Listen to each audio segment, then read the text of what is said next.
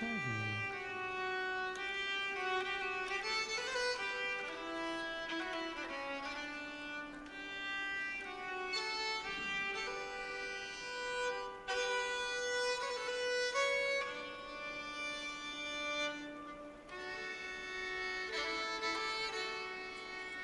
My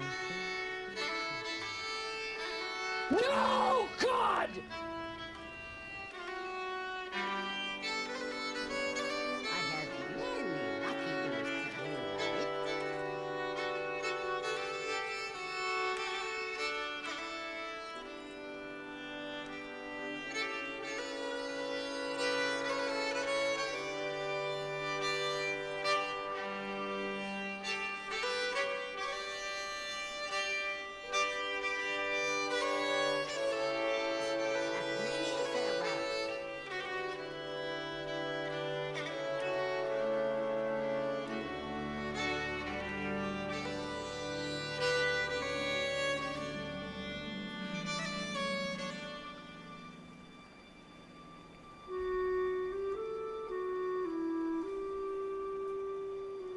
My directive is to serve you.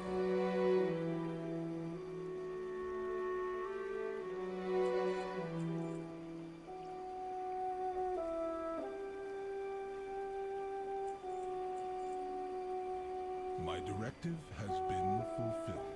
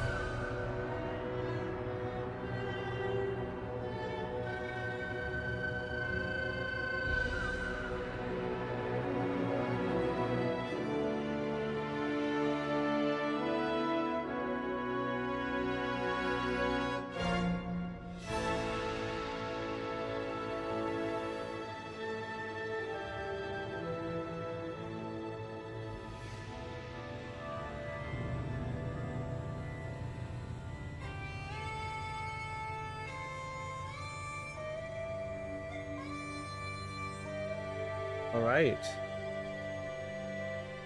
Well, well, well. Hello, everyone. Nice to see you all as always. Stream for October 7th, 2024. I hope you're having a great month of October. It is fall. Fall is amazing. I love fall. I love the temperature in fall. And I don't know where you are in the world, but in here in fucking Canada, um, usually it's starting to get cold, right? Sometimes we even get snow in October, and I'm kind of in the south part of Canada.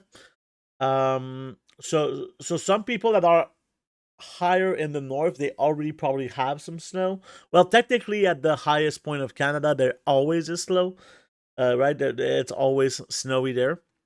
But yeah, it will get hot in my area soon. Yeah, I think you're from Australia, right? I think in Australia, it's kind of reverse, right? So for you guys, I think the summer is like in December, some shit like that. For us, it's like the summer is really starting in like June. We are coming into summer soon. Yeah, there you go. So yeah, but for us, the summer kind of ended recently, but we're kind of lucky because it's very very hot right now for the month that it is. Um, been cold for the last month or so for me in Scotland. Oh yeah, nice. But for us, it's been like kind of. I'm still using the air conditioning right now. And it's October, but like usually, sometimes at this point in the year, you have to dress up like properly. I feel like it's a lot hotter right now.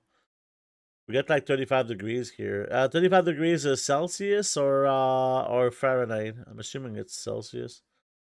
It always snows in Miami for $20 a gram, adjusted for inflation. That's what-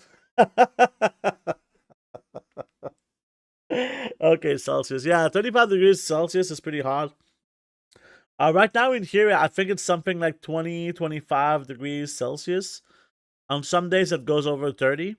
But for October, this is definitely not like normal per se, right? Usually, it's definitely not as hot as that. So, let's talk about what we're gonna do today. So I've been kind of teasing it quite some time, like the unraveling spreadsheet. We're gonna make it on stream today because it's gonna have these kind of double components, right? The first component being yeah, we get an unraveling spreadsheet. That's all good, but also what goes into the making of a spreadsheet like that. Some people they try to make their own spreadsheets, and sometimes they fail, or sometimes it's just not as good, and they might see some tricks in here that could be kind of useful. They can see the formulas that I use for making these types of spreadsheets and explaining how do I get the data for this. And to get to this point for the unraveling spreadsheet, we're going to need a new character because I want to have a dedicated character for unraveling. So this character is going to have tailoring, but also as the second profession, he's going to have enchanting because I want to check two things with enchanting. First of all, I want to have a character that can craft tools, right? I want to be able to craft the enchanter main tool, the epic tool. That would be very good, and for that we need a lot of knowledge in there. And enchanting has this thing where you just get so much fucking knowledge in enchanting from the start. It's amazing. So for enchanting, we're not just gonna do the rod. We're also gonna start looking at mana oils, right?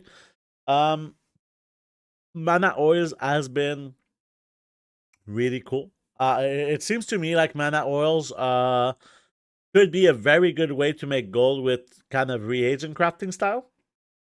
So I was very interested in this. Also, after we're done with enchanting and unraveling, we're gonna take a look again at thaumaturgy. Thaumaturgy has been really, really, really cool. In the last stream, I had a lot of fun with thaumaturgy, and I wanna keep diving into this, getting more data, so that I can start preparing for a spreadsheet. The only thing is that I don't have the full knowledge yet for this, but I'm missing something like 12 knowledge, so it should not be too hard. I think we're gonna be okay.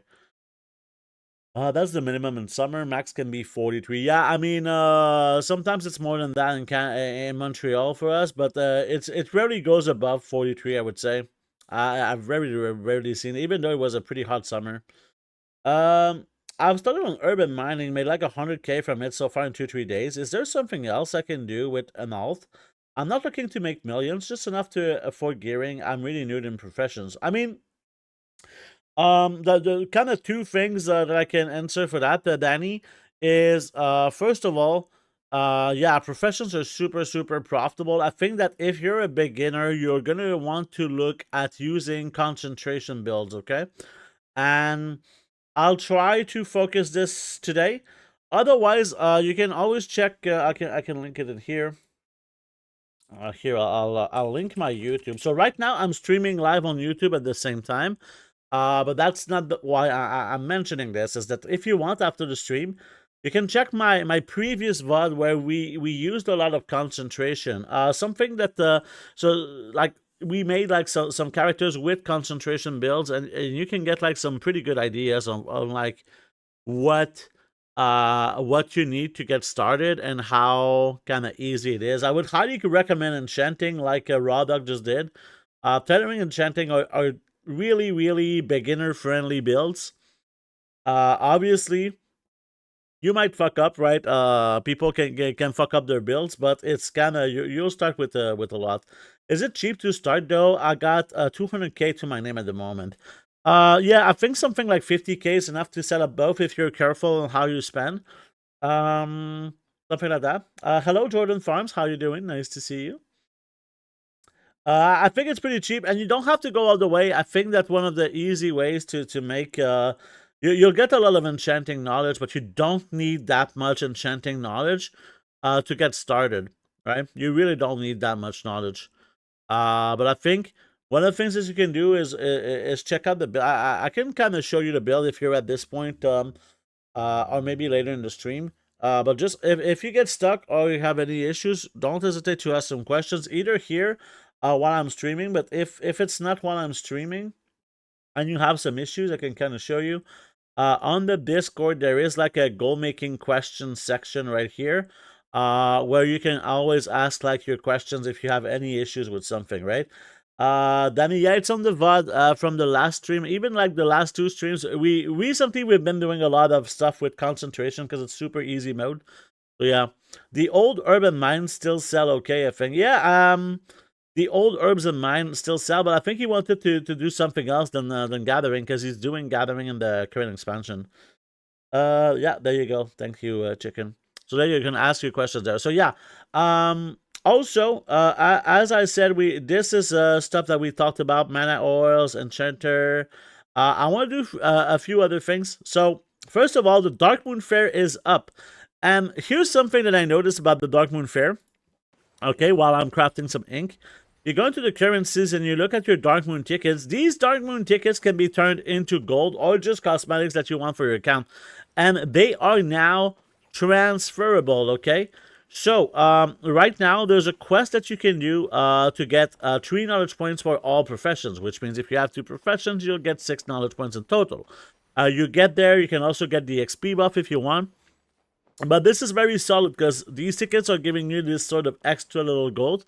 It's not that much, right? It's not super important to do this either. But this is something that's pretty nice to get, right? It's just some free tickets, always nice to get. So there you go. So there you go. Name of quest. So it's basically the quests in question are different for every profession, right? They're gonna ask you to do a little task. If you're doing like I think tailoring or leatherworking, you'll need some supplies. Same thing for alchemy. I know enchanting you don't really need supplies. Engineering you don't need supplies. Jewel crafting you don't need supplies. I guess that if you have like the same alt army for all your characters, you can kind of do it once. And then you'll know what are the materials. Yeah, just regular Darkmoon Fair profession quests. Yeah, red dye, blue dye, and cross threads for tailoring. Exactly. Yeah. And I don't know if you can use your war bank to take advantage of this. You just put these materials in your war bank. and that could make it a lot easier, right? Hey, Kadia. Hello, Vibesso. How you doing? I totally didn't do that all day today. Yeah. So yeah, yeah, the Darkmoon Fair tickets are tradable, so that's great. I mean, if you want to do more quests and you want those tickets, you can do what you want with that. But for me, it's mostly about getting the knowledge for free, right? A lot of times you have to pay gold to get these knowledge points. These are free knowledge points. They just require you to give time, which is a form of gold in a way. Okay. Also, Patreon orders. I can kind of show you this, but I've gotten more data from I opened now 129 bags of the artisan consortium payouts, and these are the things that I got. So I'm getting more and more of these bags when I get more. So we got 51,000 gold from these bags. And right now my gold per bag is at 395. All of these are not super updated. And they're always going to change, right? This number is always going to change. Because right now, the prices are never kind of the same price, right? They're always kind of different. So that's something that's kind of important to keep in mind. You get 3 points from Darkmoon Fair and 3 from yeah. You get from Dragonflight, yeah, absolutely. In gathering, 2 in crafting, yeah. I do Darkmoon Fair every month for those points. We have like 12k prize tickets. Yeah, this is something that can really add up from kind of passively getting your knowledge points. So that's really nice. I've read some people saying they will hoard crafts for season 2 launch. You think it's a good idea? Or too many people will do the same? Okay, so Vibe, these people are either they have a bad agenda where they want people to do like they're doing, or allegedly what they're doing. Well, here's the thing, okay? Every time that you're holding materials, you're gambling, okay? Every time that you're not holding materials, you're technically gambling too. It's really hard to know when is the best time to sell items, right? So the question I ask myself is, am I okay with the profit I'm making right now? And if the answer is yes, I sell it right now, because keep in mind, your crafts, right? Your crafts, which means you crafted those items. If you crafted these items, that's because they're profitable and you wanted to sell those items, right, at this price. Otherwise, just don't craft these items if you're not satisfied with that price. But if you're satisfied with that price, just sell the shit out of this and make more crafts, right? This way you're guaranteed some gold, but if you hold your materials for season 2, you're gambling. You're gambling the gold that you can make right now on the speculation that season 2 is going to be better. First of all, season 2 is going to be in many months, okay?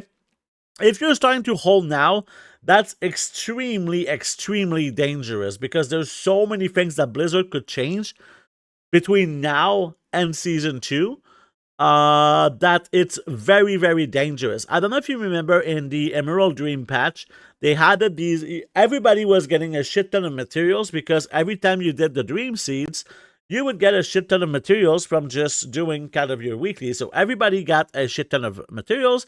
The market kind of got flooded. So let's say that they do something like this with tinder boxes and null stones and all the materials that are kind of harder to get, like rank 3 herbs and shit like that. If they do something like this, then all of the supply is going to go drastically up while the demand is going to lower, right? The demand is going to stay the same. So that can be like, this is how you see prices go down. And I think a lot of people think that it's too expensive right now for enchanting and like consumables in general. I think that right now it's a lot better than it was at the start of the expansion. But, you know? So, coming back to this, I would definitely not do this right now, Vibesso. If we're talking like 1 or 2 months before season 2, maybe. But right now, absolutely not. Also, in the last stream, we did sell on multiple realms. We're gonna get an update on my sales on my other realms. And we did do some PvP gear. I upgraded my setup for making PvP gear. We're now making a lot more of the types of PvP gear. I got like some crafters for this. Like I got my crafters some knowledge for this. So that was really good. So right now we can do the leatherworking, blacksmithing, and the only one that's kind of struggling right now is tailoring. So that's basically it. Soon we're going to be able to guarantee rank 5 on everything for PvP gear, which is great.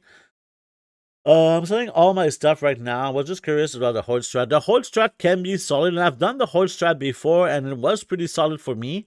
But that was based on information sometimes that I get in the PTR, right? I was not just based on like random things. I think I did a video on my YouTube about the 10.2 PvP gear and how Awakened Ire was going to be extremely more desirable because there was data backed up behind this. And Awakened Ire, I think, went from 200 gold to 1,000 gold each. So that a lot of people make a lot of gold with this. The season, yeah, that was really good. That's stuff I don't use because I want the quick gold. Yeah, I think here's the thing. If you're not selling your stuff right away, you're taking a risk as well, right? You're taking a risk because if you don't sell your stuff right away, your stuff could lose value. And right now, we're at the best point in time for stuff to lose value because some people are quitting the expansion right now. Not that many, but some people are quitting, and some people see that gathering is not as good as it was a few weeks ago, right?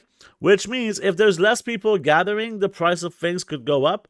But also, if not enough people buy the things, the items are going to go down. Also, everyone has more knowledge, which means if they have more knowledge, they have more multi-craft, they have more ingenuity, they have more resourcefulness, they have more skill, which means it's easier to produce a bigger amount of materials without spending as many mats, which means it's easier to get everything, which means your items have lost their value because before they had more value because it was harder to make these crafts. Now it's easier because everyone has more knowledge.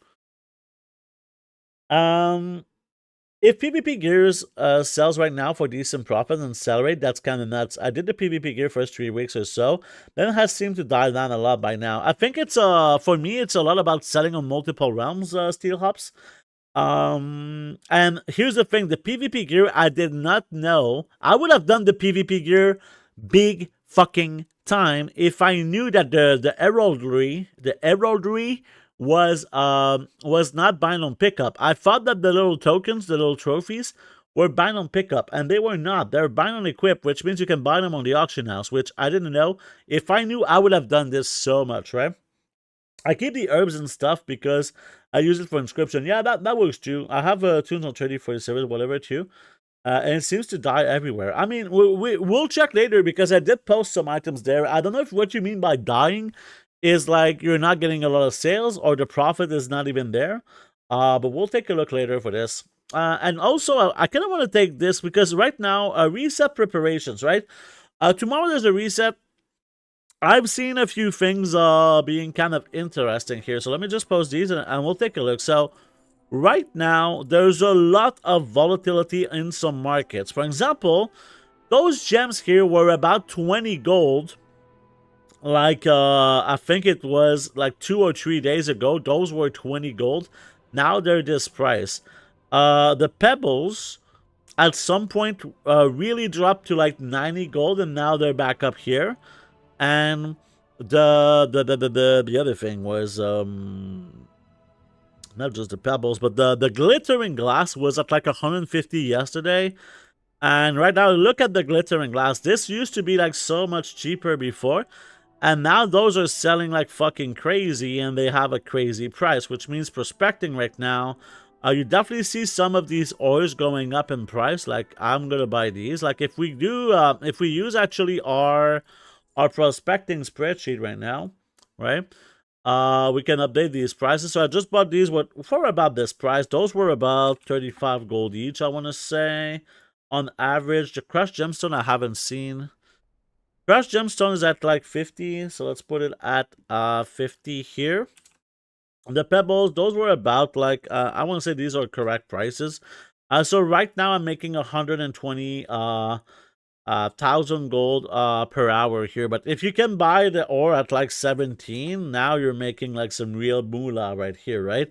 But even though, like, with this, I mean, I'm very, very happy to make this kind of gold with this return on investment. This is a very safe return on investment for prospecting. And here's the thing, tomorrow, all of this stuff could really, really go up.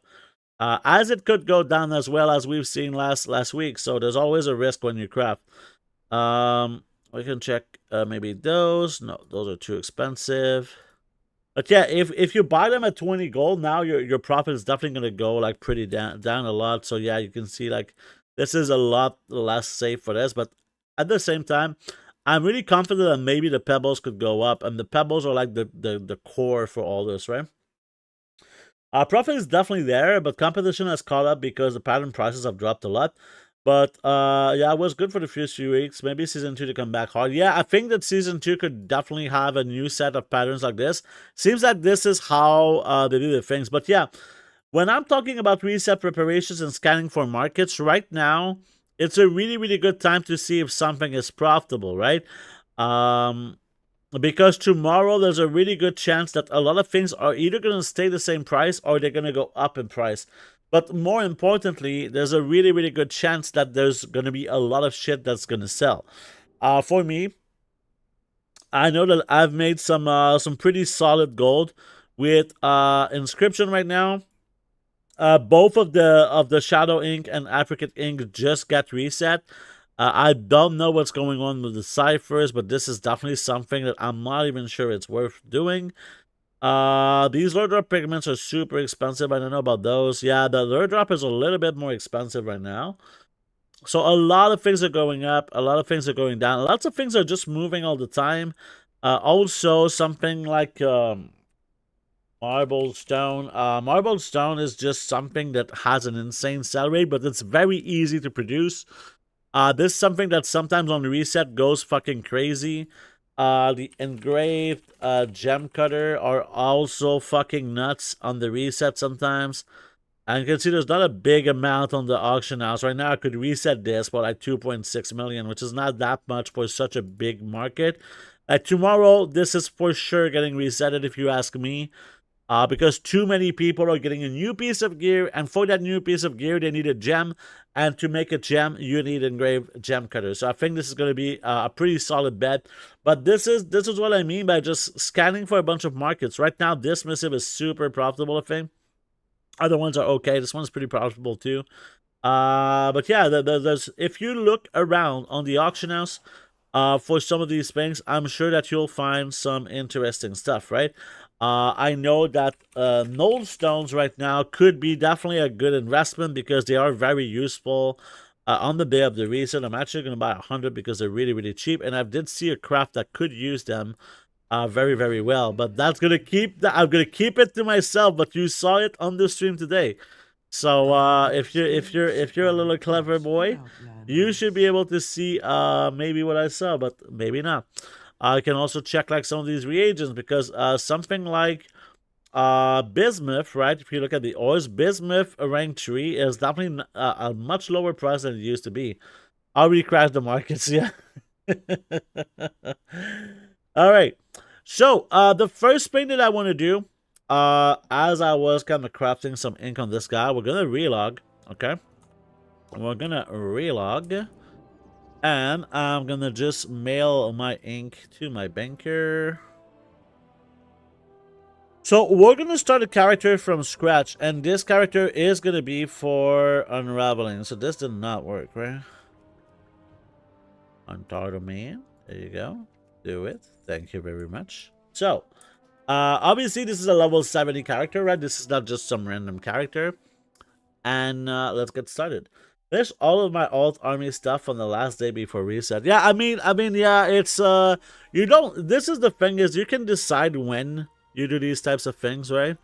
You can definitely decide when you do these types of things because yeah, it can be like pretty harsh from time to time. So here I'm gonna go maybe with Fury Forever.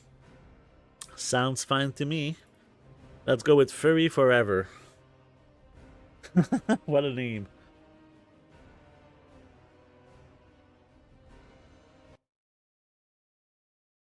All right. So yeah, at the same time, like this is something I like to do. We're definitely gonna prospect at the same time on this account. I want to have as many prospecting stuff as I can before the next week, right? So yeah, let's start with the Iron Claw. Let's go with A lot of my characters are kind of capped on concentration. Right now, for me, it's a little bit overwhelming to deal with everything that has to do with concentration. So right now, I spend it when I can, and it's not a big deal if I don't. Obviously, I'm losing gold from not spending it, right? I'm losing gold from not spending it, but I think it's fine. I think it's fine for me. It's not too big of a deal. For my situation, I'm not really looking to make as much gold, and I'm not kind of starving for gold. I'm more in a situation right now that I need to keep. I need the game to stay enjoyable for me, for forever, right? Hello Ruta, how you doing? So yeah, the game for me, the my number one priority is to have some fun while playing this game. And I know that sometimes it can be easy to kind of get distracted by just I want to make as much gold as I can, right? And that sometimes when you say stuff like that, like I want to make as much gold as I can, it comes with something else. It comes with this thing where yeah, you want to make as much gold as possible, but this comes with this problem, right? The problem being, well, yeah, maybe you want to make as much gold as possible, but here's the problem that comes with this is you're gonna do things that you don't like doing because you really, really want to make as much gold as possible, right? Which sounds okay, but it's definitely not as good after a while. A lot of people can have these sort of issues. At least I'm having sometimes these sorts of issues when it comes to this. So I prefer being in a position where I'm just always having fun, and as kind of a bonus, I'm making gold, right? If I'm not kind of making gold, for me, it sucks. If I'm not having fun, it sucks. So it's like a situation where both situation, it's kind of, I don't know how to really express it differently, but yeah, I guess for me that's kind of how I see it. Oh, this is where it goes. There you go. Scorch, flame string. There you go. I believe we're good. All right, let me just see if some of my other things are there. Nope. Nameplates and personal resource. There you go. Oh, there's an add-on that I've had it, and I kind of want to check it here. Actually, let's go check options, add-ons. This is some things. Enforce settings on startup is definitely something I would like. Oh yeah, this is something I'm gonna go on the character that gets this exactly how I want it, and then I'm gonna use this because this is gonna save me so much time. Right now, I need to go on every single character and they need to get everything. So general options. So yeah, I would like my fucking action bars to always be actives and shit. Nameplates, no, that's fine. We'll see. But for now, this is an add-on that I got, and I wanted to check it out. Maybe we'll check later today. Now I've seen how hard I can get the ingenuity chance. It's too tempting not to do it. I was forced into Mythic Plus for 3-4 days. Forced? You were forced? Damn. That's crazy. What's up, Haley? Nice to see you. Looking on all the tunes to keep up with concentration, patron orders feels bad. I should get better once they patch Warbank for patron orders. Yeah, here's the thing, right? A gameplay that was kind of a similar thing was the Shadowlands mission table. And I've done a fuck ton of Shadowlands mission table, right? That definitely created some issues with the Shadowlands mission table, right? It's not something that's really, really fun to do. But I like to showcase everything, right? I like to showcase everything. I think it's important to show people what you can do, because some people really, really like this type of gameplay, right? And this is why I think it's important to kind of show it, right? If you don't show the gameplay that people might like, I mean, it just makes sense to me. It just makes sense. Do we have a resource for this one? Yeah. This guy's not going for this profession. I don't think we have any other gear for enchanting, right? this an enchanter's hat? Do we have the enchanter's hat? Okay, so we have what about the enchanter's robe? Is this an enchanter's robe? No. But it's not a big deal. Let's just deal with this. We're gonna withdraw some gold. Let's withdraw like 500,000 some shit just to make sure we have enough. We definitely don't need that much, but I like having more than not enough. My group Giga wants the mount, and I'm the tank. Yeah, I get that. I mean, as much as you get force, I'm pretty sure you had fun doing this, right? You like the season of Mythic Plus? My prices to be reasonable. Because I know sometimes it's really, really nice. So here we're missing the needle set, so we'll get a needle set. We have both types of tools. We have this. So now enchanting. So enchanting, we want to have a multi-craft tool for the oils. So there you go. We want to have an ingenuity tool for when we make rods. There we go. Also, if we go to accessories, we need one of these. So there you go. Oops. And we already have the hat. So I think we're good. Tailoring, we did get the needle set. So I think we got all the equipment that we want. Very nice. I got it to 44% with the finishing reagent. Ah, yeah, nice. I'm gonna get 2 procs every time. Yeah, I think something I need to get a little bit tighter is my finishing reagents. I have been a little bit wanky in terms of like I could have made more gold if I was a little bit more careful taking the time, right? Sometimes it's kind of stupid, but just taking the time to be more efficient can just change your goal making dramatically, right? When you're going with stuff like an alt armies are really intense when it comes to that. It's like every little thing every little second that you can save here and there, when you're repeating those things like 50 times per week, it makes just such a big difference, right? It makes such a big difference. There we go. I don't know how much knowledge I need for each of these things, but we're gonna start. I know enchanting I'll be fine because enchanting has so much knowledge.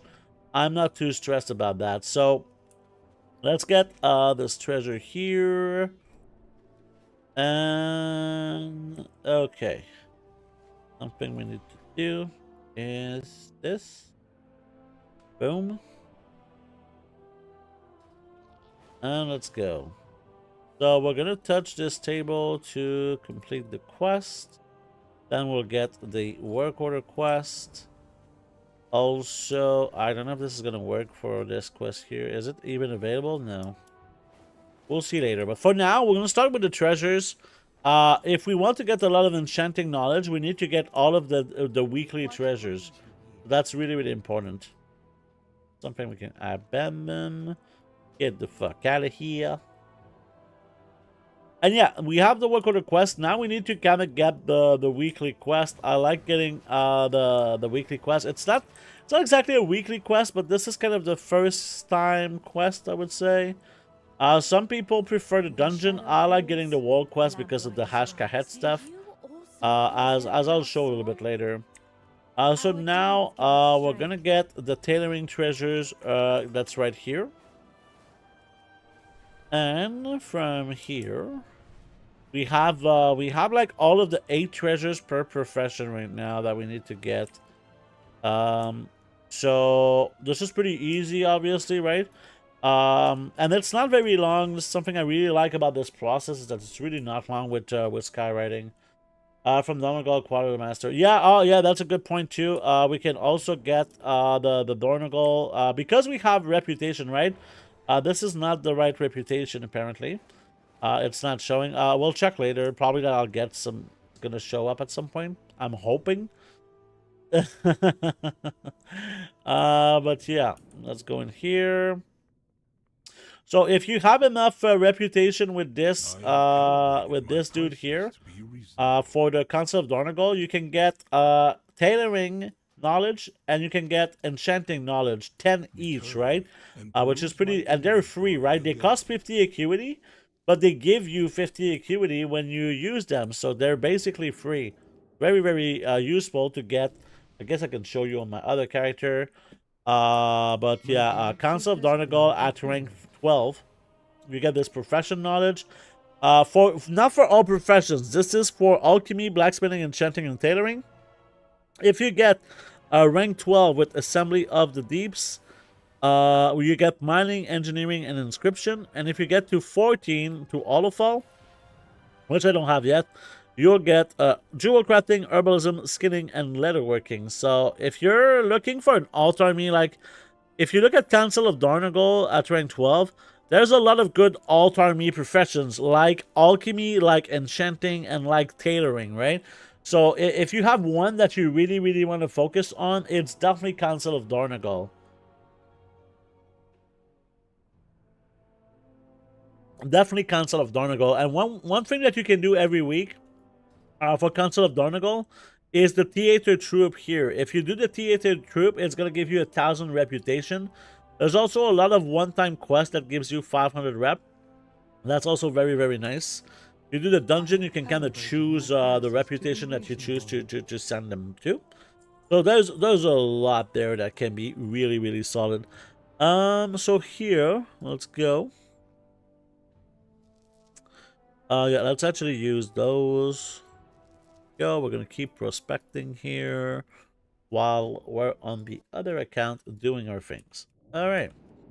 So, yeah, first place that we're going to go is inside here. Something that you can do to reveal all your map if you kind of find this annoying is use this toy that you should have the warband map everywhere to everywhere all at once.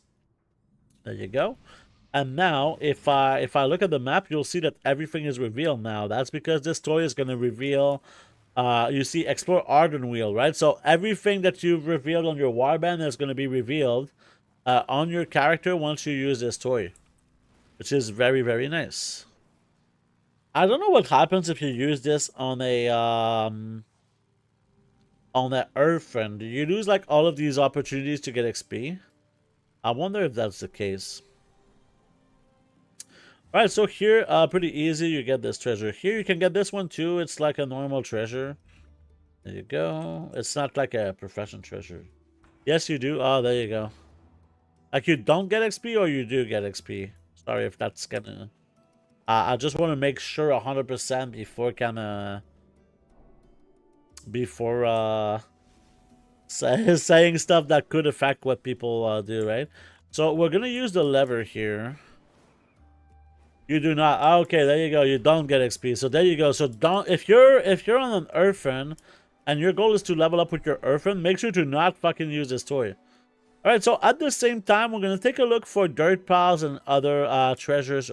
Treasures are extremely good for this, okay? Treasures are really, really massive. So, if we want to get all of the enchanting treasures, all of the catchup, not treasures, but if you want to get all of the enchanting catchup, which is a lot of knowledge, right? This is a lot of knowledge. Let me actually...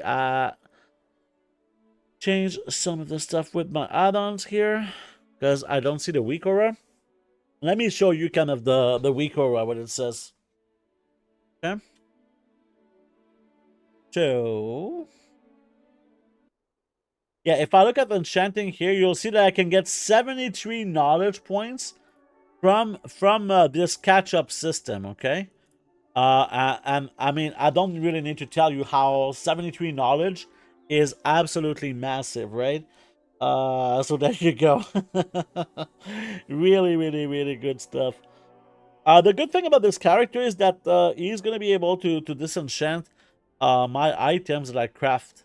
Because we're gonna craft items on this character, and by disenchanting, this is how we'll get everything that we need for getting the catch-up knowledge. There you go. So now we're just gonna chill, get our knowledge points. Always check for treasures at the same time.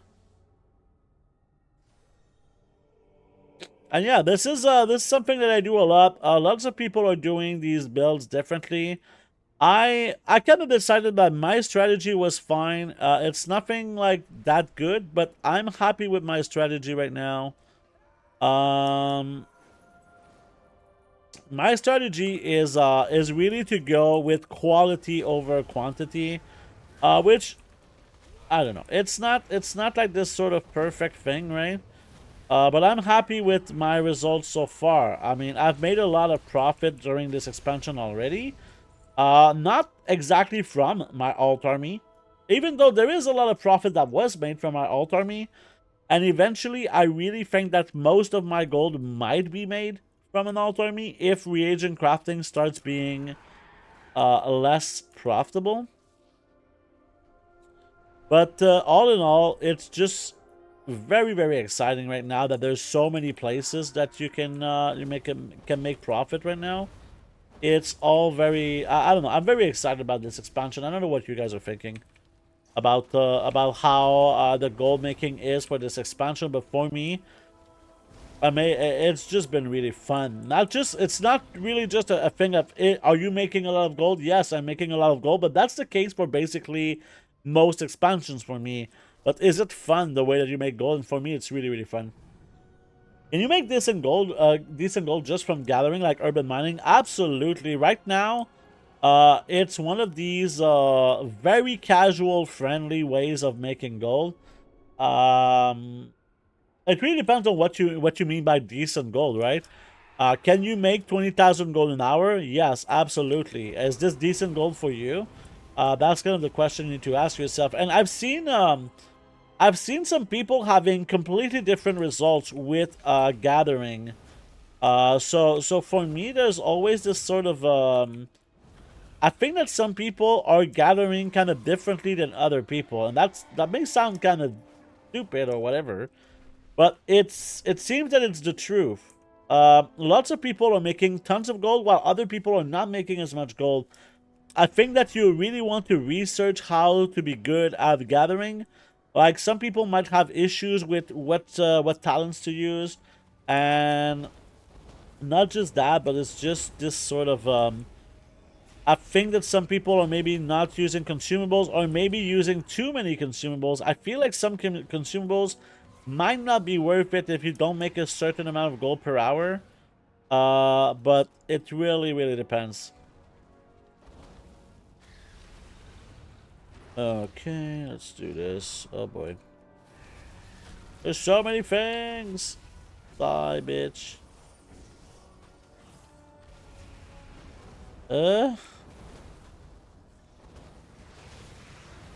Okay, can we move on? We got another thing for knowledge. We're just missing one treasure for enchanting knowledge. It's great for the weekly treasure. And now we can go towards here. There you go. We're getting the wax. The wax is actually a way that you can get XP and gold. And yeah, something that I always forget to do. Let's actually do it now. We're going to open Gold Goblin. We're going to end running session and start a new one. So maybe we'll see if we get like anything kind of substantial from this. Let's go. Yeah, I got... Okay, I'm gonna need to, give me a second. I'll just get to my location that I want here.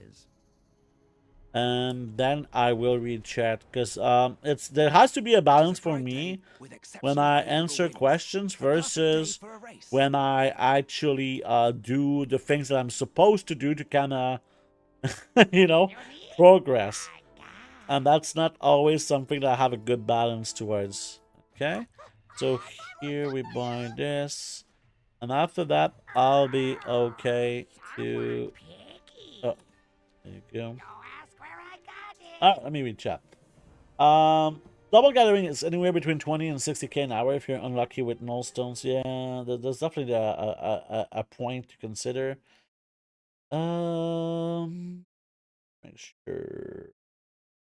More like, can I make a WoW token amounts around the month? It depends how many hours that you play per how many hours that you gather. If you gather 1 hour a day, you can definitely make a token per month. If you gather less than that, it really depends. From the city of Fres that you buy as cash. Yeah, I always do the cash ones. Double gathers anywhere from 28 to 60k. And to make out mining and herbing, right like the specializations. All requirements make gold. Yeah, garden parties can be really, really cool. I've seen them. I don't know if they're as good as they were, but yeah. Gatherers earn money from the get-go. Yeah, it's you don't invest really much gold, and you just get gold back.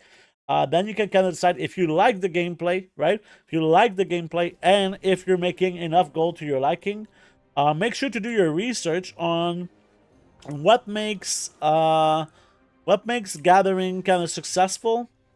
So what do I mean by that is basically a lot of people are gonna go into gathering and they just put points like randomly, and they miss out on a lot of potential gold, this kind of passive gold, just from doing this research. And it sucks because I don't have this exact research for you.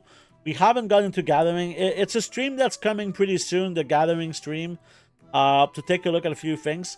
A lot of people are going into like bismuth, because bismuth is this sort of expensive ore. Out of the 3 ores, bismuth is the most expensive.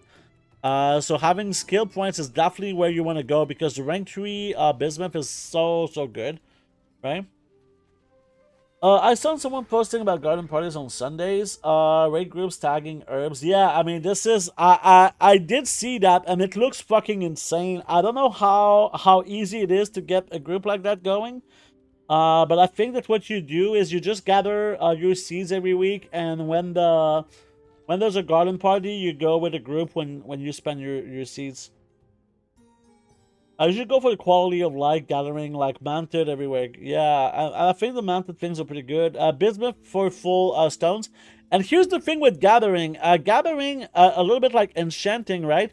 They have this catch-up system that's very similar, so you can get a ton of knowledge with gathering now, which is amazing, okay? I was making 1 million every 6 hours gathering. Now is ruined. It really depends, legendarism, right? Everybody has these sort of... knowing you a little bit, legendarism, I know you've made millions and millions of gold. Some people come in here, it's their first time playing World of Warcraft, and if they're making something like 10,000 gold an hour, they're really excited. For example, my girlfriend just got to 350,000 gold this week, and she was fucking excited because she's a really brand new player. She's been playing retail for like 2 months, right? She's been playing retail for like 2 months, and she's really excited about how she made this goal, because sometimes new players, they try stuff and it just doesn't work, or there's so much complexity to this game after all these years. It's really easy for us that we've been playing for so many years to come in here and say, oh my god, it's ruined because I'm only making, I don't know, 30,000 gold an hour. But for some people to make like 20, 30, 40,000 gold an hour, it's insane, right? And to most people, actually, 40,000 gold an hour is fucking insane. It's really easy to go into the trap of comparing what it is today compared to what it was, right? Like, here's the thing. Let me do the same thing, but we're going to do it differently, okay?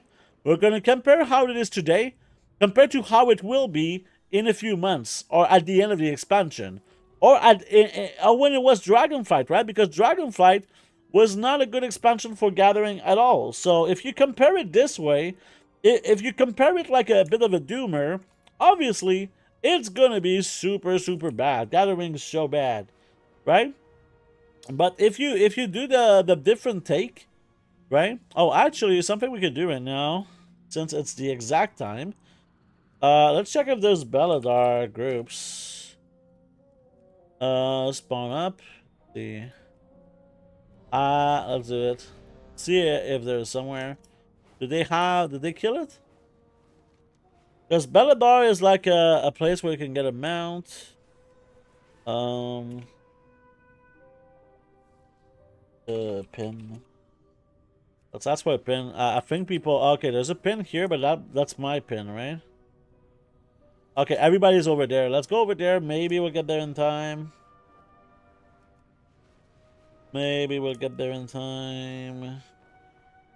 70%. Okay, that's good. I think I'll get there in time if it's at 70%. There we go. So this can drop a mount, and you can actually sell this mount. Sorry, I'm kind of going on a tangent here, but it's just I want this mount. And maybe we'll get it on stream, which would be so exciting. That's if we can tag it. Yes! All right. Well, let's let them keep doing this, and we're just gonna go away. There we go. Beautiful. Not everyone can make 120k in 8 minutes of crafting like us. Yeah. Yeah, sure. That's totally always like that, right? That's always like that. So let's pause while we're waiting for Belladar to die. There you go. We're going to start another batch. Obviously, you know, having two accounts like me, it definitely helps, right? I think it would be kind of foolish to compare. When you're a beginner, don't compare yourself to, like, the people that make the most gold in the game. And I'm not one of those people, right? Just to be clear, but, like, don't compare yourself to people who are just kind of making so much fucking gold. You're better to just compare it to yourself, like a previous version of yourself, from a few days ago, right? Like, if you compare yourself to yourself, that's how you can really use comparison to have a bit of an advantage, right? All right, so that's done. Now let's go back to treasures. So there's gonna be ads pretty soon.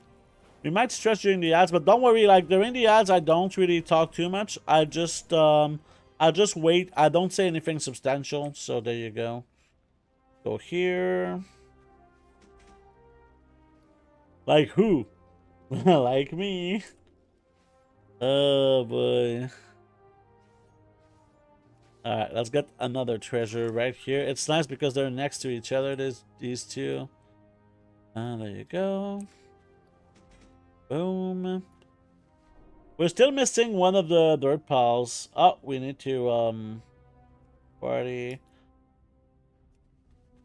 They're offering like 65k for the mount. So people are selling this mount when they get it, which is kind of, funny.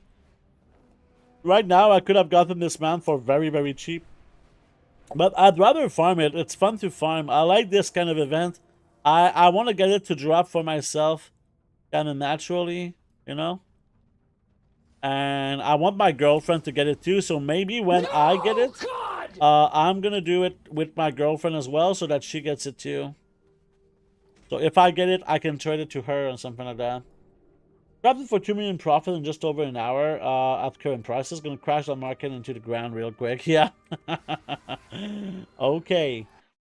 Okay, so we got ads right now. What I'm gonna do is, because it's really good for me to do this, I suggest you do the same if you can watch me right now, is we're gonna stretch a little bit.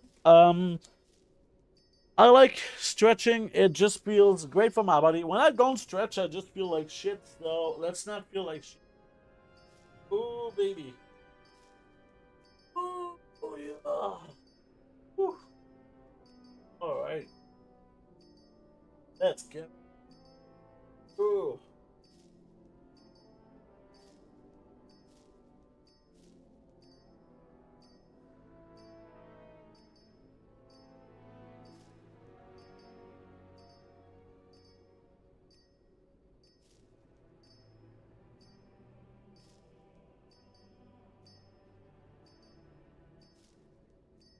What a second.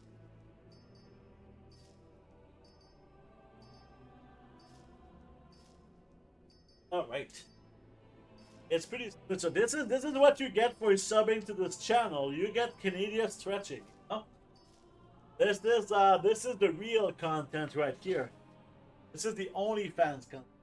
Oh yeah. Oh baby.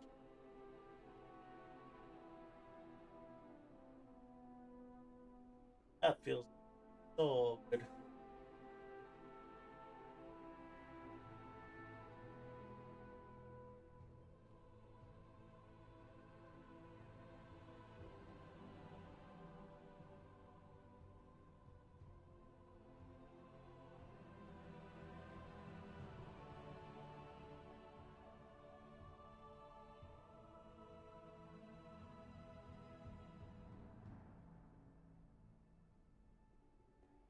Oh.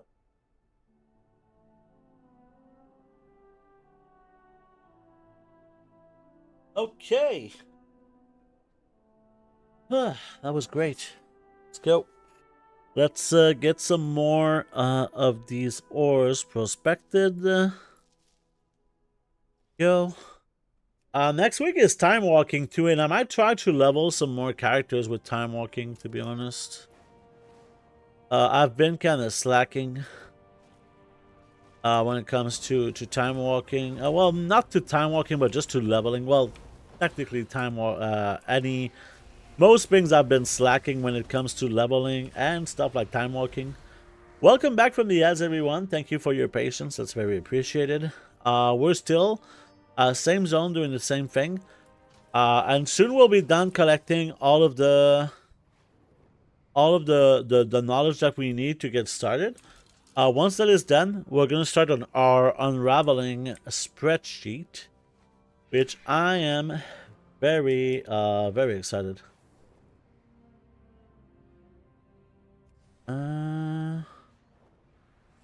Oh, there's one here. Go. Okay, we got the big boy. There we go. So sadly, we didn't get. We need to get at least the other treasure for enchanting. Otherwise, we're not going to be able to get all of the catch-up knowledge. So that's very important. Apart from that, I think we're going to be. We just need the last 4 treasures from the last zone, and then we can also get some of the treasures from cache, right? We can get the cache treasures. Well, not exactly treasures, but you know what I mean. Still waiting. Such a quick way to level alts from 1 to 70. So there's multiple ways to do it quick. I think time walking is definitely one of them next week. Otherwise, some people have reported just exploring with the Earthen, but for that, you need to have unlocked the Earthen allied race, right? Earthens have a little perk that makes it that when they explore, they have like a bonus XP thing, right? When you discover a new zone, you get experience, right? You get experience. So this experience is 200% more when it's Earthens, right? Maybe someone in here has a little bit more depth into. I think you want to start with questing, but at some point there's a I think starting from level 30, you want to start to just explore. But I'm not too sure how this works. Some people just do exploring from start to finish, so it seems that it's very much viable. And to me, that sounds pretty exciting. You know, it's a very nice way to level up if you like to do it. This is it like the quickest way? I doubt that it's the quickest way, but it's a quick way, right? Something that I would kind of consider to make gold, and this is kind of something. Okay, so let me show you something that's kind of interesting to me, right? Maybe not to you, but to me. Thorium ore, okay? Thorium ore. So this thing here is 15 gold each right now, okay? And when you level up, you get a lot of XP from gathering, okay? And now you can gather from level 1 or something. So you could make gold, right? In Silitus, in the old version of Silitus, if you go here, there's a lot of thorium here. Otherwise, on Goro Crater, around the edges, there's a ton of thorium. So this could be something that you do. And you also get these arcane crystals, right? So I think you can probably make over 10,000 gold an hour doing this. Okay? And at the same time, right, which to me is a lot for leveling. Imagine if you can level and make over 10,000 gold an hour. That to me is pretty good. Obviously, this is going to be a lot slower than other methods of leveling, okay? Straight up, it's going to be slower, but if you like gathering, you're going to make a decent amount of gold and get levels at the same time. Because we've discussed this on stream before, but leveling by itself without making gold is a way to make gold, right? With the more characters that you have more concentration, right? With more concentration, you make more gold. So that's kind of the point of leveling in here. I know that a lot of people are asking like about leveling for this exact reason, is because they want to get an alt army going. So they want to get a quick way to level characters, which you can definitely say that leveling is a way to make gold. and I will always kind of vouch for this. You could even say stuff like reputation farming is a way to make gold. And that sounds kind of... That doesn't sound like a true thing, right? But when you kind of explore the possibilities of this, like, for me, it's very, very, very, very clear. It cannot be clearer that you make gold from doing these kind of tasks, right? You make gold from doing these kind of tasks, even though they don't look like gold-making tasks, like farming reputation or leveling. They definitely are.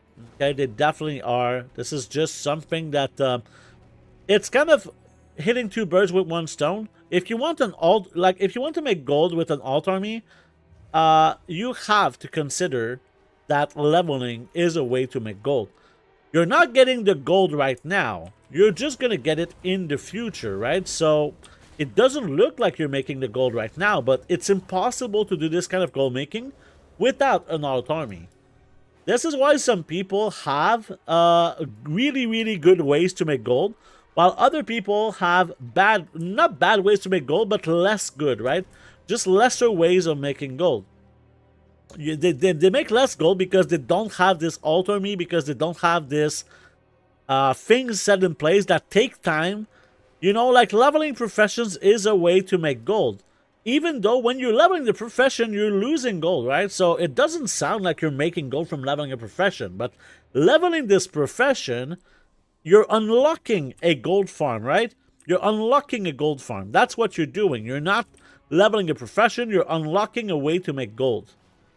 And if you unlock more ways to make gold, you have this sort of diversity, first of all, to your gold making. And diversity is a way to make your gold making kind of safer. You always have something profitable to do. If you only have one thing that you can craft, if this thing isn't profitable anymore, you're fucked, right? You're very, very fucked. So this is why you need to really be aware of these things. There you go. Hello, Bombescu. How you doing? I didn't have a plan on where to go at each level, though, so it was a bit slow. Yeah, maybe you have some ways like this. How does the alt army generate gold? Concentration, profession farms? Yeah, I think that the main thing that you can do with an alt army is exactly that. Also, work orders. Is it even? Yeah, even. Work orders are an incredible way to make gold. Right now, you can make a lot of gold. Like, I did start to gather some data on is it here? Yeah, the patron orders. So right now, the bags that I get from work orders are like 400 gold each. And no, it's not that much gold, 400 gold each. But sometimes you get the unraveled, right? The unraveled. Is it like this that you say this? Instructions, what's it called? Unraveled. Okay, unraveled instructions right now are 2,000 gold each, and I get them like pretty regularly. So if I look here, right, you know, we have 182,000 gold in sales from these work order items called unraveled instructions. Also, the augment runes are really pricey as well. We only got for 53,000 gold of them. But still, it's in 24 days. We haven't really been focusing too much on that. And I don't have an alt army, right? I have something like 8 characters that I run through this. So if you had like, I don't know, like 100 characters, for example, like a big-ass alt army, these numbers are just going through the fucking moon, right? These numbers are just going nuts. And let me tell you, some people are absolutely doing this. I think someone reported me that he got like 400 of these items. So that's a lot, you know. Some people have really, really big alt armies.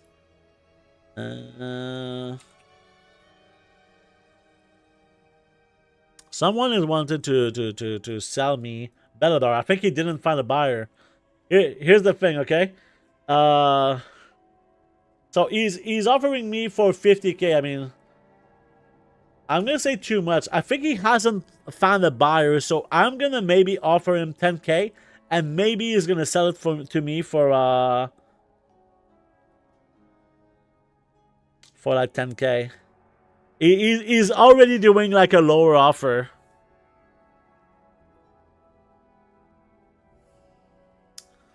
Am I gonna get the Beladar mount for 10k? I'd be happy with that.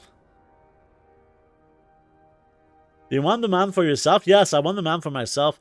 And I want, my girlfriend wants it too. I mean, it's not tradable with my girlfriend, for example, but we'll see. Okay, let's get this while he's doing another offer. But yeah, I want the mount for myself. I think it's a really cool mount. It's a model. I don't have any of these, so that's something that I really like to get. I'm going to get one of these models pretty soon, though, because I'm going to have enough renown to get it. 10k.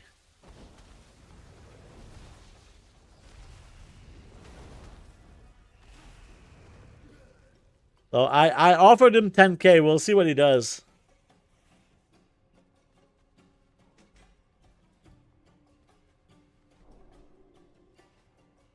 I mean, I didn't want to offer less because I think I could have offered maybe less even. But that would be a bit greedy. No, but here's the thing. I think he got the mount and nobody would purchase it from him. Right? Nobody in the group would purchase him because, you know, I killed Beladar about 20 minutes ago and he just whispered me. Right?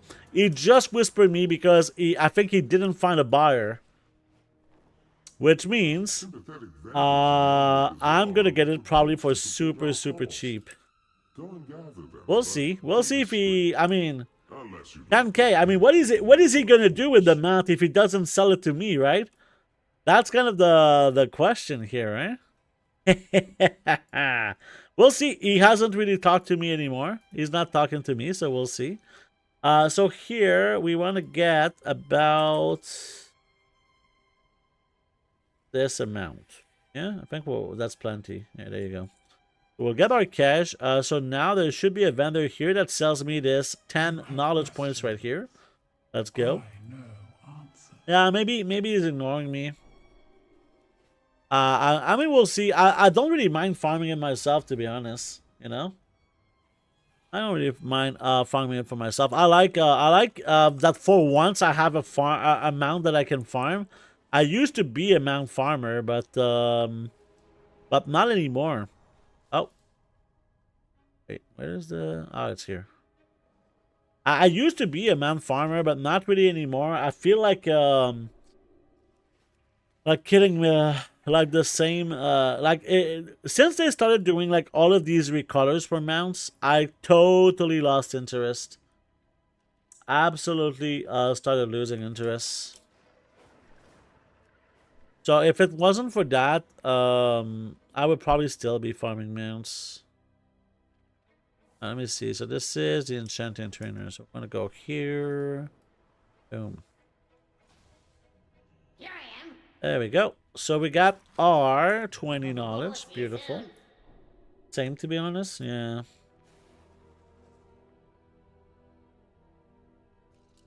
Yeah, since they started doing recolors, I didn't feel like mounts were unique enough for me to care.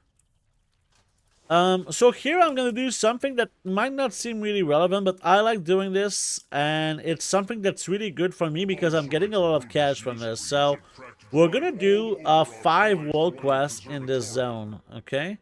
We're gonna do 5 world quests in this zone. Because this is gonna give me 900 cash, it's gonna give me some raw gold, it's gonna give me experience, right? Experience for my character, which is pretty nice. And many other things. There we go. And like world quests in this zone, I really like them. And this one is like one of the easiest world quests ever. I like when they do world quests that you don't have to kill anyone or collect things. This is not exactly collecting things, but I don't know why there's a fucking timer on this ability, which is a bit annoying, but it's not too bad. But yeah, this is like a 30-second, 1-minute world quest. That's nice. What's up, Royas? How you doing, my friend? There you go.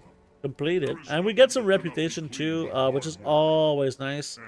You know, I mentioned how you can make gold from just farming reputation, technically. You know?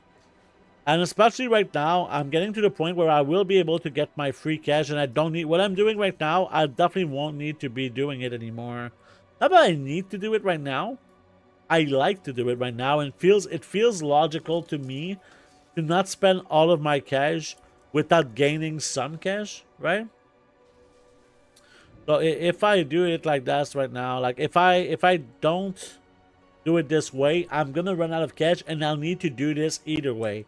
But right now, I have this sort of a flexibility that if for some reason I need cash, for example, for a recipe, because some recipes cost 1500 cash. If I don't have any cash at that moment in time, I'll be mad, man. I need to always keep like a safe supplies of cash. There you go. And it's not terrible because this gonna give me an item that I can disenchant for a little bit of gold too. So there you go. And we got like a bunch. Oh, we got to renown 19, I guess. Nice. So we're really why can't we see the fucking real renown while we're in? There you go. So here, when we get to rank 21 of renown, which I think it's gonna be next week, we're gonna have this. We can exchange 100 resonance crystal for 100 cash. And this is where I'm gonna use a lot of my resonance crystals, right? If you look here, I have 48,000 resonance crystal, while I have about 10k cash. So yeah, I think this is gonna be something that I can do. I'm probably gonna buy a few pets, and I'm gonna buy all of the recipes that I can with cash, 100%. Is there other world quests right now? So there is this one. This one is good. I guess we'll do this one. This is a good place to farm. Okay, so this is good. Let's go to this one then.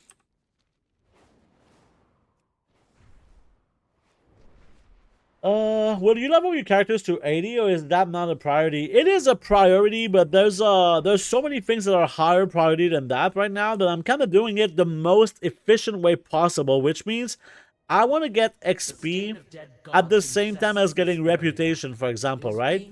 So I'm doing, the only way that I'm leveling right now is to get auto fall reputation with my paladin. So I'm not doing it with characters that are level 80, this farming of reputation. I'm doing it with characters that makes more sense, right? There you go. Characters that get XP from this, and at the same time, cash and all this stuff. So yeah, we have a rare here, but nobody's here, and this rare is really, really tough. So I'm definitely not gonna put it by myself. This rare is gonna, like, sometimes we're 3 or 4 people and we wipe. So this rare is a bit annoying. So we'll do at the same time the quest here. Oh wait, oh, this is not, okay, this is not the same thing that I thought. I thought this was a different quest. Because it was like that, like a lot of times. Oh, oh my god, these are so fucking... How are these like so fucking 1% each? How am I gonna get this quest done? Maybe we need to get more of these, right? To get a bigger percentage? Maybe we need to get a lot of these to be able to get cooking.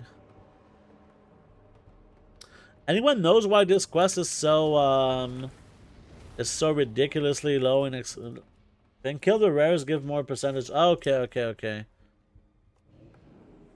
Now I need to farm the 7 threads. Wrap. I'm at 40.1. Okay, so here's a little bit of a pointer that I like to mention when farming cash. Not farming cash, but farming reputation. Right now, there are some mechanics in this expansion that are so fucking good for farming. They're really, really good for farming all sorts of things. So what I mean by that is, like, okay, so I'm gonna kill this guy probably, right? This is the guy you were talking about. So one of the things that's really, really, really good is just the weekly activities. For example, every week you'll get a renown with every single faction, or almost every single faction, right?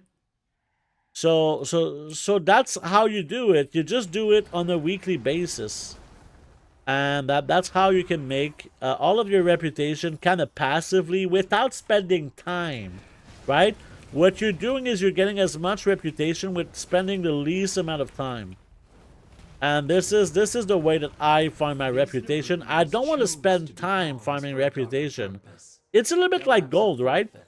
Right now, if you farm reputation like a grinder with world quests and killing all the rares, your reputation per hour is going to be pretty low. Okay? But if you do it in a different way, right? If you do it in a different way, like a reputation per hour right now, my reputation per hour is very, very high because I'm doing it only with the weekly activities. And you can see that my reputation is really, really high, right? You can definitely see that my reputation is pretty high compared to a lot of people. That's because I don't miss out on these activities. Also, I did rush 2 reputations, okay? I did rush two reputations, and that was the Council of Dornagal and let me actually do this one. The Council of Dornagal and the Assembly of the Deeps, because they were giving me so much knowledge, I needed to do them. And the way that I did them is I did the one-time quests. The one-time quests, they give 500 reputation each. So what I did is I leveled my characters by doing these specific quests. And this is how you can make just so much gold, really. Let's see if it's actually like pulled better now. Is it getting lower? No, nobody. This is not something you want to deal with if you don't have a group of people. So let's go towards the other world quest now. It's all in the north, right? Is there a special assignment in this zone? That would be really good if it was. Doesn't seem like there is.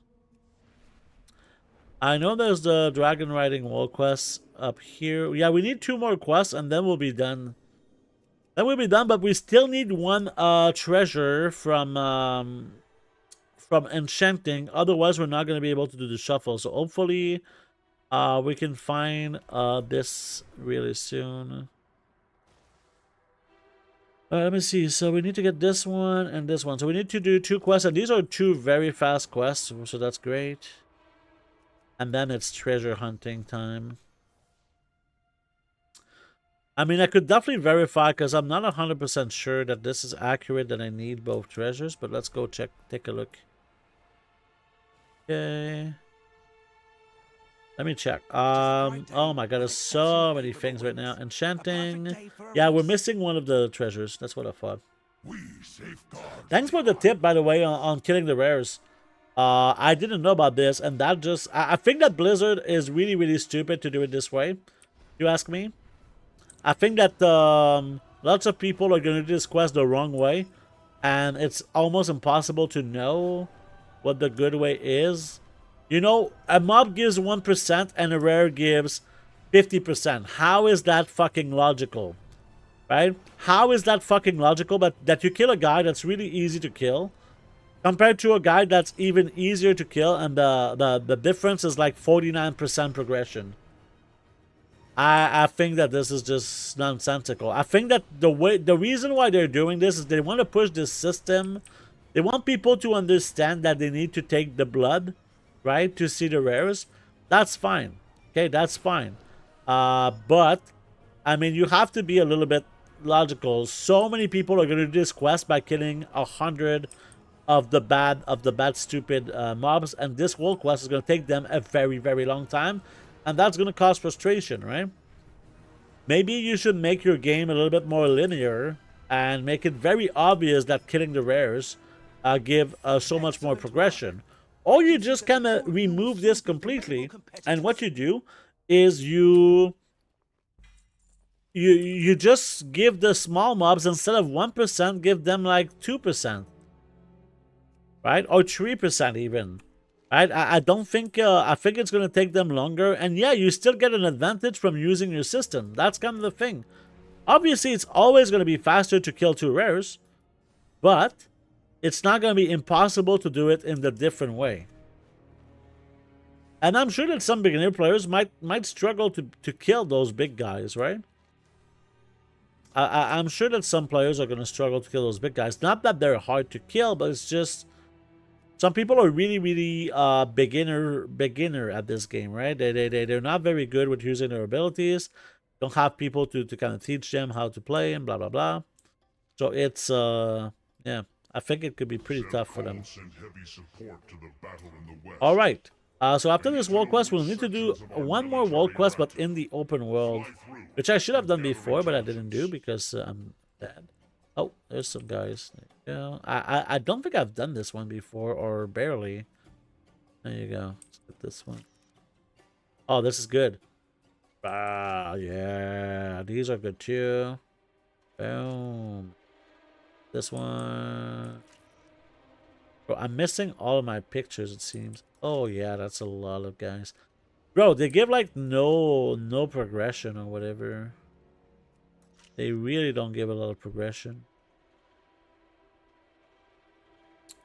I got all of those already. Boom. Yeah, what the fuck, man? There's only 43% for all that. Kinda ridiculous, me. Dude, here.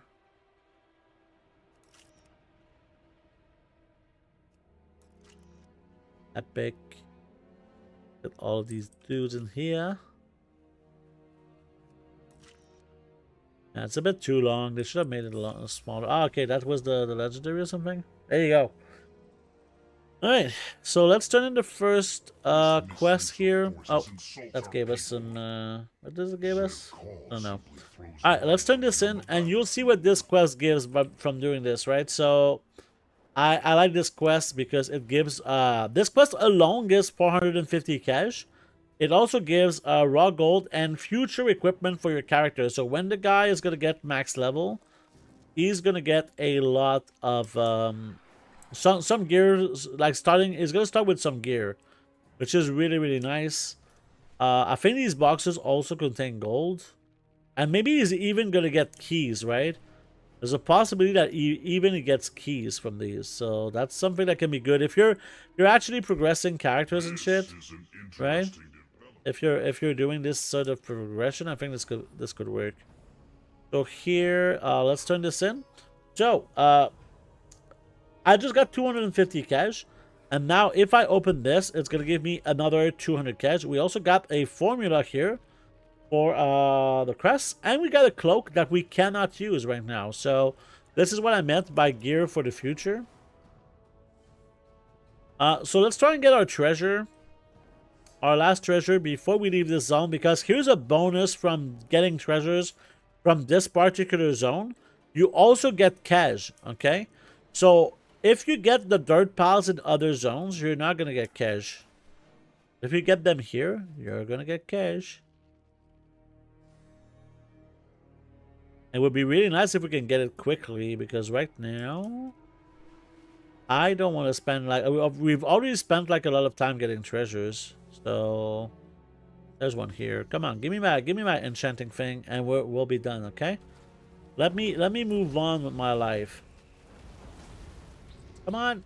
I mean, we got 1,500 gold like so far, like from just doing this leveling stuff. Well, not leveling, but getting the profession ready. Maybe this is not the best location for treasures. At this point, I'm probably gonna go towards Hollowfall. Because maybe Ringing Deeps. I don't know. Ringing Deeps is closer. Let's go towards Ringing Deeps, and from there, we'll try to get our last treasure and the last world quest that we need to do, because we do need to do one more world quest. I think we have to go this way, right? Yeah.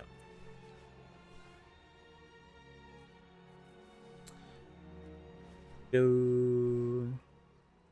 I guess there's this RNG for treasures. I don't think this should be like that much RNG for treasures, but would be nice if we could kind of guarantee from other sources as well for this treasure. Maddening Deeps is good for dirt piles. I don't know where the Maddening Deeps is. In what zone is that? I'm assuming it's in the Ringing Deeps because it has the more deeps in it, but maybe not. There we go. Oh, we got it. There you go. Fuck yeah, baby boy. Let's go. Ooh, ooh, ooh. All right. Is there like a quick question here? There's a catalog is this. So let's just go in here. and get this quest done, and then we'll be done. We can go back. Actually, you know what? I'm not gonna do this one because this guy, he forgot to do something pretty important. He forgot to put his heartstone in Dornagal. So if we use our heartstone, we're not gonna be able to do that. So let's put our heartstone and let's do one more world quest, and then we can kind of level up the professions. Ah, this is done. Let's get some water. There you go. Okay. So let's get the heartstone in here.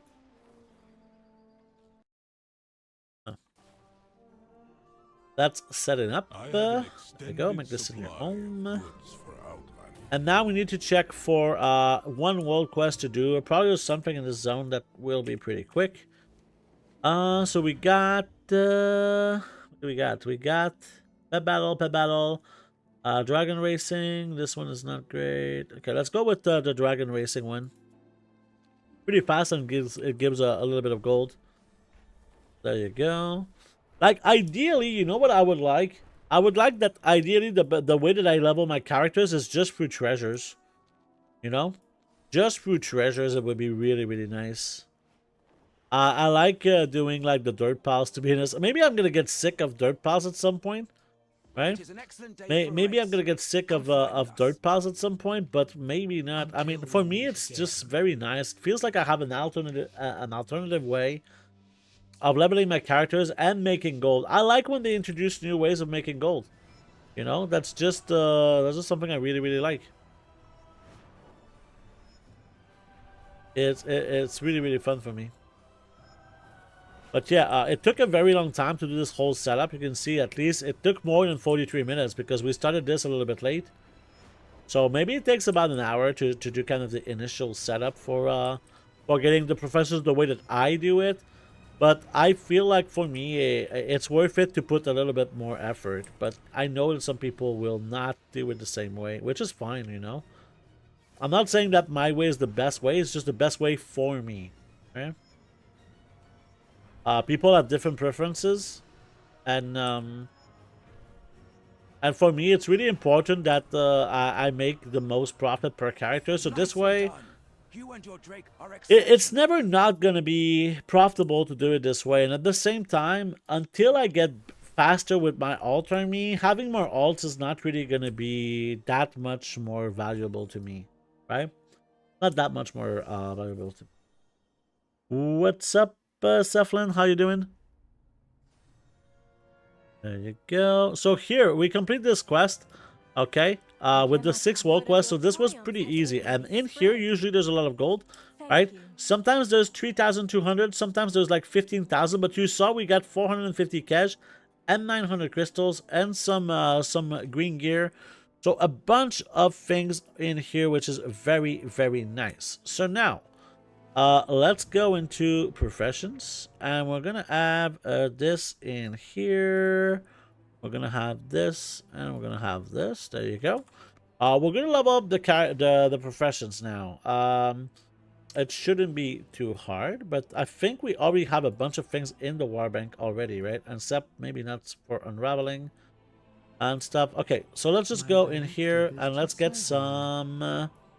I know that we're gonna need a lot of storm dust. That's just like kind of for sure. Let's just guy like 2,000 storm dust because this is a character that's gonna do a lot of work orders in time. We're also gonna need these bolts. We're gonna need a lot of bolts. So let's just get a bunch of rank 3 bolts. Might as well because they're the same price. There you go. I know it's a lot, but bear with me here. We also need to get our enchant tool. We need to get a few enchants of tools. So this we need, I think, 3. Yeah, let's get 3 of those, and we need to get 1 for ingenuity. There you go. What else do we need for like work order stuff?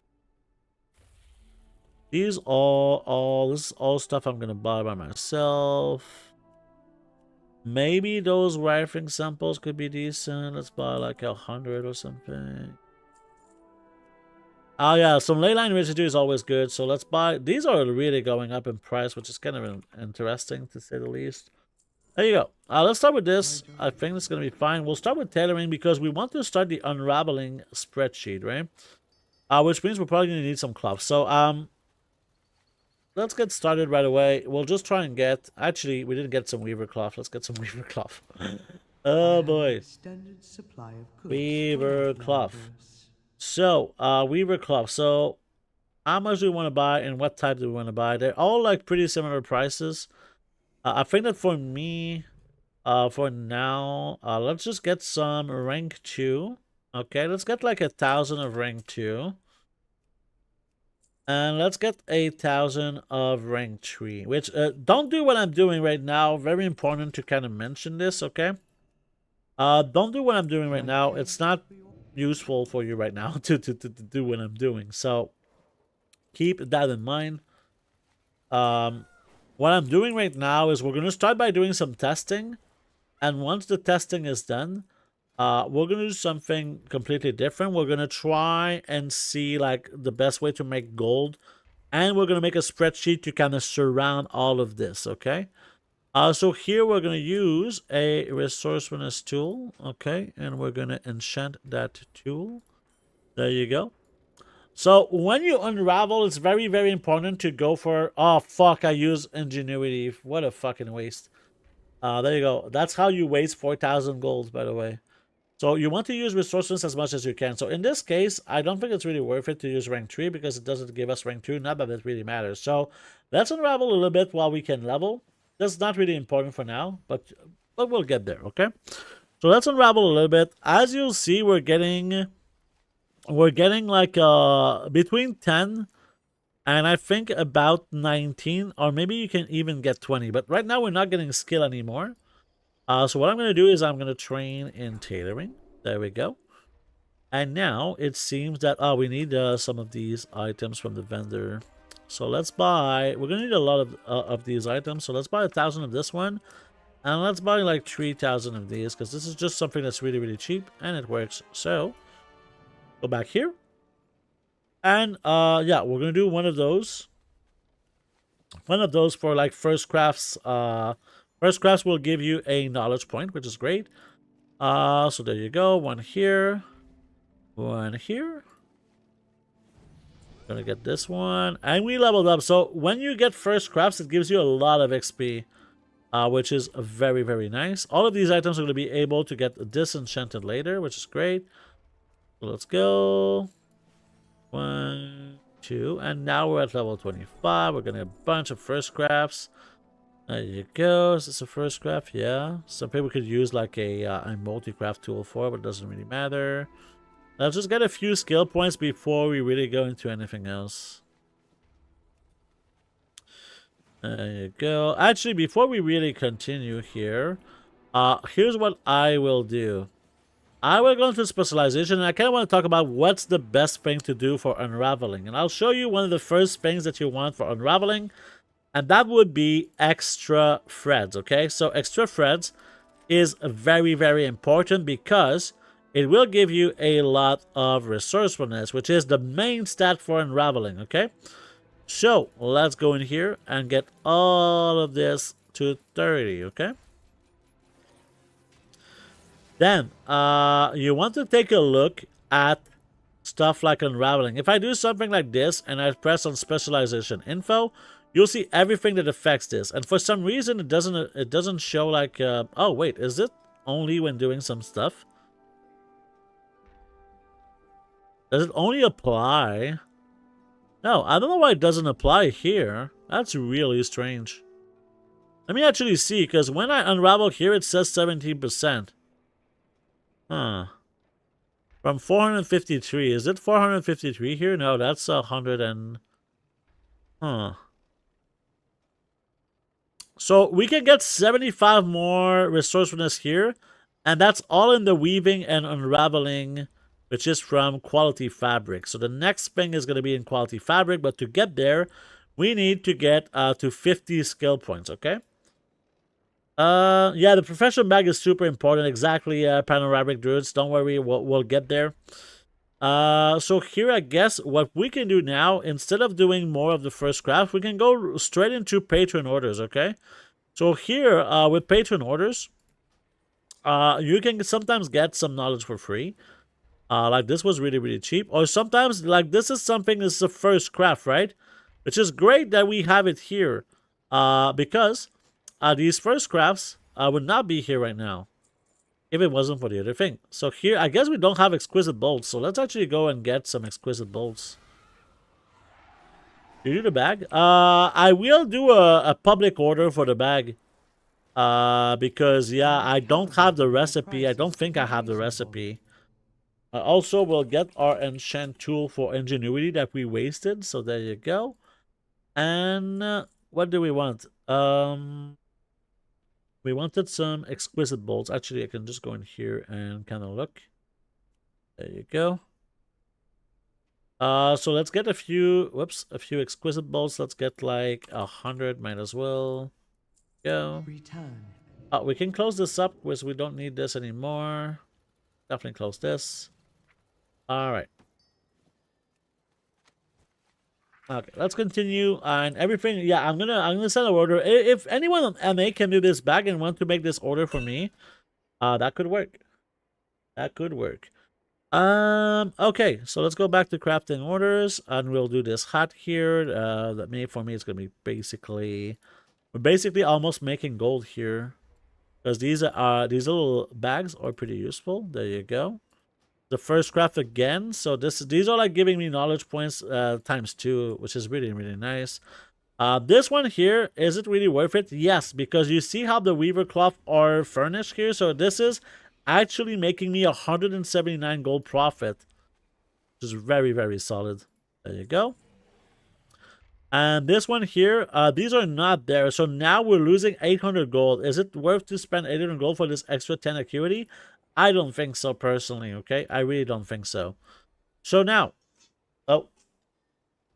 actually, give me a second because I need to start my coffee right here. There we go. Coffee. Give me a second. I'll reset my lights. Beautiful. Okay. So now, we'll go back to the trainer. Right, we'll go back to the trainer, and there's probably some new recipes. There you go.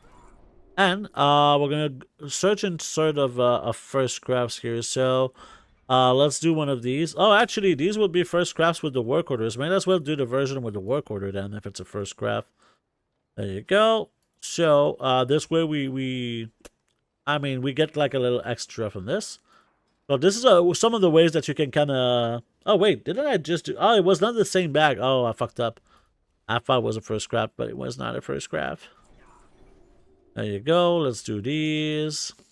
These are all gonna get disenchanted, so it's not like I'm spending too much gold here. There you go. Boom. Boom. Oh, and we got to level 72 as well. There you go. So here now we can maybe take a look at this is fine. Let's do a few more of these to get some XP. And now we can try and get a little bit more skill points, but we did unlock the quality fabric right here, okay? Which is where we want to go into weaving and unraveling. This is where we'll get some more resourcefulness, okay? So it's something I'm going to cap as well. There you go.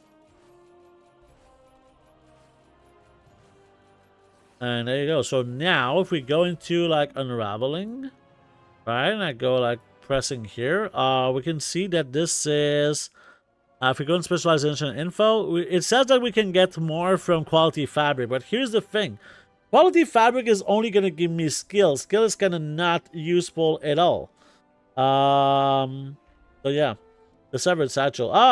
Do you mind? You're on NA? Are you on NA panoramic strid? There you go. So now this is good. We're not going to start unraveling right away, but we technically have the unraveling build.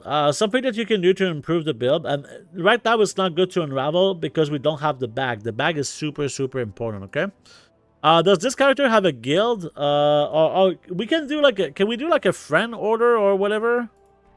How does it work with work orders? Do I have to invite you to my guild? Because I know we cannot do it cross-server. Let me actually see. I know we can do a personal, but that's just on the server. We can do a guild. So if I invite you to the guild, it works. But it's only if you're available to get into my guild.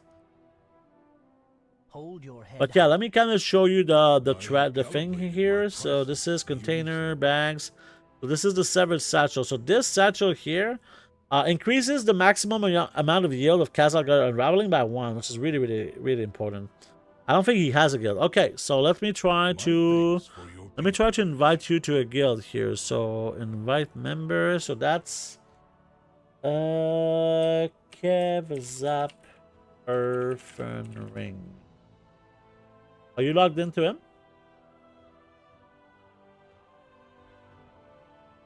Only Battle.net friends can be invited from the opposing faction. So okay, let me give you my my B tag here. Can you add me as a B tag? And then I can invite you. Also, I'll check what are the materials because I don't think I have the materials here. Let me see. So we're missing 5 Duskweave and 5 Downweave Bolt. Go. There we go. Okay, so okay, let's just do a guild invite members. So Kev's up. Work? Didn't say that I invited someone. I fucked up the name. So Kev. Oh wait, it's because I didn't. Okay, you joined. Good. So I'm gonna send you the order in a moment, okay? I'm gonna send you the order in a moment. My director So I need basically if I go with the severed boom. I need 5 of these and 5 of these. Oh. my thing. Okay. Alright, so I'm gonna send you a work order here. We can also complete the quests. You wish to speak? There you go. And here, let's do container, bags, severed satchel to, whoops, guild order. And let's do this. And I'll go give you, let's give you like 3,000 gold, okay? There you go. My directive has been fulfilled. And we're gonna drink some water while you do that. All right. So now we also have a few of the situations here. So we got a little knowledge here, a little more knowledge here. For acuity, I think we'll get a ton of acuity from various sources. But yeah, let's go. So now we still have some knowledge, and I'll kind of before spending the knowledge, I'll show you a few things. So, let's actually go here and relog on this guy. Oh, we got it. Thank you very much. Thank you very much for this. There you go. And now we have this profession back. So now we could technically unravel. And it makes more sense, okay? Which is amazing. All right. So now is the kind of the next step. So we have the bag.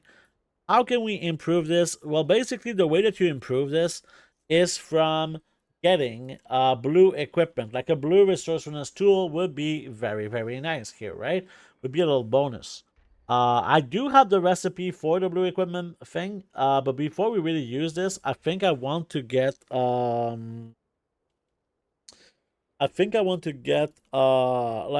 at least started with just the spreadsheet itself. So when you go to Unravelling, it's important to look at everything that can be unraveled. So in this case, we have Downweave, Duskweave, and Weaver Cloth. So right off the bat with the spreadsheet, I know that we're gonna need like the item and the price, right? So in this case, it's going to be weaver cloth. It's going to be dusk weave. It's going to be down weave. Okay. So these are 3 items that we'll need the price for. So let's go in here. And let's check I to have an start. Okay, extended so supply of dusk goods weave. for outlanders. So dusk weave right now, we can say it's like 49 gold. 49. Downweave. And actually, it's important to see the threads too, right? Doesn't it show like it's dust thread, right? So I guess yeah, we need to put 3 more items. So here, weaver thread, dusk thread, and van thread. There you go. So dusk thread right now is at, I think we can say, about 64 gold. 64 gold. Okay, so now if I look at down thread right now is at about we can say again 43, about 43 gold for down thread. Okay, and if we look at down weave is at about 34 gold. Okay, 34 gold. So now we just need weaver cloth and weaver thread. Weaver cloth. So weaver cloth is about I think it's 36 gold, let's say. 36 gold. And what about a weaver thread? Weaver thread is about at 12.5. Let's put weaver thread at 12.5. So right off the bat, it definitely seems like there's a really big difference in price between weaver thread and weaver cloth compared to something like downweave and like duskweave. You see how down thread is more expensive than downweave compared to like weaver cloth. The base cloth is more expensive than the weaver cloth, the weaver thread, I mean. So here I'm kind of curious about the whole thing. So in this case, I think what we're going to do is we're going to make a new list. Okay, we're going to make a new list for unraveling. Okay, so this is what we're going to do. We're going to do weaver thread. Weaver thread.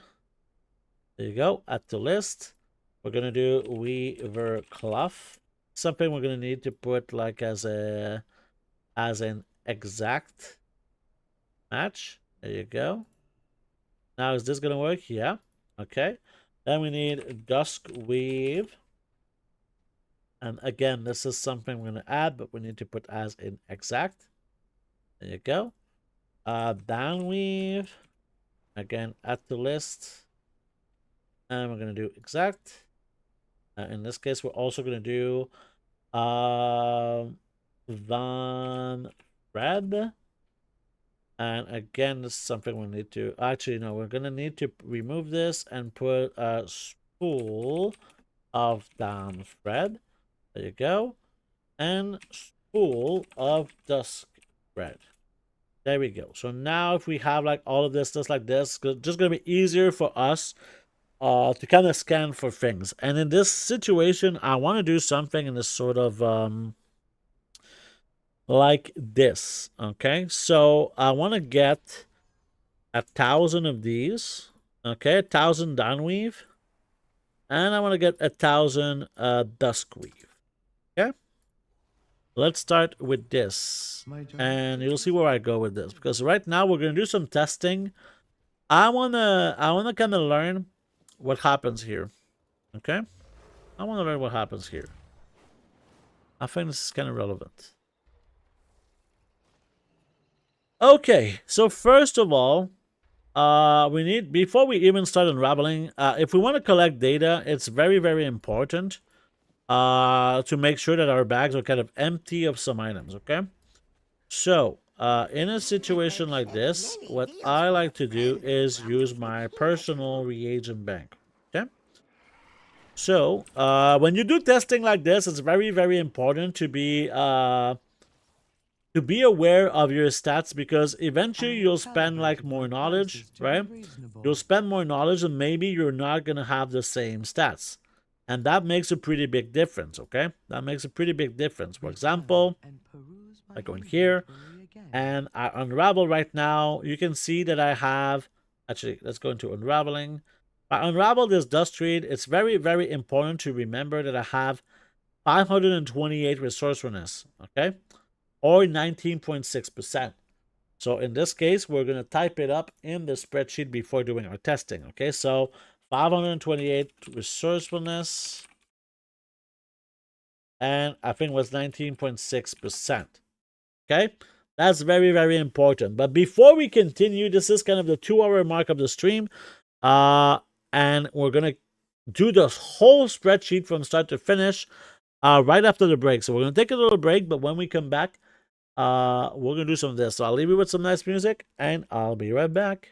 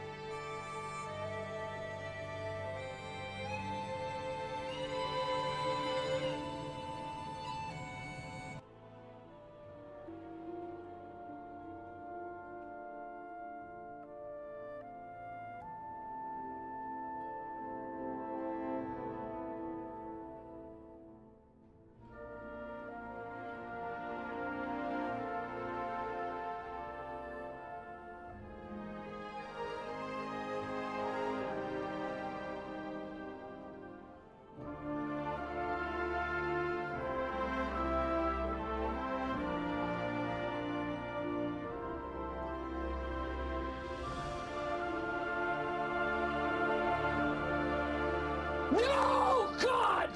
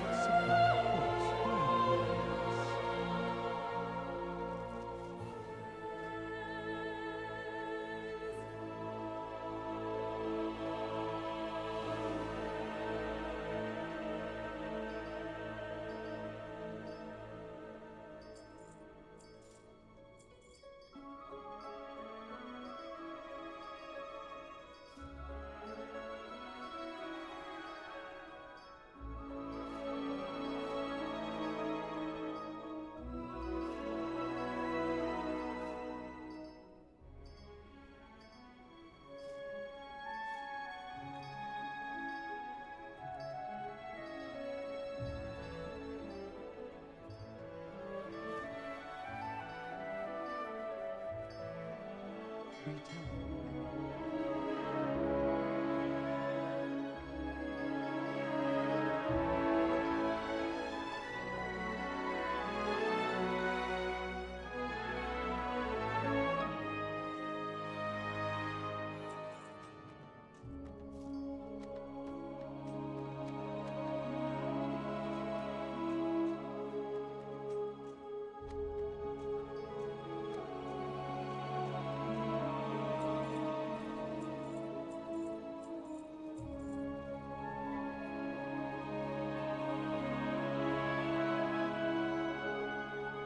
directive is to serve you.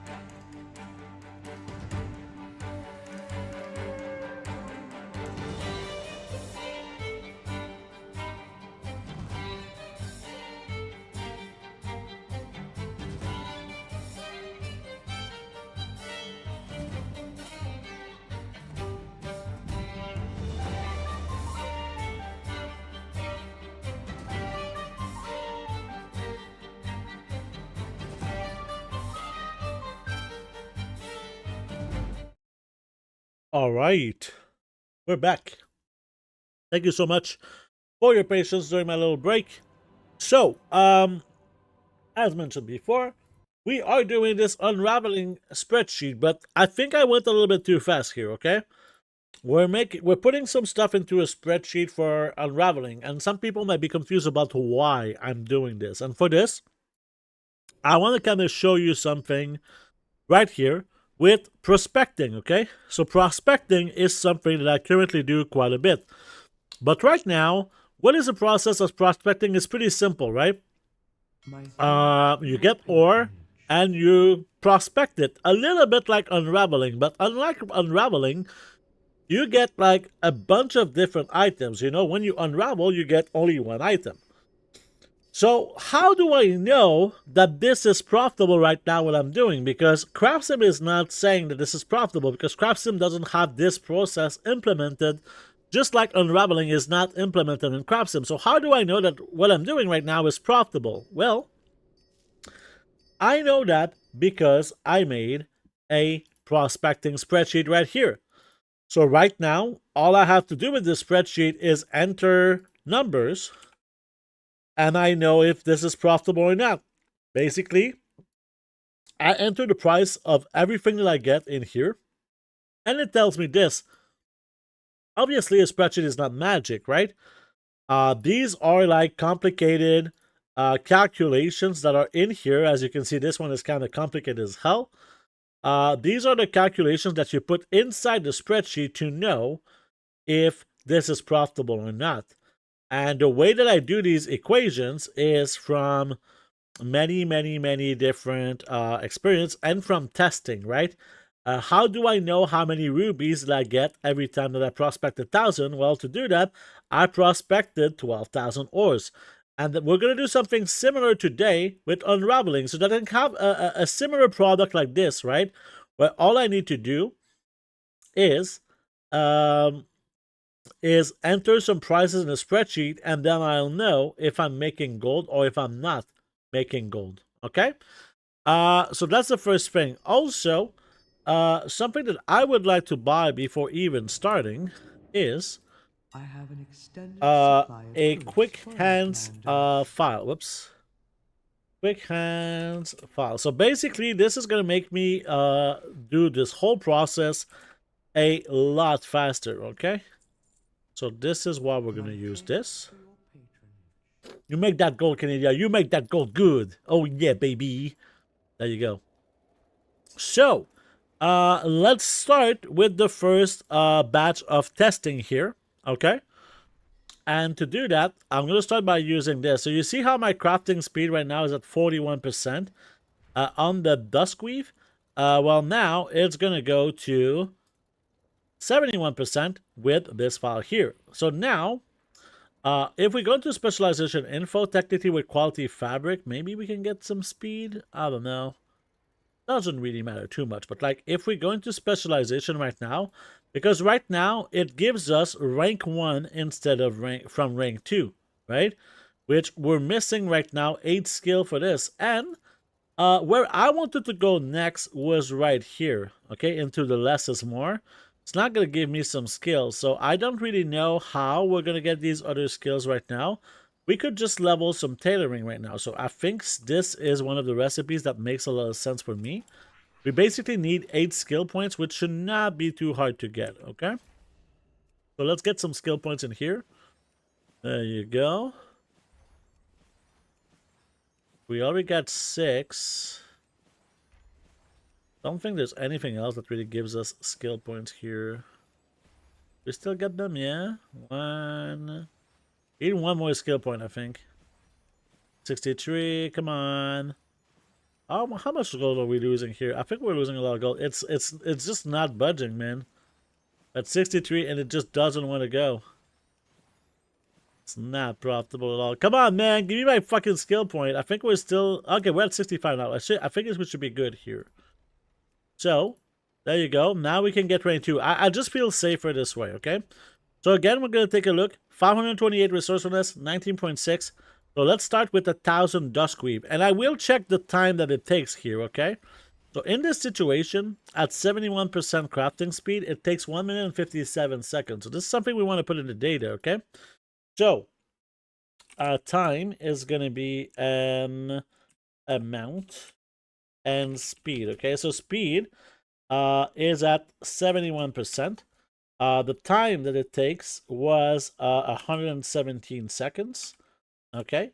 And the amount was 1,000, okay? And we'll see, like, resourcefulness. This is kind of interesting.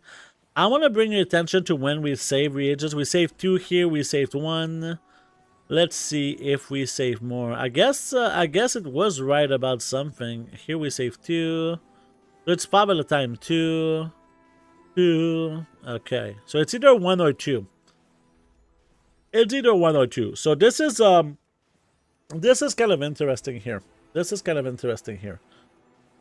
So right now, here's how we're gonna calculate this. So right now for resourcefulness, when we save a reagent, we save 1 or 2. The average is 1.5, okay? And 1.5 out of 5 is 30% is saved. Why is this important, okay? Because right now, we have a 19.6% resourcefulness, okay? So if I do 1,000 times 0.196, which is the percentage, it says that every time that I spend 1,000 Duskweave, I'm going to get 196 saved, right? However, I'm only going to get 30% of this is going to be saved. So we're going to multiply this by 0.3. And right off the bat, I can say that on average, I'm going to save 58.8 Duskweave from this operation, which maybe we'll see. Maybe we'll see if this is somewhat accurate. But I start with this assumption that this is going to be the average result. Okay? We'll also see how much actual spools of dust thread we're going to get. And right now it seems that we have 53 left. Okay? And 910 dust thread. Alright? And this is kind of understandable too, right?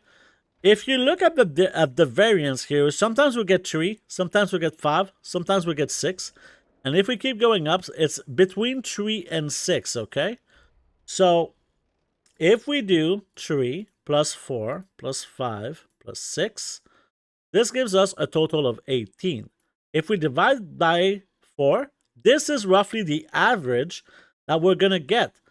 So if we do 200 crafts, right? You see how this is 1,000 divided by 5 is 200.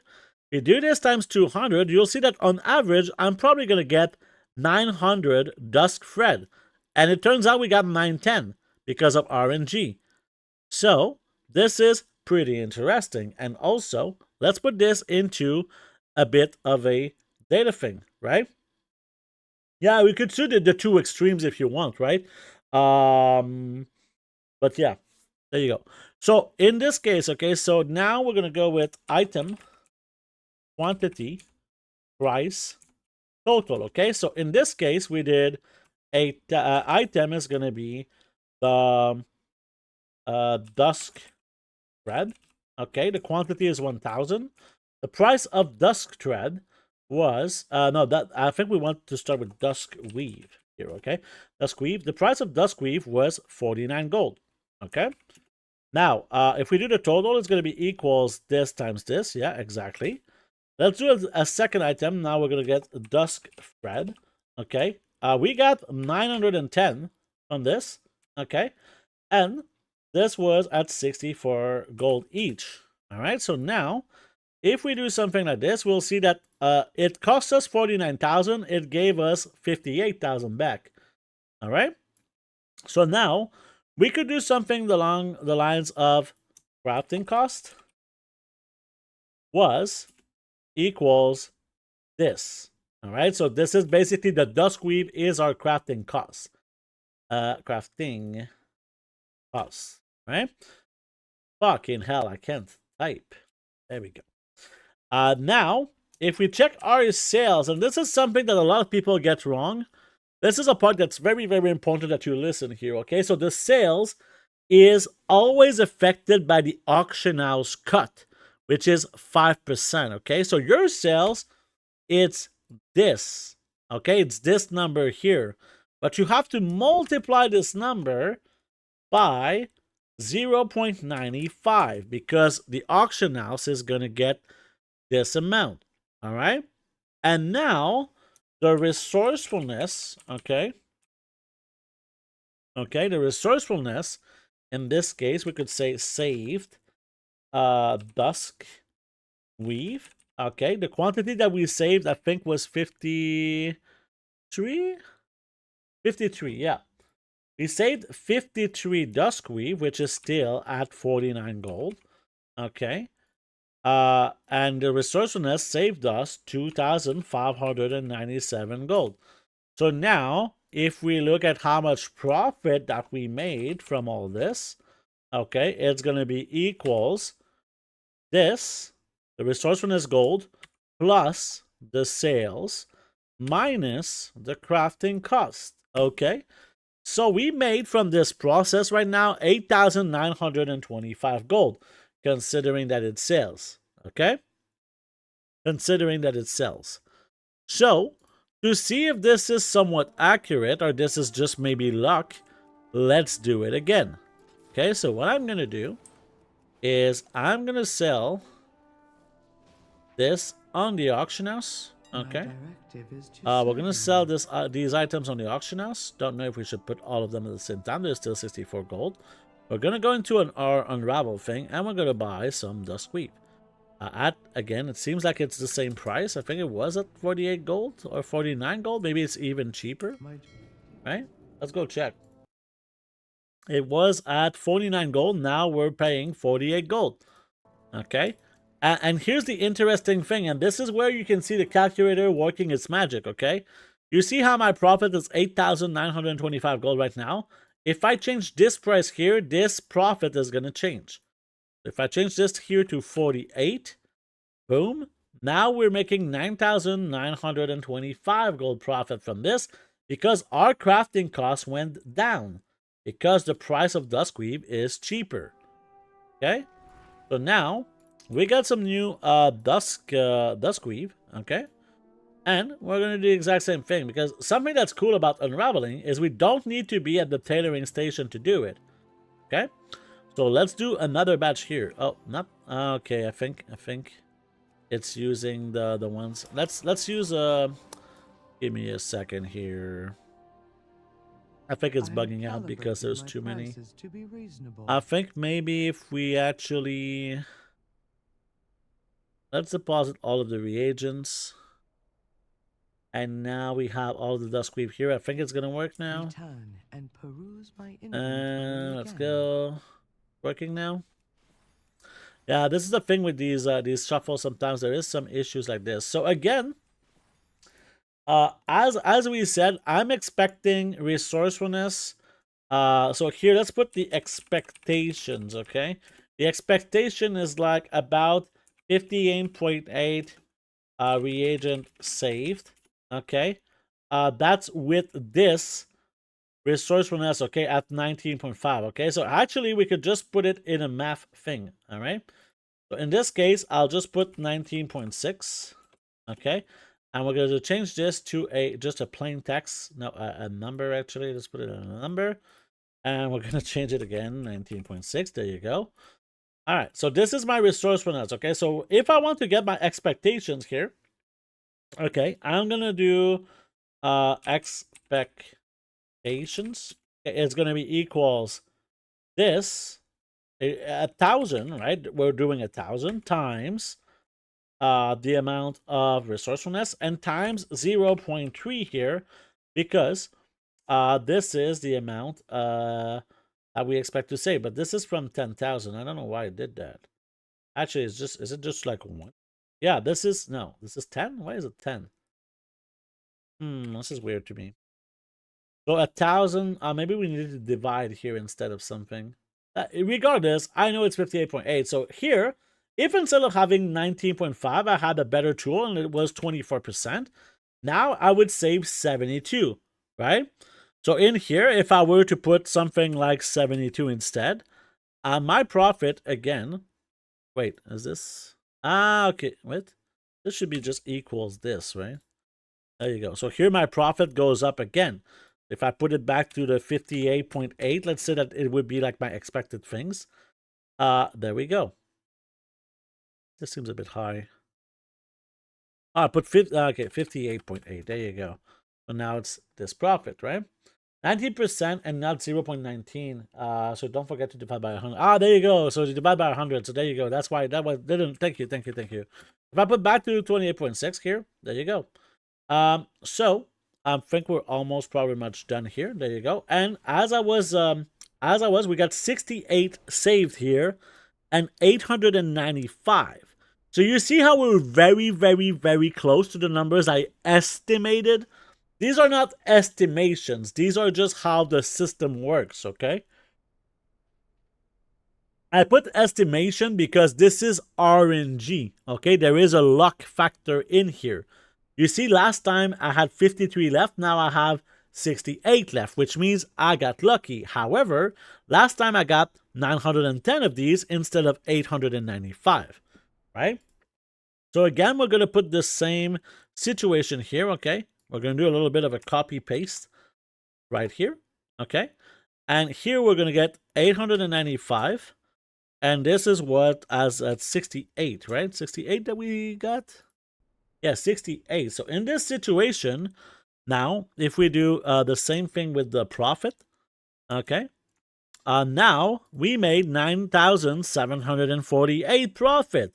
Because it's way more important to get more dust rep than to get more saved dust group. And this was actually at 53, right?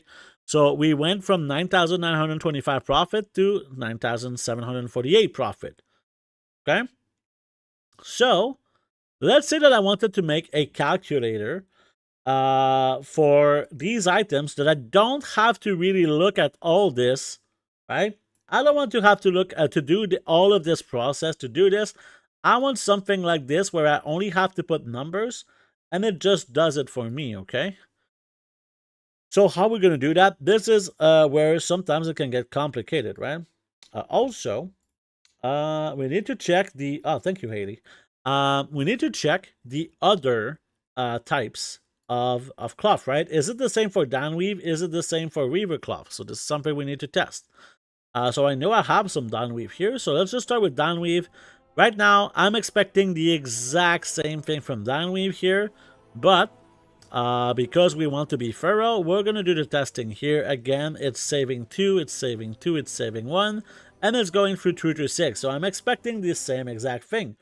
But downweave have different prices. So let's do something like this. Let's do something like this. I'm going to do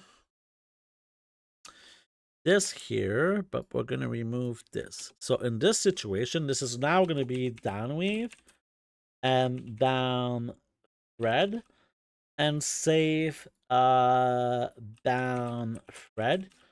And in this situation, downweave was 34 and this was 43. So here we'll put 34 and this was 43 and this was 34. So in a situation like this, you can see that this is less profitable to do downweave right now with these numbers. If I put my average number, right, my average number, which is about 58.8 right now with my data, we're getting 4,764. And this is the interesting thing, is that we can turn this into some sort of gold per hour, right? Because right now, if you remember here, we were able at 71% speed to make 1,000 crafts. And we see that 1,000 crafts gives us, well, not 1,000 crafts, but 1,000 duskweave milled gives us 4,764, or in a situation like this, 9,925. So the question is, in 117 seconds, how many per hour can I do of these 1,000s? Okay, and the answer is basically how many 117 there is in an hour, which is an hour is 3,600 seconds. Okay, so this is kind of the amount of time that you can do. So you do something like this. You'll see that if I do 1 divided by equals 1 divided by this, you'll see that I can do 30 times this process in an hour, 30.76 times. And when you think about it, this is 1 minute and 57 seconds, right? It's about 30 times per hour. So this is the number of times per hour that I can do this process. So if I want to know my gold per hour, this is going to be equals this multiplied by the number of times I can do it, right? So in this case, it would be 305,000 gold per hour, right? Which is kind of nuts. In this case here, right? If we look at the gold per hour, it would be equals this multiplied by this. Is 146,000 gold per hour. Right? Pretty sick. Pretty sick gold per hour right now for a guy that has green equipment, about 60 fucking knowledge, And there you go, you know, this is not, I haven't really invested a lot of time here, right? It was not like a big fig worky thing. And here we got a bit unlucky. We got 67 down Fred, but we only had 881. Let's actually put this in. So for the testing thing, so we got 881. You see how my gold per hour drastically dropped? And here we got 67, which should augment a little bit my gold per hour. There you go. I get so much joy at seeing the low lives get banned who come in here who hate because Canada is such an honest and helpful person. I don't think this is these are bots. This has nothing to do with me, Steel Hops. These are bots that are trying to sell. There's a reason why these bots are here, okay? And I hate to break it to you, but some people actually buy these view bots, right? It sucks. I think it's terrible for the people like that you buy viewbot to, right? It's just not good. So yeah, this is why you see these types of messages. It's because some people actually buy these types of services. But yeah, obviously not interested. But here, okay, so there you go. So you have the gold per hour here, which is pretty good. Obviously, we could do some more testing. And something that I'd like to point out next is that, again, we're going to just try to do the same thing, but with weaver cloth here. So before we continue, I'm going to dump all of my reagents. We're going to do something like this. And where's my weaver cloth? So here, I think I'm going to go...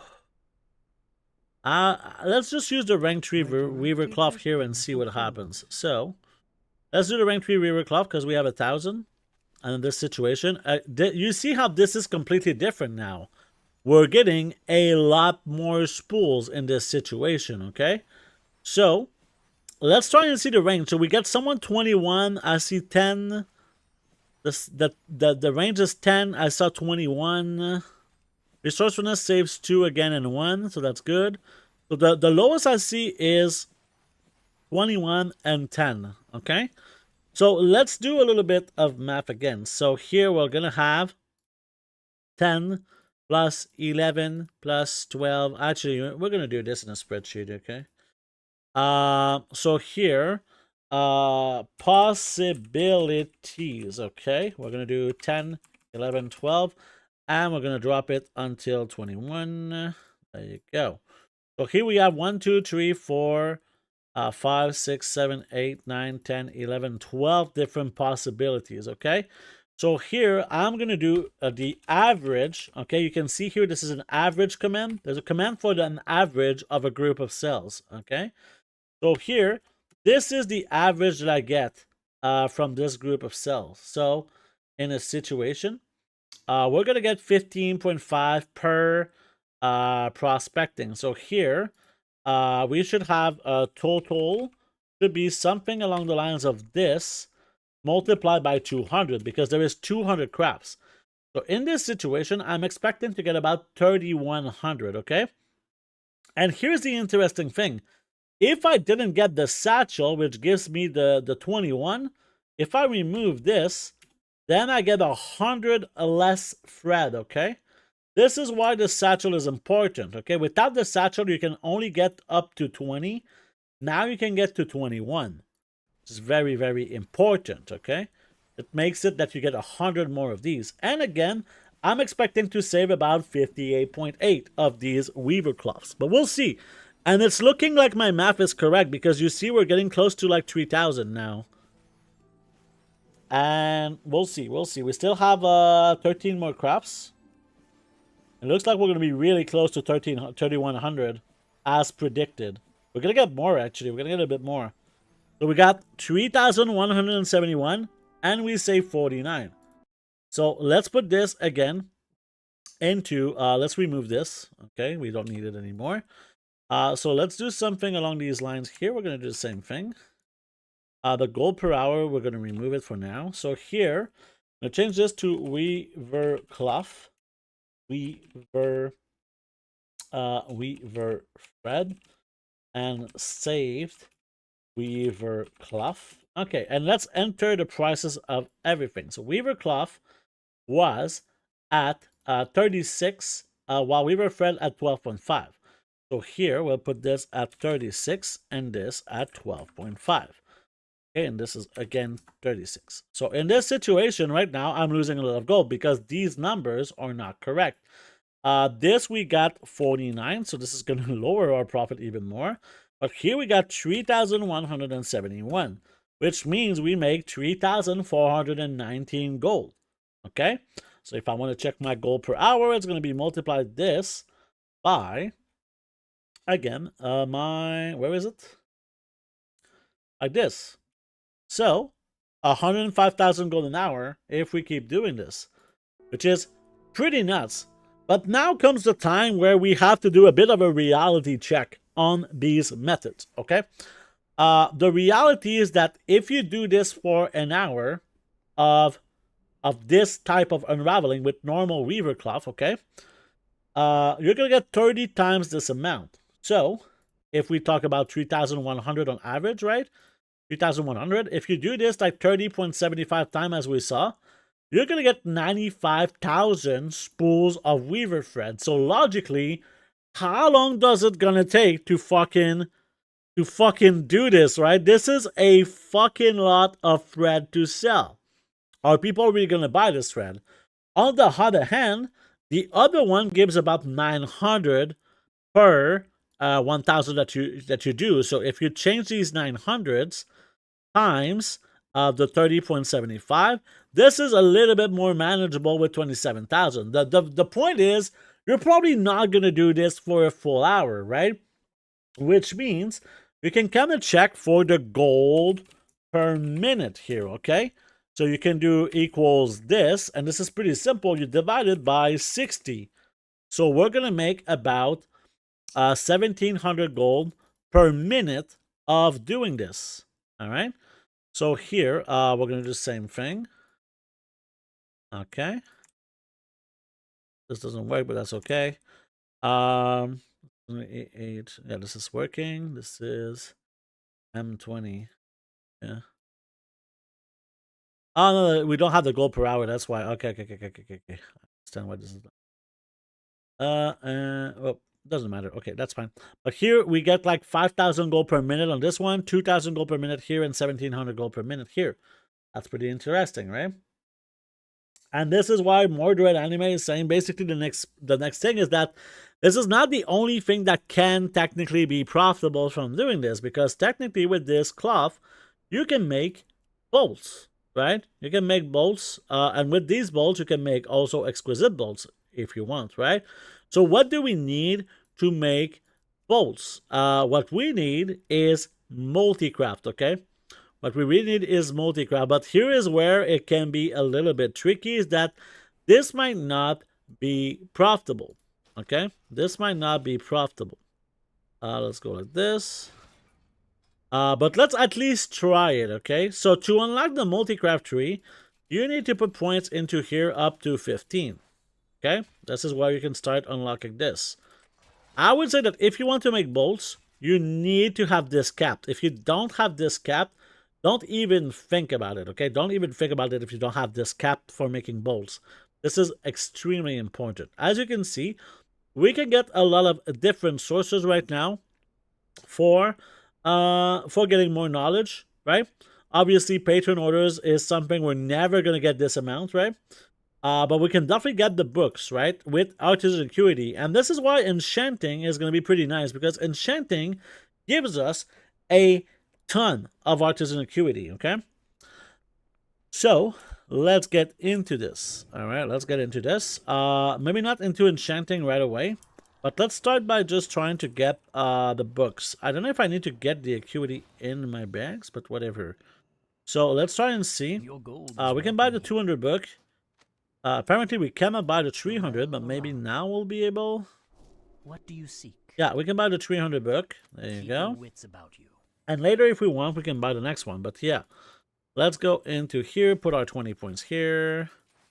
Something that maybe we can get some knowledge here is with some first crafts. Maybe there's some first crafts we haven't done. We can do like this first craft if we want. To get one more knowledge point, that can be helpful. And this is actually a profitable craft, so that's pretty nice.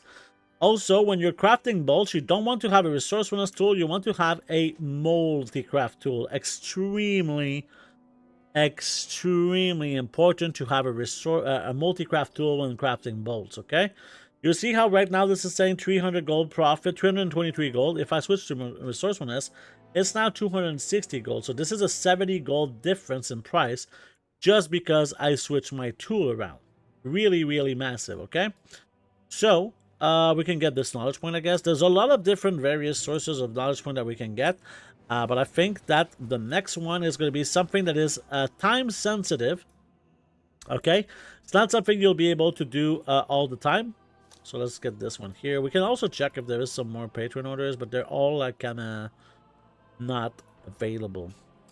So here, let's get in here. So specifications, so in here. So I think that before we go into the Darkmoon faire, which is what I was talking about with the other thing, we're gonna go and level Enchanting, and there's a reason for that, okay? Because the Darkmoon faire doesn't just give knowledge, sometimes it can give skill, and skill is pretty useful.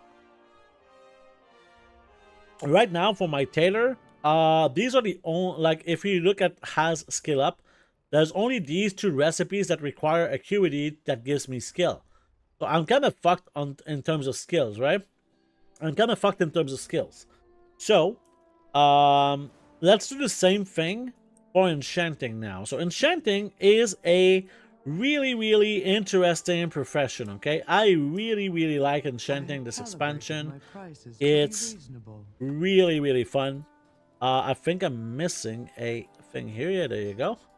So there's a lot of things that you can do with Enchanting. This expansion is very, very exciting. So let's start by just shattering some shards and realizing that I'm missing a lot of materials here, okay? So there you go. Let's go and get some shards. And I'm going to go a completely different way than I usually go when it comes to Enchanting.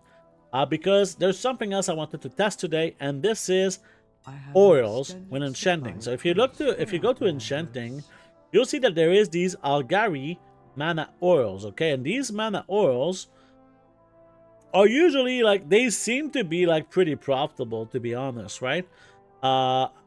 They cost like, you get 5 per craft. And right now, as you can see, I'm just like with this terrible, with nothing too good on me. I don't have any kind of knowledge in this, so I have like very not so good multi-craft and shit. So they don't seem to be profitable. And just like everything that has to do with reagent crafting, it's very important to understand something with reagent crafting. It's never gonna be always profitable, okay? It's just never gonna happen. So don't even think about it. It's just not happening, okay? Let's be like super, super, super duper real, okay? I think it's very important that a lot of people understand this, because right now there's a lot of people that don't understand this, that reagent crafting is definitely not something that's always going to be profitable, okay? So here, gleaming shards. Let's get a bunch of gleaming shards here. Let's get like, I don't know, 500. We were spending a lot here. Let's get like 100 of these. There we go. Start with this, and maybe some refulgent crystals. Get a few refulgent crystals. Get a few rank 2s. Maybe like 40. Just to at least have them. And we'll start with this. I think we'll be able to do a lot of things with this. I believe we bought some of this other stuff. Doesn't matter. Let's go into Enchanting. Let's get some moolah going. Another thing that's cool with Enchanting is that you don't really need to be at the table, but I want to be at the table right now for a few things. So, something that's kind of cheap to get some knowledge point, to get some skill points at the start, is to just do some gleaming shatters. They give you 3 dust. The dust is basically usually the 1/3 of the price of this. If you can have some resourcefulness while doing this, that helps. It's not like this is costing me a lot of gold, right? So here, we're gonna get this quest completed for some extra knowledge. And at the same time that we're doing all this, we need to always talk to like the trainer to get the new recipes as we're progressing, okay? So let's do some more. We could keep doing this, but right now I think it would be decent to just get our first crafts in here, okay? This is something that these are really, really bad enchants in general. So what you want sometimes is to just get some, just get them on hero, just get them on your gear, to be honest, right? It really doesn't matter where you do this, because, yeah, at the end of the day, it doesn't really matter too much. These enchants are really not worth basically anything. You're basically losing gold here, right? There's no really way around it.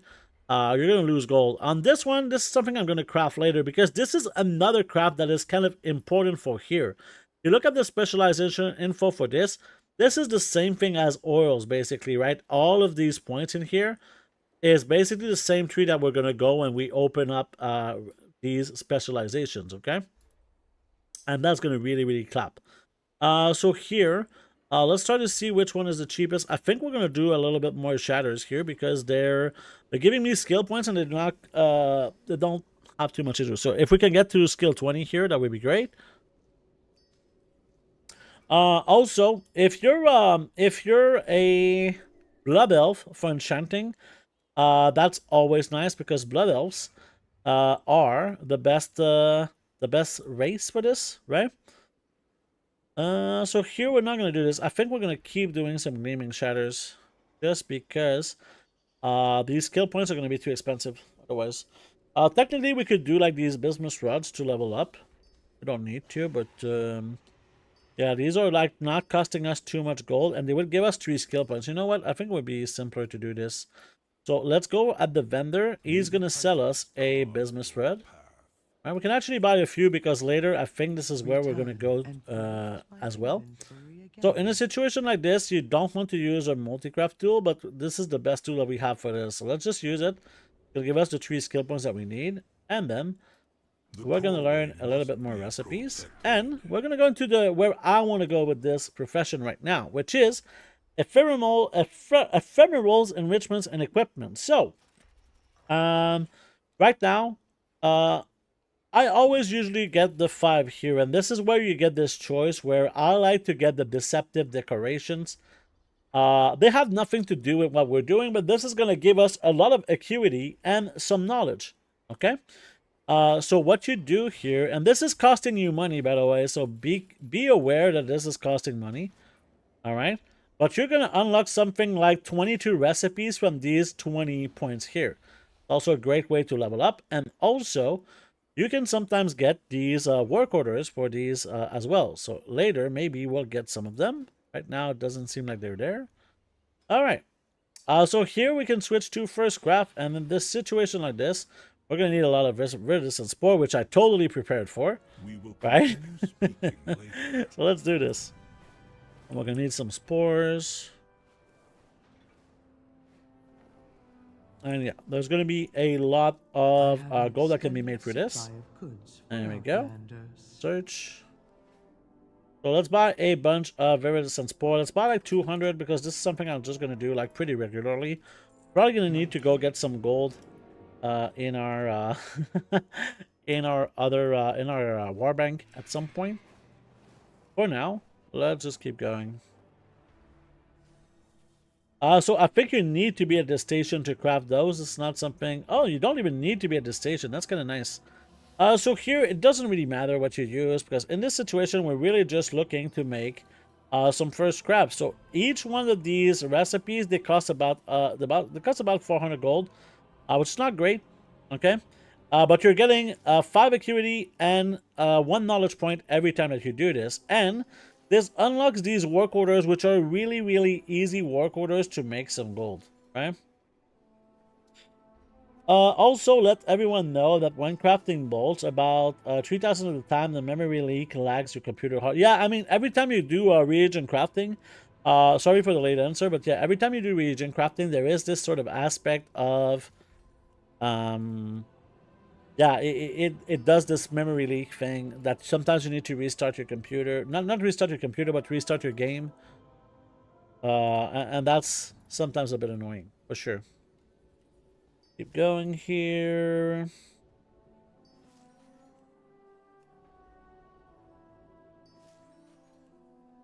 So, let's go check. So, a few things that I was kind of wondering. is where do we go to get like some mana ores? I don't know if there is like some sort of way to make gold with rank 3 mana ores, but we're gonna test all of this out in a few moments. We're gonna test all of this in a few moments. We're getting a lot of skill points here too, right? This is something I didn't mention, but you're getting skill points at the same time when you're doing something like this. It's always a nice bonus. Go. Boom. Oops. Oh. So now we're gonna talk back to the trainer because I know he's gonna have a bunch of new recipes for me. There we go. We're gonna do this glamour as well.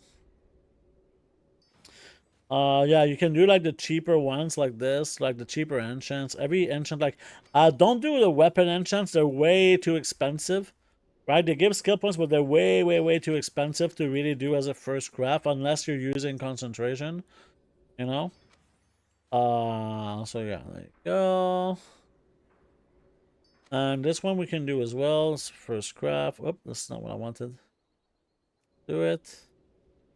You can do this one too. Go. So we're now at we still need to get a few more graphs in here until we get to skill 55 to get our last 2 recipes. There we go. So we still have like a lot of points in here, and let's take a look here. So I want to unlock the second type, which is probably material maestro. This is going to give us the finishing reagents and the oils, okay? So in a situation like this, we want to go up to here, and we want to go into this right here, okay? This is probably going to be where I want to go. There was other things. So this is the finishing reagents I was talking about. I think that this can potentially be very profitable, okay?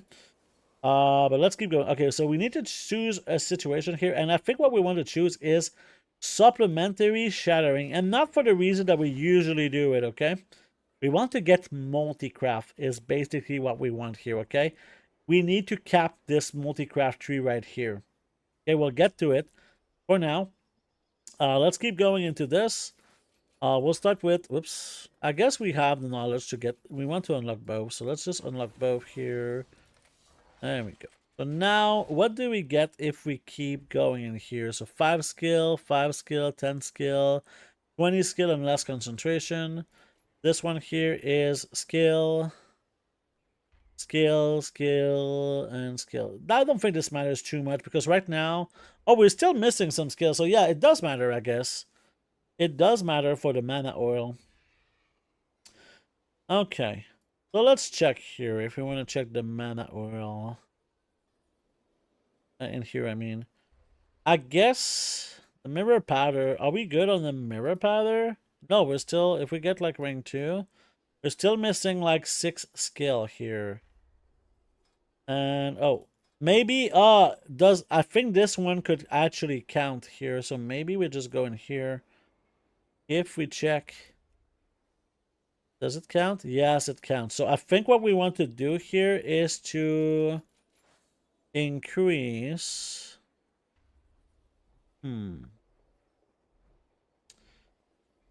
Let's get 10 more knowledge in here so that we can unlock all of this. And now I think we'll have enough skill for what we want to do. Yeah, rank 2. Okay, with multi-craft. And here, rank... Oh, we don't have... Oh, yeah, wait. Here we have rank 2 again. And this is apparently profitable, even though we're far from where we want to be. So here, we're going to unlock... right in here, the multi-craft. And in here, we're going to put all of the multi-craft that we can. There we go. And this is also going to be something that we need to cap. So we technically need these 60 knowledge here.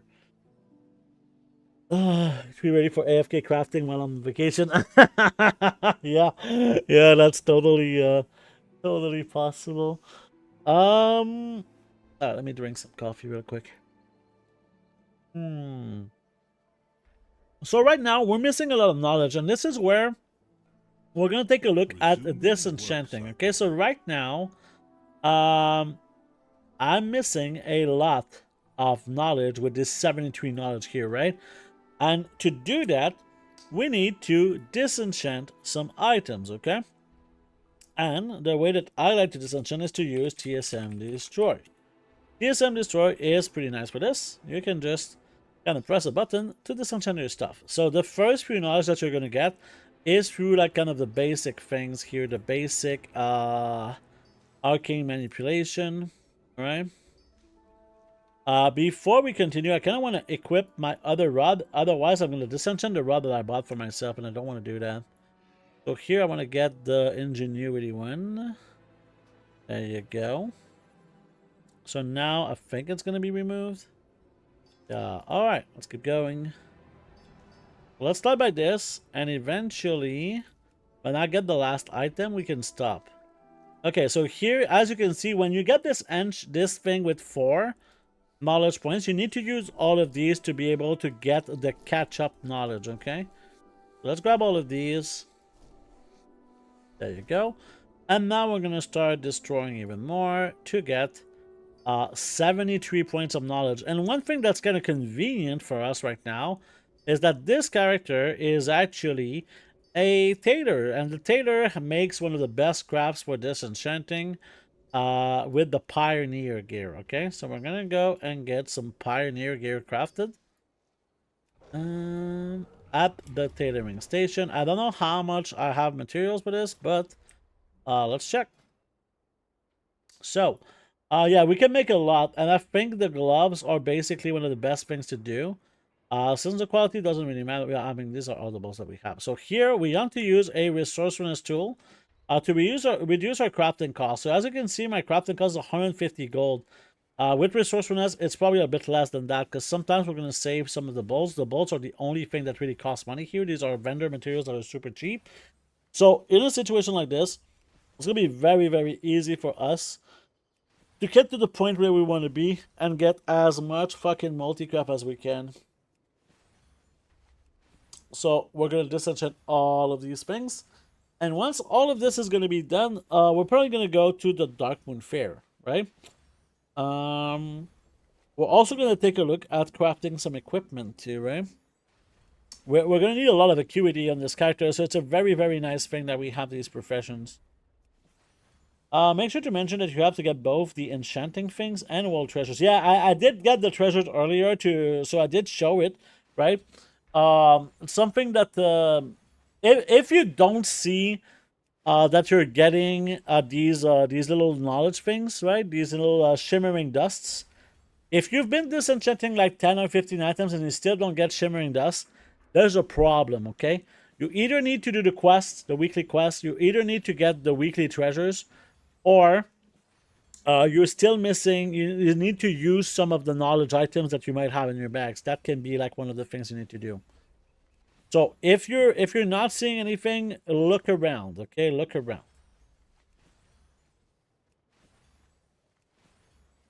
There you go. I know I'm going to need a lot of these, so I might as well craft as many as fits in my bags. Let's go. Not particularly like a super fun system, but you know what? I'll do it. I want to get like 73 knowledge right now. There you go. Alright, let's stop it here, and we can start again the TSM Destroy. So let's go like this. And we're going to disenchant for a while. We still have like 70 knowledge to get here. So let's go. We can technically send our treatises as well, maybe a little bit later. And we got ads coming pretty soon.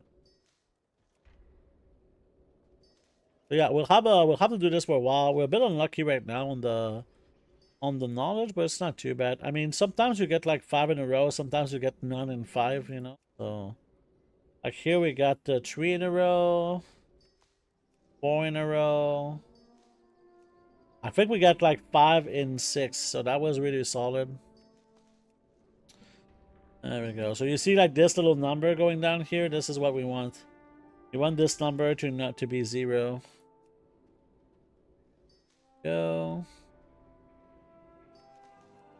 We're probably going to need to craft more of the tailoring things, to be honest, because, yeah, this takes a long time to do. This knowledge is going to be very, very good for the build that we want right now. Eventually, we're maybe even going to be able to use our concentration for other things, which would be pretty sick. Go.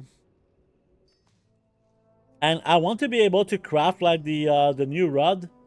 You know, the epic rod for enchanters. I would like to get it as a multi-craft rod maybe, and eventually also an ingenuity at some point. But a lot of my characters are just gonna buy their rods from this character here, right? This is kind of the point. This is what I'm trying to achieve here, is that this guy is gonna craft all of my enchanting rods. So he's gonna be kind of a multi-purpose character. I'm also working on getting like my official disenchanter, but this is still in the works, and I'm definitely not in a rush. Like, enchanting is going to be very, very easy to cap this expansion if they keep this this catch-up system, and even without the catch-up system, I think it's going to be pretty easy to cap enchanting. You will get work orders from me also for the high-end runs. Sure. I mean, I'm not sure if I'm going to be able to make the rank 5s guaranteed. Maybe at some point, but we'll see. We'll see. Go. We're still missing 45 knowledge points. It'll take a while. We got ads right now. Let's go.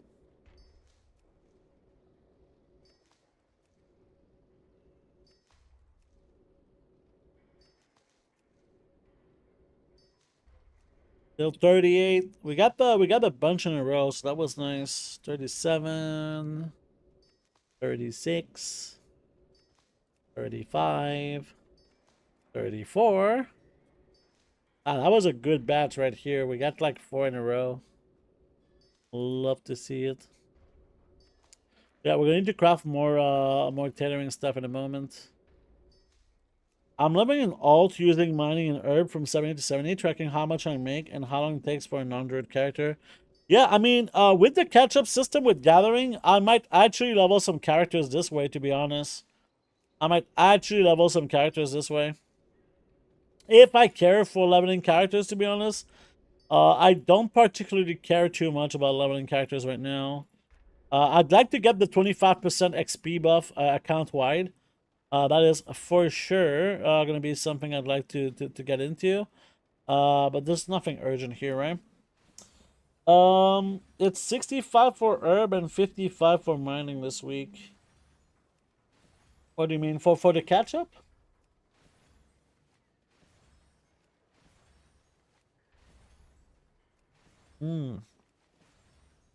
Alright, we're cooking. How many knowledge do we still need? We need 29 more knowledge. Yeah, for the green catch-up knowledge points. Yeah. I mean, I guess we'll see. It's like, people,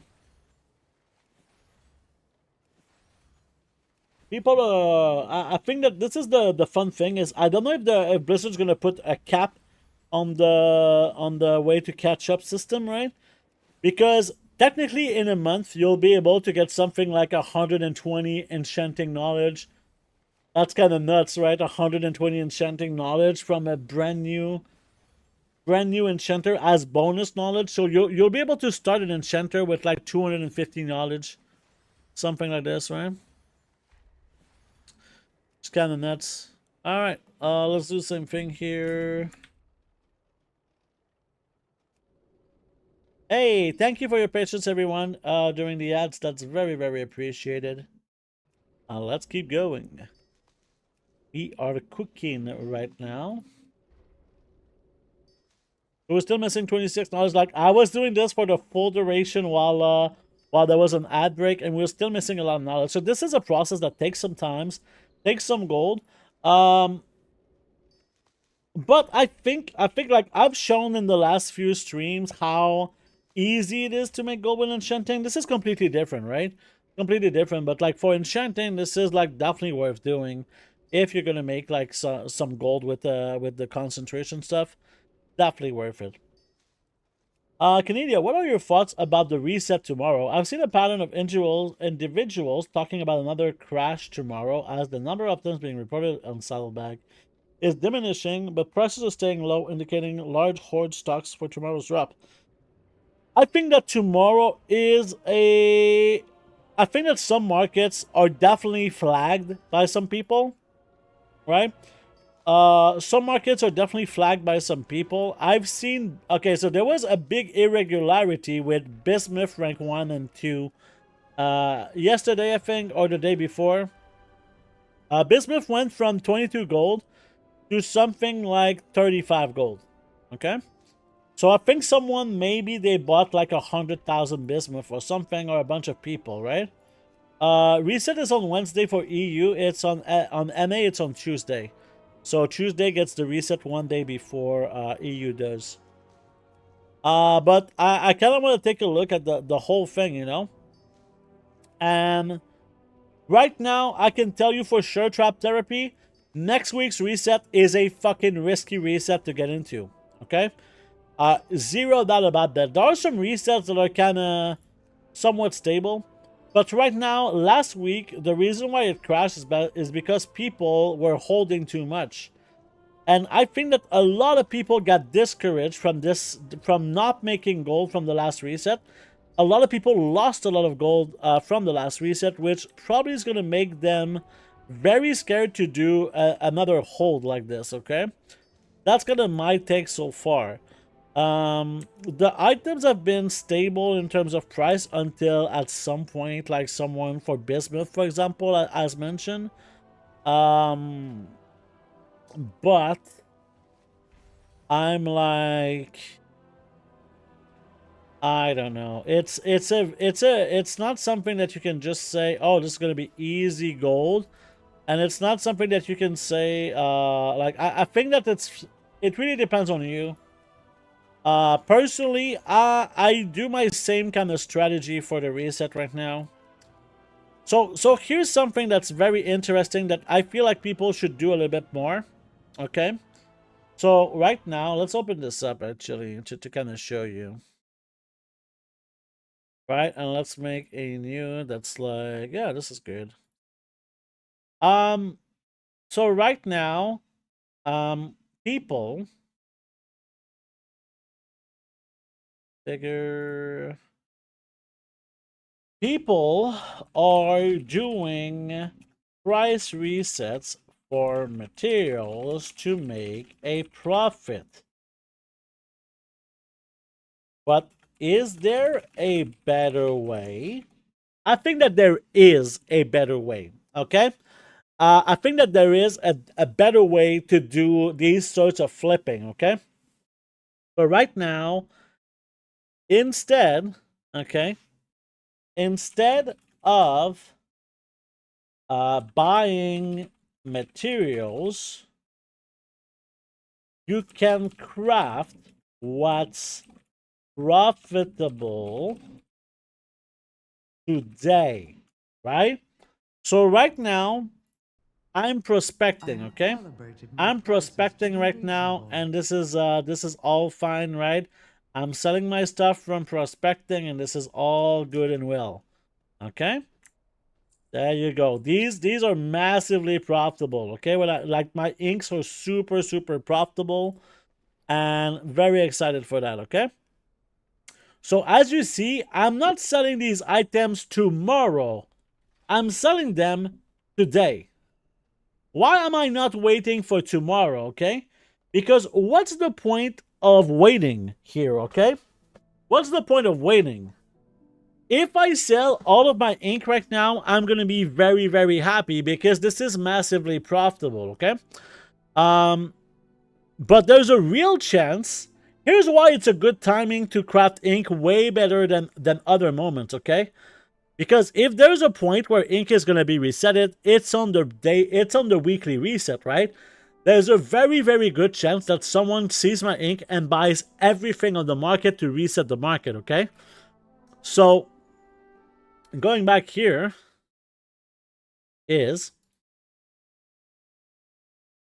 there is currently a huge chance that all of your items will be bought today or tomorrow for a reset.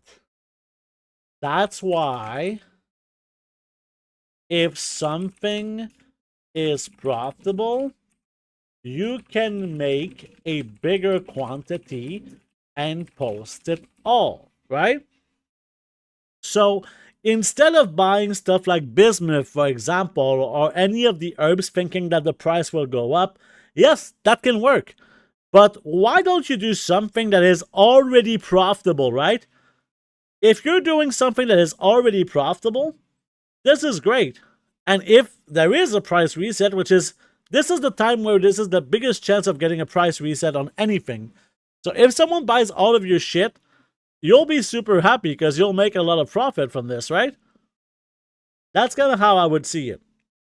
I was able to sell about 60k bolts last Tuesday at 120 gold before a few hours later it's selling about 70 gold. Damn. About 70 gold, but concerned I won't be able to dish. I got lucky last time, and I got in a position this week where a drop occurred after I overcommitted to Weaver. A minimal profit if I sell today. I mean, here's the thing, right? A lot of people see they get attached to profit, okay? What do I mean by getting attached to profit? Sometimes the best way that you can profit is make a smaller loss, okay? Sometimes there's just no way to profit. You can just kind of reduce the amount of loss. This is the world of crafting in a nutshell. You're never going to get 100% of the time stuff that's going to make profit, okay? You're not always going to make profit from these types of things. Sometimes you're going to make a loss. Many times you're going to make a loss, but the profits will kind of overcome these losses, right? It's not fun when it happens when you make a loss, but sometimes you make just such a big thing. 10% return versus 30% return, I guess. I mean, 10% return is huge, man. 10% return is really, really good if you can avoid the risk. And what you can do, you're holding 60,000 bolts. What about you sell 30,000 bolts today and 30,000 tomorrow? This way, you're going to have a bit of a safer thing. You already know that you made some profit. And you're kind of going, if you're hesitating like this, is you're going both ways. If you're actually selling some today and holding some for tomorrow, right? This seems to be making the most sense to me. So now we have this 73 knowledge points right here that we're going to just click until the end of days. It'll take a while to get all of this knowledge. But this is beautiful. We're getting all of this security, right? This 73 knowledge right now, times 5 is going to give us 365 artisan acuity, which is huge, right?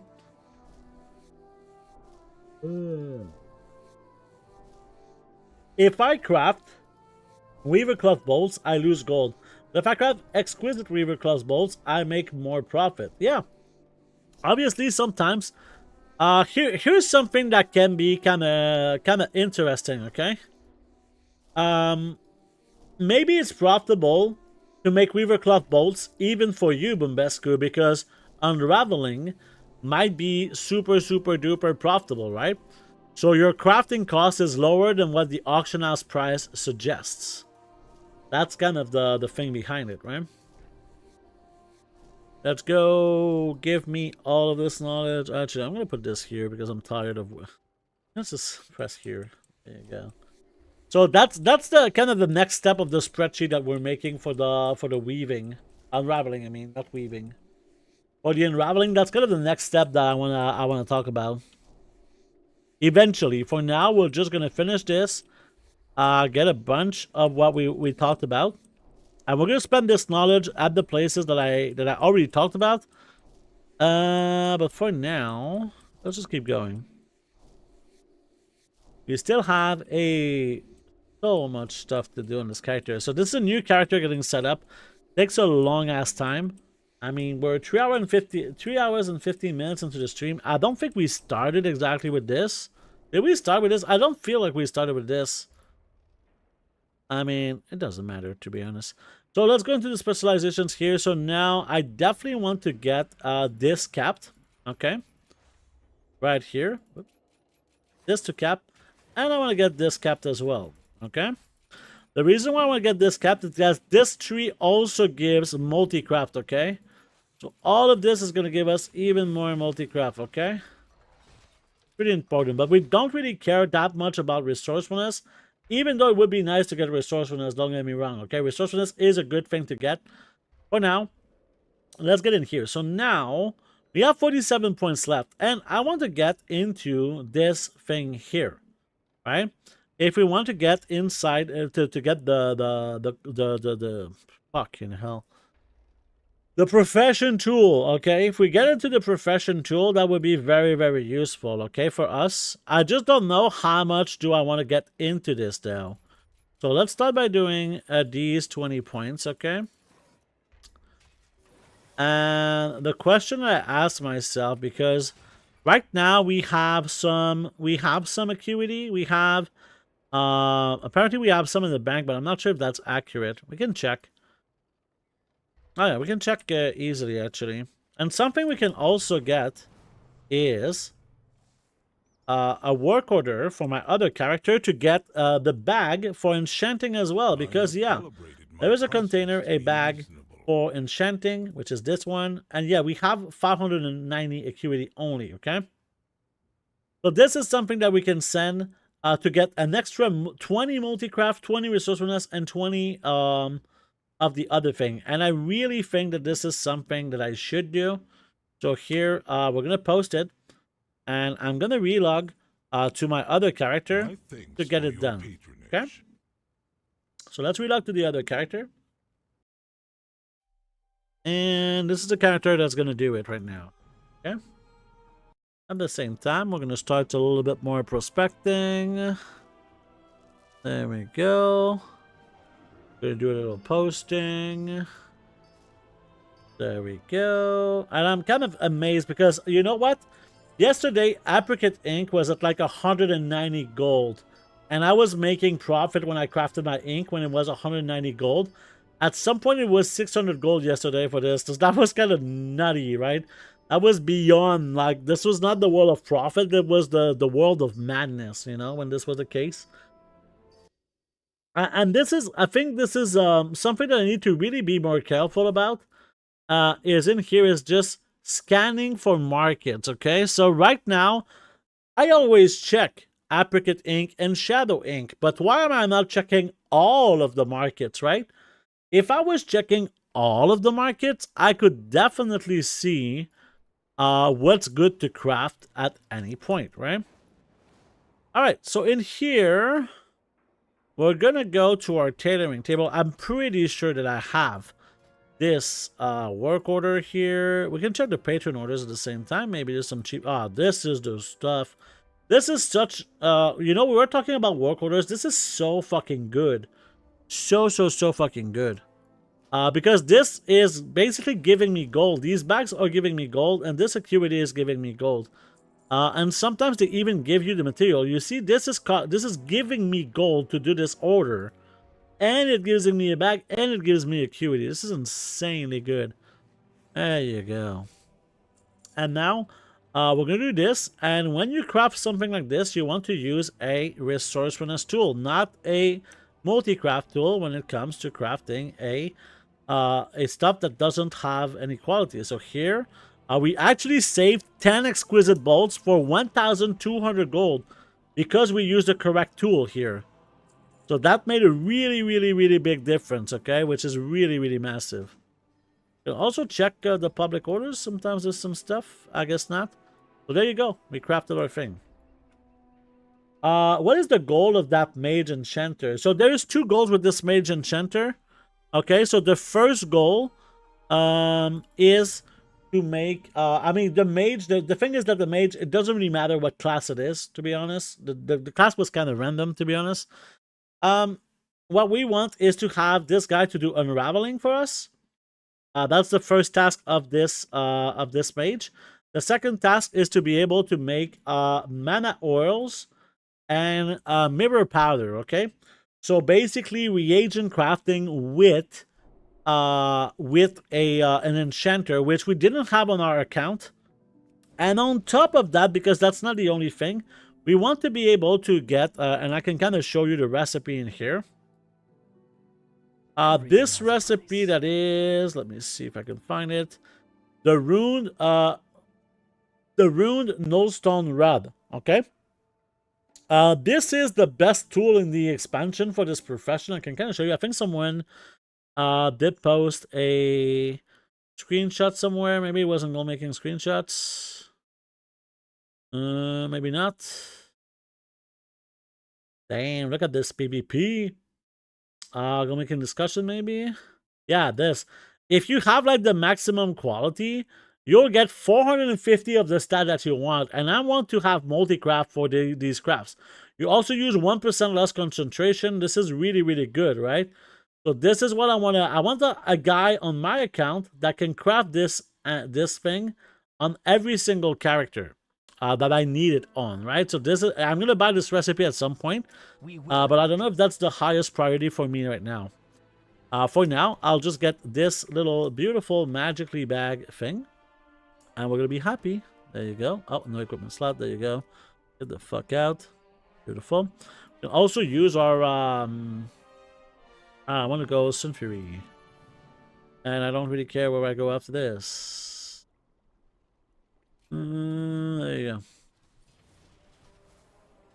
Alright. So, we got the new satchel, which is great. Now, move on. Oh, it's something I was thinking about yesterday. How good is a multi-craft enchanter would be? Yeah, that's kind of the thing. I'm not going to craft enchants on this character because, like, this is not really what this is about. I'm going to craft tools. Well, right now, I kind of want to go into simulation mode with the equipment in question. This is the profession. There you go. So this is what I want to go. Simulation mode. If I use rank 2 materials right now, I'm missing 127 points to be able to use concentration here. So we need a lot of points. And if I go in here, if I put 20 points, this is already like a nice buff. I think we're going to do that. There we go. We'll start with this. And now if I go back to simulation mode for this, right?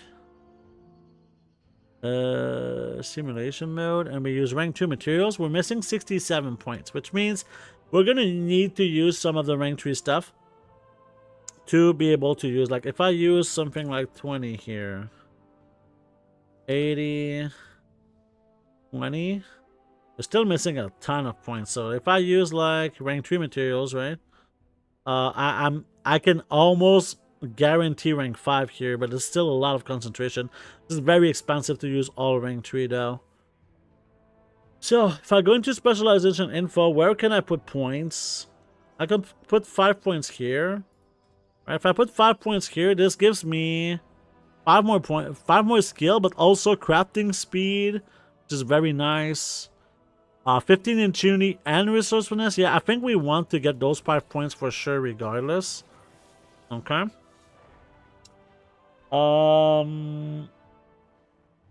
So I guess it's like if you just do, like if we do simulation mode with rank 3 right now, we're missing 62 points.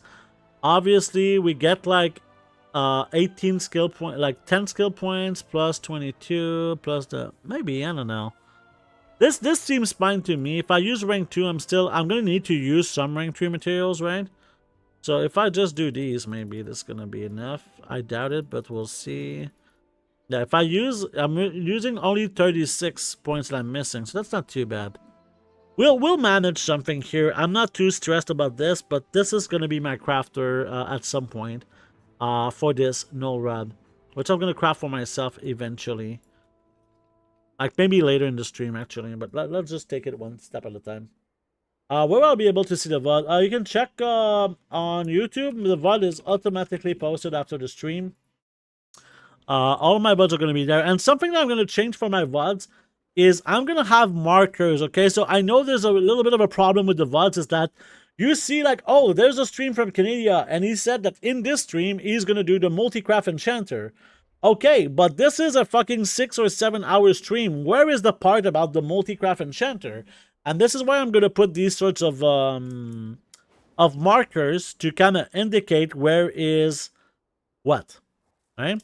I think it would be kind of logical to do this. I think it would be easier for people who wants to watch the VODs after. And if you're missing like parts of it. Is there like a portal trainer? Oh, this I'm a horde, okay? I'm a horde, so this is a horde. Is there like a portal? Oh, there's the portal trainer, because I want to be able to teleport to the main city here. Well met. There we go. Pew, pew, pew, pew, pew. Safe travels. Alright. So let's go to the Darkmoon Fair. We're missing some items to go to the Darkmoon Fair, actually. We need to buy them on the auction house. Okay, so this guy is gonna do a little bit more prospecting as well. Beautiful. We can also check that the thing with the prospecting prices, they move like so fast. They move so freaking fast, the prospecting prices. But they're like always profitable, it seems to me. A lot of people I feel are prospecting. I'm kind of impressed by the amount of people prospecting. Alright, so if you're gonna go to the Darkmoon Fair, as a tailor, you'll want to bring some items. You'll want to bring coarse thread. Okay, you'll want to bring like something like... I'd like to buy more, but we'll just buy one. You want to buy some red dye. These are all items you can buy at the vendor, but I prefer buying them at the auction house because they're basically the same price. And it's just kind of easier for me to manage. And here, this is way more pricey than usual, but it's still like only fucking 1 gold, so who fucking cares? This guy made profit, and I'm sure he's really, really happy, okay, from this 90 silver that he made from me. I think the Darkmoon Fair is outside here. I don't even know where the Darkmoon Fair is for Horde. Is it here? There's a portal here. Oh my god, I suck. Oh, is it even in Orgrimmar? Bro. Where's the fucking number? Take the teleport to the flight path and take the teleport. Okay, flight path. Flight path. Yeah, I know exactly, right? It's Mulgore? Okay. So, is this a flight path? No. Flight path. Blood and thunder. Teleport? You mean like this thing here?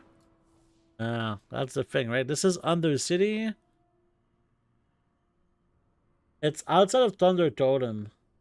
Not a flight path. Blue Dragon. Blue Dragon. Out to the Darkmoon Mage. Oh, in the thing, right? In here? Is it the portal room?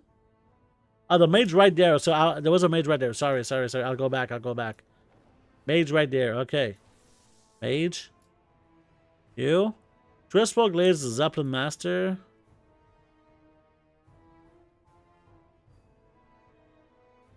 You know, this is probably not gonna... How do I get to Trispo Glades? Oh my god. I always do the... Oh, need a flight path. Okay, there you go. Oh my fucking god. Sorry, guys. Okay, mage. Mage.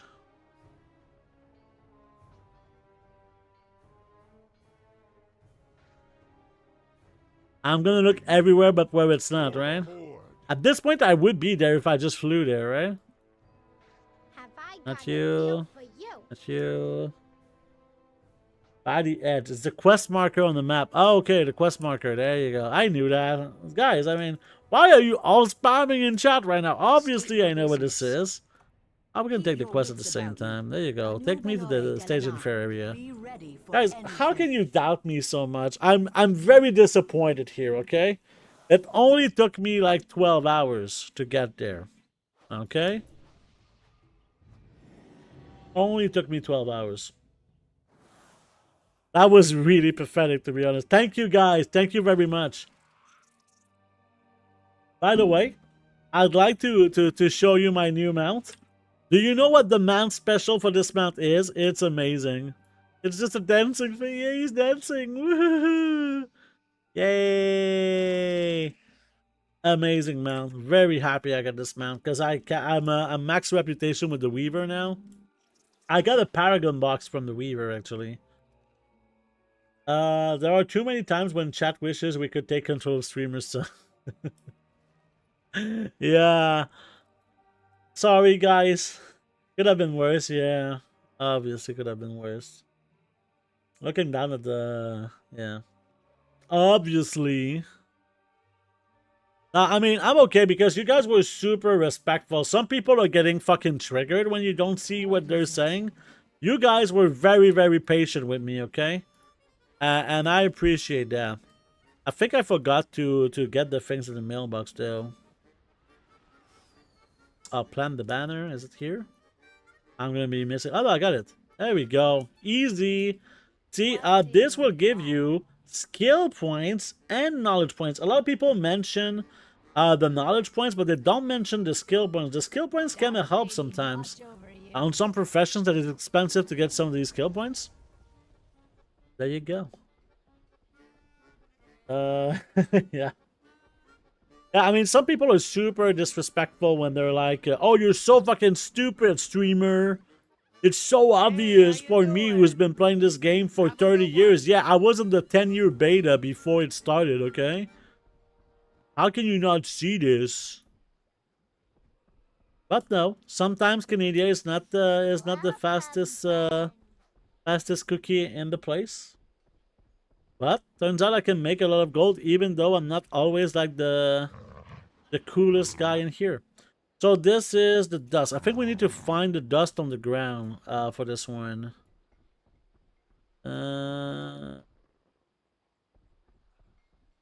We're definitely seeing a lot of dust right now. I totally see some dust. Need to do something? This dust? Yeah, this is dust. Oh, okay, no, you need to take the weapon from the ground and then we'll disenchant it for dust. Okay. Totally. It's a weapon? Yeah. Okay. It's not very flashy, these weapons, right?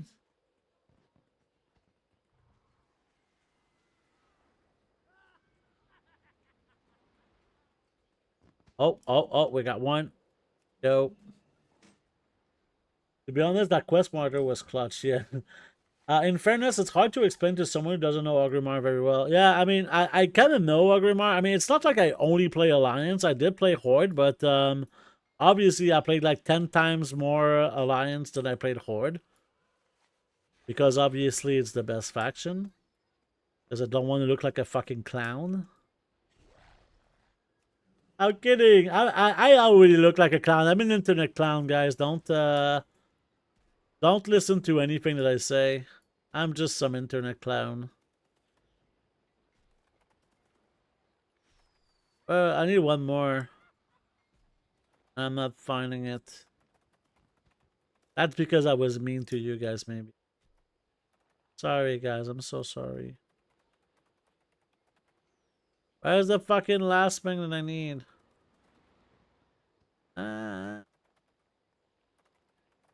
getting bullied by karma. Let's read some more chat. Because I'm nice to you now, okay? Yeah, I knew where the Flight Master was. There you go. Because the quest markers was clutch. Yeah, the quest marker really helped.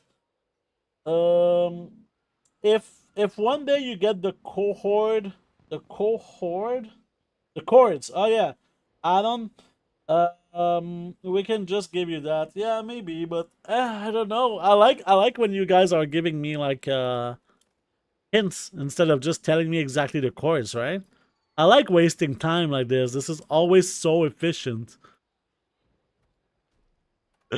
Yeah, I mean, I don't know why. I used to have chords because I had LVY. I don't use LVY anymore because, I don't know, LVY is kind of a eh. It's annoying to update. This is the only reason I think that I don't use LVY is because it's annoying to update. At the same time, as a streamer, I think it's good if I don't use LVY.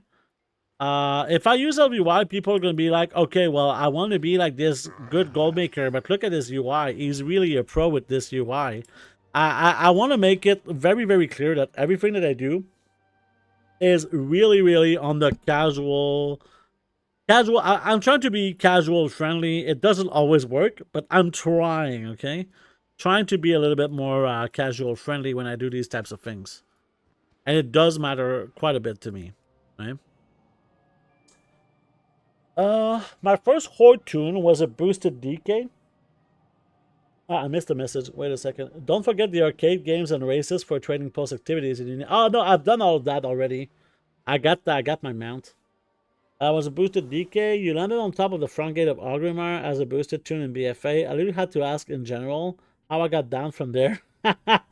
Because the only thing I could find was a chute that dropped me down decently high up. You wouldn't die. I was super confused. Yeah. My girlfriend who just started playing had a lot of these kind of confusing moments where she doesn't know. I would say something very like stupid, like open your inventory, and she would like, what inventory? And I would be like, oh, okay, it's your bags. You know your bags, like where your items are. Oh, okay, that's my inventory. Okay, and like, you want to go to the flight master, and she's like, what's a flight master? A flight master is like the guy that gets you from one point to the other by flying. Okay, but why don't I just walk there? Because it's faster with the flight master, right? And now today it's like she's way better at the game, but like this is how a new player starts, and as older players that we are, it's kind of confusing sometimes to kind of imagine being this far behind. But yeah, so I think right now that we have 440 acuity, and I have enough knowledge for what I want to do. So what I'm going to do is actually, you know what? We don't have enough artisan acuity, I think. Because I want to get this rod crafted, but here's the problem that I have. I don't have the recipe, and to get the recipe, I need to spend 150 acuity. Maybe I can do a public order for this, but Let's just start before doing anything else. I think we want to start with something. Technically tomorrow I should have enough acuity. Oh, there is maybe some work orders that I can do as well to get some more acuity, right? These fucking things that I was supposed to get earlier but I didn't get. Fuck you. This is 30 acuity. We'll do it, this one. Let's do start. Let's do rank 2. Do this. Enough? Yes. Beautiful. Let's make some money. So 30 acuity. Let's check now for tailoring. Maybe we can get a little bit more acuity. Remember vanilla when we did have to walk everywhere? I like this part. I played classic, and this was one of the parts I liked the most. And it sounds stupid, but the walking was one of the parts that I really enjoyed in vanilla. The slowness of everything. Nothing was like, you have to earn your way to get that speed, right? If you want to go fast, you have to fucking work for it, right? Now you fucking start in the game and everything is given to you. I don't like this as much. I like both games, right? Both versions of the game, but I really enjoyed this sort of stuff. So here, before even checking the prices, I'm gonna get, actually, let's check some crystalline powder. Let's buy a bunch of these, right? Let's buy like 200 before we do anything here, okay? Oh, we can do, wait, this is the character that does concentrate as well? And this gives me skill, and this also is a thing that maybe is good? Holy shit, bro. Okay, let's shatter in essence, okay? No, let's shatter in essence, which is crystalline powder. Let's shatter this, okay? And now we'll get this buff that gives us 185 multi-craft. And now, let's take a look at all of these things. So concentration, concentrate. If we go and use rank 2 materials, it's currently making me 38 gold per craft. And this shit has a decent sell rate, I want to say. This is the first craft, so we can definitely just do one right now so that we get our knowledge point. Okay. Mirror powder now. Yeah, let's check mirror powder. Mirror powder, if we use rank 2 materials, is currently losing 58 gold per craft. But let's do a simulation mode right now. Oh, we don't have the right rod. We don't even have our multi-craft rod on. I used to multi-craft, now it's 7 gold lost. But here's the thing. Currently I have 238 multi-craft. If I go to simulation mode and I get my actual real multi-craft that I could get if I get the best tool in the game, I could get an extra 217 more, okay? And now I would make 31 gold per craft, okay? And if we go to something like this one here, okay, and we do... Oh, this takes a tinderbox with this shit? Are you fucking crazy, bro? This is something you need to use like concentration, right? Even with... Look, this is horrible. Mana oil. Mana oil right now. This seems like something you need to make at rank 3, right? To make profitable? Or I don't know. This is not profitable right now. So let's see if we do here. Even with the best fucking multi-craft in the game, this is not profitable at rank 2. If I go into simulation mode and I use maybe rank 3, I'm missing 122 skill. Let's say I put the 122 skill. Now, it's still not profitable. So what the fuck? Isn't this like useful for people? I thought this was like super useful for people. Like you need this.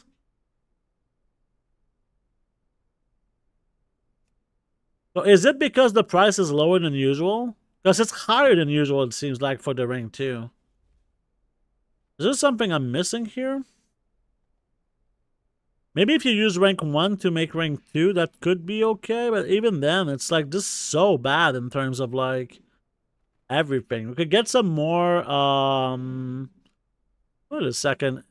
Why does this not give any? Oh, okay, I understand. None of this gives multi-craft too. Rank 3 is so cheap. Most people just buy rank 3, yeah. Okay, let me see. Do you usually care about profession ratios for your alts? Yes, I do care. But sometimes it doesn't matter too much. This is why I made cultirants, because cultirants have +2 skill to every single profession. Which makes it that you can profession switch without too much issues, which I don't like to change my professions, right? I don't like to change my professions, but this is still sometimes kind of useful.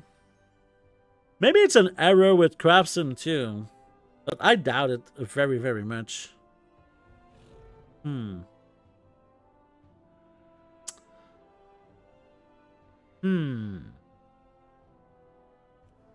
is all very confusing to me. So was this kind of profitable right now? This is kind of profitable, and it gives us some skill points, which I like. Let's see. Yeah, this is actually saying like 12 gold each, but I mean, I don't know if these are like the good prices. But if I had like my fucking multi-craft capped, that would be so fucking good. We're still missing just too much acuity right now to really pull the trigger on this. Give me a second, guys.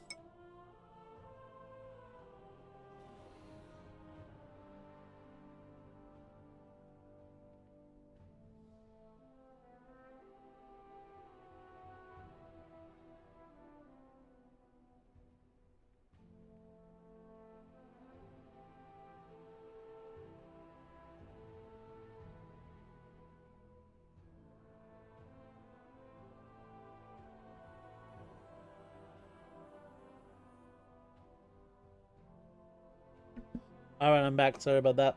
Yeah, rank 3 is great. I can craft a pick 1 at rank 5 with concentration and max rank mats. But you would have to join my guild or to make a guild order. That's probably the biggest issue. Yeah. I think I'm just gonna probably wait. Like tomorrow I'll have enough acuity to make this. So I'll wait to make this, but I think I'm just happy to get to this point at the moment. I'm just really happy to get to this point.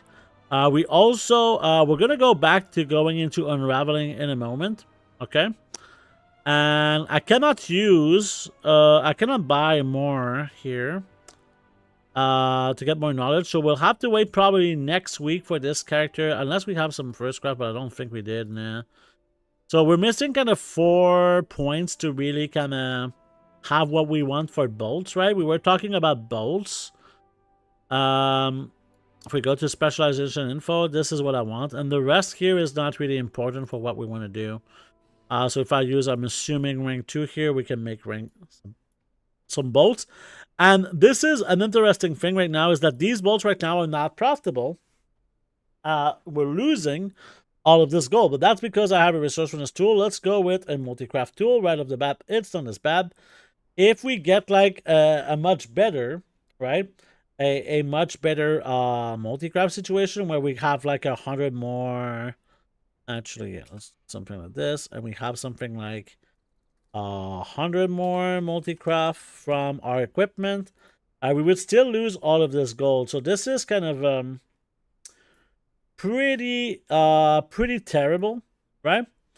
And you might be asking yourself, right, why would I do this? Well, you have to keep in mind that this is with the spools being at 12 gold on the auction house. That's for people who are actually buying, the Weaver thread. But as we saw, okay, as we saw in the spreadsheet we started, right now we were making, was it this one that we were thread? We were making about 3,400 gold every time that we did this, right? So that's really important to keep in mind, because if we look at our profit margin here, okay, so like profit margin would be equals this divided by this, right? So in this case, my profit margin, if we switch it to percentage, would be about 9.5%.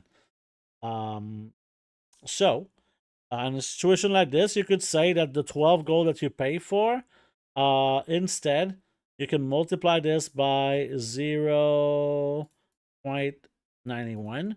So this is the real cost that you're paying for this. So is this profitable if I switch this? Actually, it's not simulation mode. It's like price override to something like this, and we change it to 11 gold.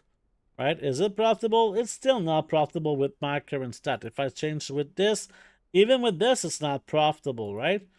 Here's the thing, is that these bolts, like a lot of farmers are getting these bolts, right? A lot of farmers are getting these bolts just where I'm going in the world. And you can definitely see here, right, that the price has dropped. If you look at my min buyout compared to what the price was recently, it's a lot lower. And if we look here, there's a really big amount of quantity in here, right? This is a lot of fucking cloth right here. Just to reset the price to like something like 100 gold, I would need to pay 4.2 million, but that's kind of the thing. Maybe the spools are going to go down in price. There's a lot of things that could go down, but these are bolts that you get from when you farm, right? When you farm, you're getting a lot of these bolts. And these bolts are not like people that went out to craft them most of the time. Okay? We can also check. Maybe there's something with finishing reagents, but I highly doubt it. But yeah, right now, this seems to be really not profitable. And I'm not too sure why. If I had like the top equipment, which actually, I have a character that has this sort of setup, right? Let's go check this character, okay? Let's go check this character. Oh, I think I know. It's because I don't have the 25%. Okay, let's check with the tailor with a little bit more knowledge, okay? Rank 3 is so cheap, people just buy rank 3. Yeah. Do you get enchants? Do you get the enchants for your tools? What do you mean, do you get the enchants? I enchant all my tools all the time, big time. I think there's a question that you can ask yourself. Is it worth to put the gold to do it? I think that's maybe what you're asking, right, How? And to me, yes. If it's a tool that I will stick for forever, yes, I will enchant it. And even like my green tools, for some fucking reason, I enchant them. I'm not saying that this is the most efficient thing ever, but I do it. So now, let's go into this this tailor, which doesn't have the top tier thing. I don't think he does. Yeah, he's still missing the needle set, okay? But if we go in here and do the same stuff, like this guy has the knowledge, and the resourcefulness in here, right? We almost have all of the resourcefulness, but we have, most importantly, all of the multi-craft. Okay, so if I go into Weaver Cloth Bolts right now with, let's use rank 2. Boy. There you go. Something like rank 2. Even with this right now, and this is my multi-craft tool, we're losing gold from doing this, right? When you buy it on the auction house. But a lot of people, maybe what they did is they unraveled a lot of shit. And they lost gold from, they're not able to sell what they unraveled, right? That could definitely be a thing I could see. When you make the tool, use best quality mats and you can afford, or you will need to craft it 3 times to get rank 5. Yeah, I don't know how I'm going to deal with the whole most efficient way to craft the tool sometimes. But yeah, so here at 11.5, you see 11.5, this guy probably wants to, these people probably wants to either tank the market, but like right now with these prices, like if I do simulation mode with rank 2, it is currently profitable at 2 gold per craft. The good thing with this 2 gold per craft is that you craft a fuck ton of those in an hour, okay? You definitely craft a lot of those in an hour. So yeah, if you use rank 2, this is currently like a little profitable. But this is not something, here's where the profit is, it's right here, okay? This is where sometimes the profit is. I don't know if the rank 2s are better or whatever, but yeah. In a situation like this, maybe, yeah, this is like about 12 gold per craft, and this might not seem like this much, right? Might not seem like this much, but this is really decent. 12 gold per craft. It's just like if we go into my my gold per hour calculator, you know, if you make 12 gold per crafts and you have something of a crafting speed like this, like I put in here, it's still 36,000 gold per hour. Which I think is pretty solid, right? 36,000 gold per hour. And this is something that sells pretty well. So I think this has some value. We could get a little bit more resourcefulness if we had this. There's a lot in here that can be done. That's how I see it. But yeah, right now, this is probably not the thing that I would prioritize. Maybe tomorrow these are going to go up in price, but I doubt it. So yeah, there's a lot to unpack here. There's a lot to unpack here. But yeah, this is... it's not super profitable right now. But profit is profit, right? You're making profit. You can't really complain too much. This is just like you have... Here's the thing, right? When 10 things are profitable, why would you start by doing the thing that is not as profitable as other things, right? You want to start with the thing that's the most profitable. This is why diversifying is a good thing, right? When we're talking about reagent crafting, like, and keep in mind, this is some pretty hardcore stuff to do some reagent crafting, right? This guy has a shit ton of knowledge, okay? This guy has some blue quality equipment. He's got the max amount of skill. This guy is fucking stacked, okay? That's important to keep in mind. And we're still basically not making profit. While we saw earlier, like on my... This guy was doing, I think it was concentration concentrate. I was making me something like 50 gold profit per craft. And he was basically just some random guy. Right? Just some random guy that I just leveled today, right? There's a brand new character. I've never done professions before today.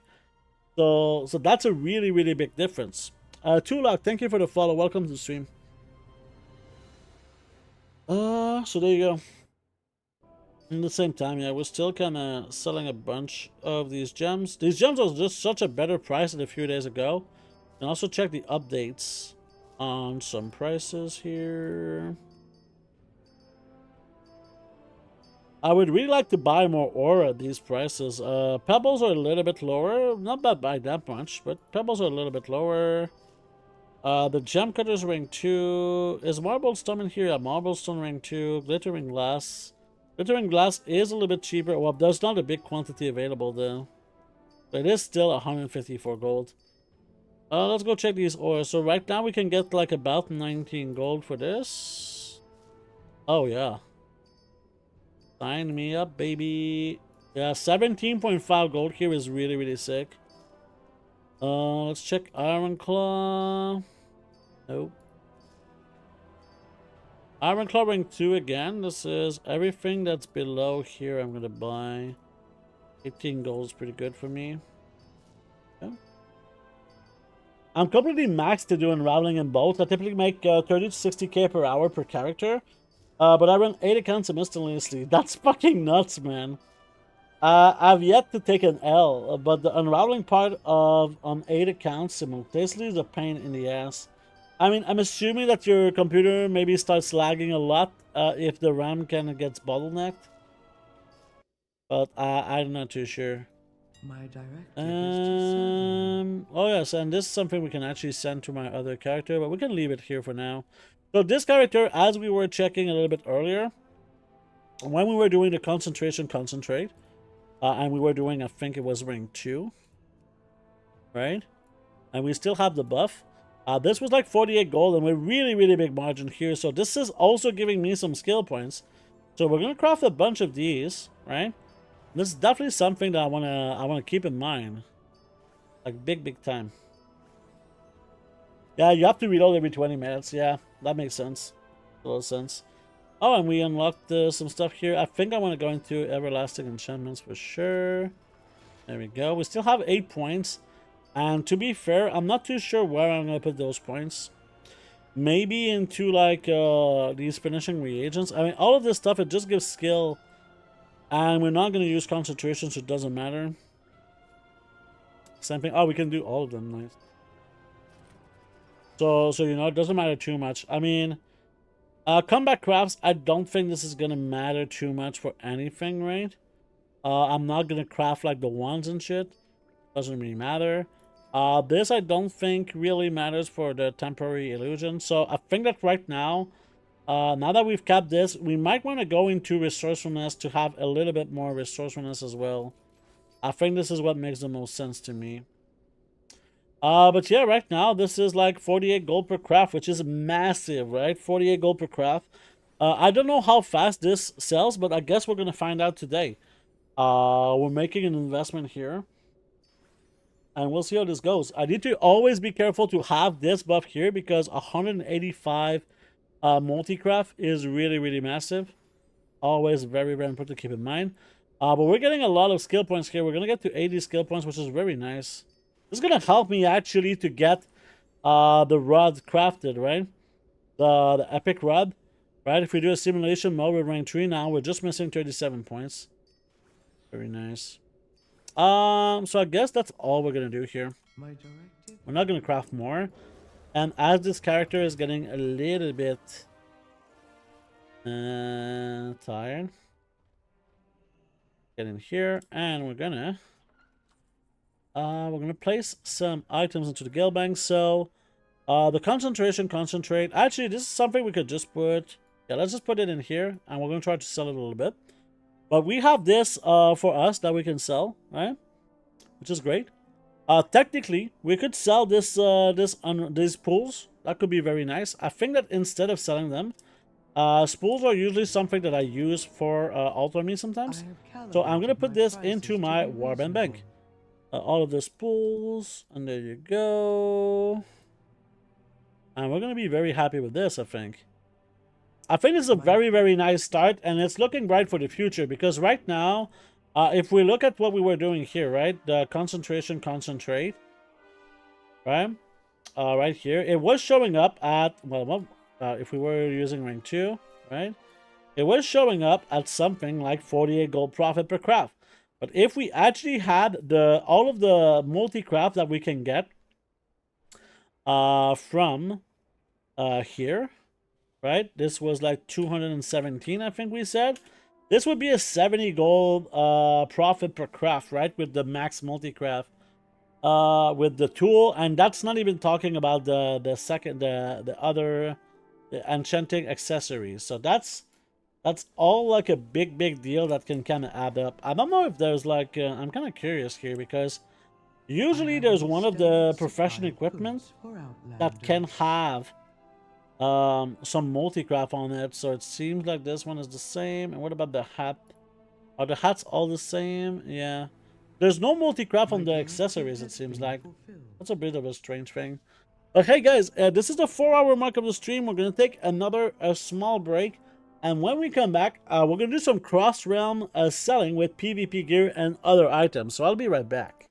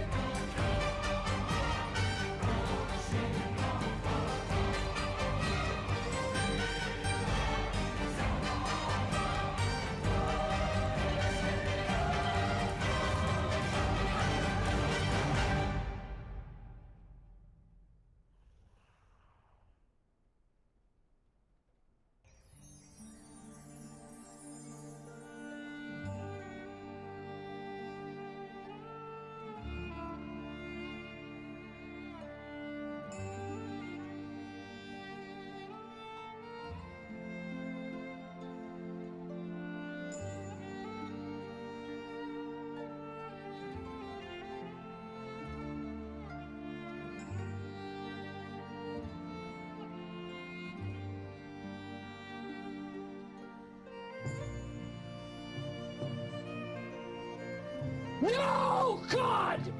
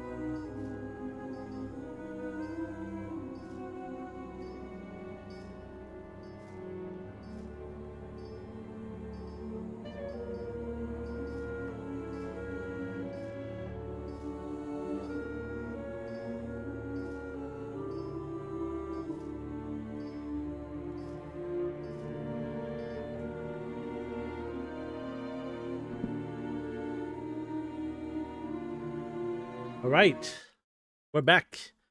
Thank you so much for your patience during my break. That's always very appreciated. So, I want to show you a few things. First of all, we're going to pick up all of the stuff from our mailing operations right here. And it's actually stuff that we want to mail this dude. Go. All right. So, I want to show you something that I did the other day off stream. Okay. And it is a pretty nice. Thank you very much. This guy actually needs to do the Darkmoon faire, it looks like. All right. So I went into leatherworking, okay, and I got myself all of the recipes for the Algari PvP gear, right? So why I didn't do this before is because of these items here, the Forge Combatant Heraldry, okay? Technically, the reason why people buy this, it doesn't matter if they buy this at rank 1, rank 2, rank 3, rank 4, rank 5, because they all have the same tooltips, and if you look, increase item level to a minimum of 613 in arenas and battlegrounds, which means it doesn't matter the quality that you get. However, a lot of people don't know that, okay? A lot of people don't know that, and this is where we could have a bit of an opportunity, right? And this is why I prefer crafting these with a guaranteed rank 5, okay? It doesn't really cost me more to do this. It's just something that I like to do. As you can see right now, this is not super profitable on this realm, right? If you do something like this, a lot of times it's not super profitable. However, I am on a full pop server, and this is where these types of items can have a very, very nice opportunity on the lower pop servers. And this is why I got these recipes. And I did the same thing on other professions like blacksmithing, engineering. And right now, my tailor is not up to speed to really do the rank 5 guaranteed, but we'll get there. But let's take a look, okay? Let's take a look because I posted these items yesterday. And I kind of want to see now, did I make some sales with this? Is it worth it? Because those cost me about 1,000 to 1,500 gold to craft these, okay?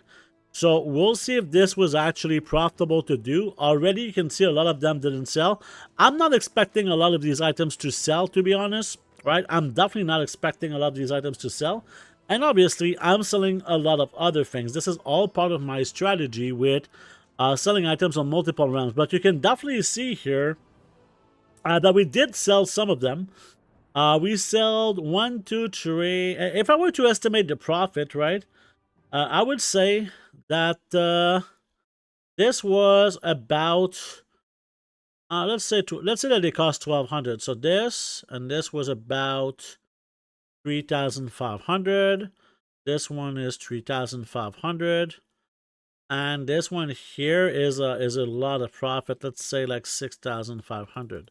So in one day, I've already made this amount of profit on this server. Obviously, right? This is not enough data to confirm anything. I just know that I sold a few of these items, and now this account is not gonna have these items on their auction house anymore, right? So let's post, well, this server, not this account, but we're not going to have these items anymore. But you can see that sometimes this one is below my minimum price. A lot of them are below minimum price. But this one, for example, is 10,000 gold. If this was to sell, that would be sick. The rifle here is at 10,000 gold. And we'll see on all of the servers if we actually sell, because I sold this on 4 different servers right now. Obviously, if you want to just sell it on your server, you can. But keep in mind that the recipes that you buy are really, really easy to lose value on them if you only sell these items on one server. And obviously, you see that I'm posting a lot of different things here, right? This is kind of the strategy with selling on multiple realms. And this is... the Warbank made this so much better, right? Because before the Warbank, you needed to do like some trading between your 2 accounts. You can do this with only 1 account, which is huge, okay? This is very, very, very big that you can do this with only one account right now. Everyone can do this, and some recipes are definitely worth doing. Because a lot of people... Okay, so in the stream, I've been showing a lot of the same things in terms of current content crafting, okay? And here's the problem with that, is that this is a bit of a risky business. This is not for everyone, obviously. This is something that has a lot of risk to it. What we're doing right now doesn't really have that, okay? You don't really have risk from what I'm doing, or at least the risk is very, very small compared to what we were doing earlier, like with the reagent crafting and investing all of this time, okay? This is a time farm, okay? You're selling your time, and all the farms are technically time farms, right? You give your time in exchange for gold. In this situation, you don't even need technically to get these recipes, right? You technically don't even need to get these recipes because sometimes you're going to get these items at below crafting costs, but it's just going to take you more time if you cannot craft them yourself. For example, let's try and look at some of these items. For example, this item I'm pretty sure you can find probably for 1,000 gold on some other server, right? If we actually look at Algari competitors plate Westgard, right? Algari competitors, let's just say like this one, for example, right? We try to find the cheapest one on the region. You'll find some at 1,200 gold, right? So you could go on the server where it's 1,200 gold, right? Let's go here and check. You could go on Mal'Ganis right now. You could buy 3 of them, okay, for 1,200 gold. And then you come back on, I don't know, whatever server that you want, right? Because if you flip this around, right, you'll see that on some servers, it's like 50,000 gold because nobody's posting them, right? Or you can just be kind of reasonable and try and sell it for 10,000 gold. This is something that you can do in a form of flipping, right? Or if you want to just save a lot of time and do this on multiple servers, instead of always having to find some cheap deals, right? Instead of having to find these cheap deals like here, you can just buy the recipe, craft them yourself, and see if this works, right? Right now, on this character, we did make a little bit of profit, but this applies to all of the items that I sell. It's not just PvP gear. It's a lot of toys, it's a lot of pets, it's a lot of everything that I feel is suitable for this type of market. Flipping the PvP items made 200,000 gold. Yeah, right now, I'm doing this on a very, very small scale where I only sell these items on 4 servers, right? If I were to sell these items on a ton of servers, then it would be a different story, right? So let's see the second server right now, okay? Let's see the second server. There we go. Get all of the expired in here. What is this? Fuck out of here, man. We'll see if we get some gold in here when this... oh, we got 110,000 gold. That's a good sign from the start. Alright, let's see what we sold. Oh, we sold an Alvin the Anvil for 57,000 gold. That's insane. Those are not expensive to craft. But you do see that we sell 3 of the items at that ridiculously good price. So if we go back to our calculator, this was the profit from this first server. Now, I can tell you, this is 11,000. This is like about, I want to say about 9,500 gold profit. The second one at 19,000 gold. This is about 17,500 profit. And this one here is about, I want to say, about 2,000 gold profit. So right now we made 45,000 gold for 2 servers. Don't know if the other ones are going to be good. We did sell 2 pets too and a reagent bag for higher than they were on my server, right? 57k. Yeah, I mean, this is a really good price for this pet for sure. Alvin the Anvil is a crafted pet, okay? Alvin the Anvil is a crafted pet. As far as how much it costs to craft, it's really not that much. However, getting the recipe is extremely expensive, right? So if we go here for the Alvin the Anvil for the plants, the cheapest one on the region right now is 650,000 gold. There's only 22 left on the region. This is farmable, but this is a farm you really, really, really want to avoid. I bought my recipe for 580,000 gold. Technically, it's from a boss from a dungeon or a rare like close in this recipe. Like there's two sources for the drop. One is in the dungeon, so technically now you can probably solo this dungeon pretty easily, or like reasonably easily, and maybe you can do it so much that you eventually kind of get some of these plants, but it's really rare, really, really rare. And I think that you need to be a blacksmith for it to drop, but I'm not 100% sure. This is a blacksmithing recipe. And this pet is actually absolutely amazing, by the way, because this pet has a utility. It's called Alvin the Anvil for a reason, right? It's actually an anvil pet, right?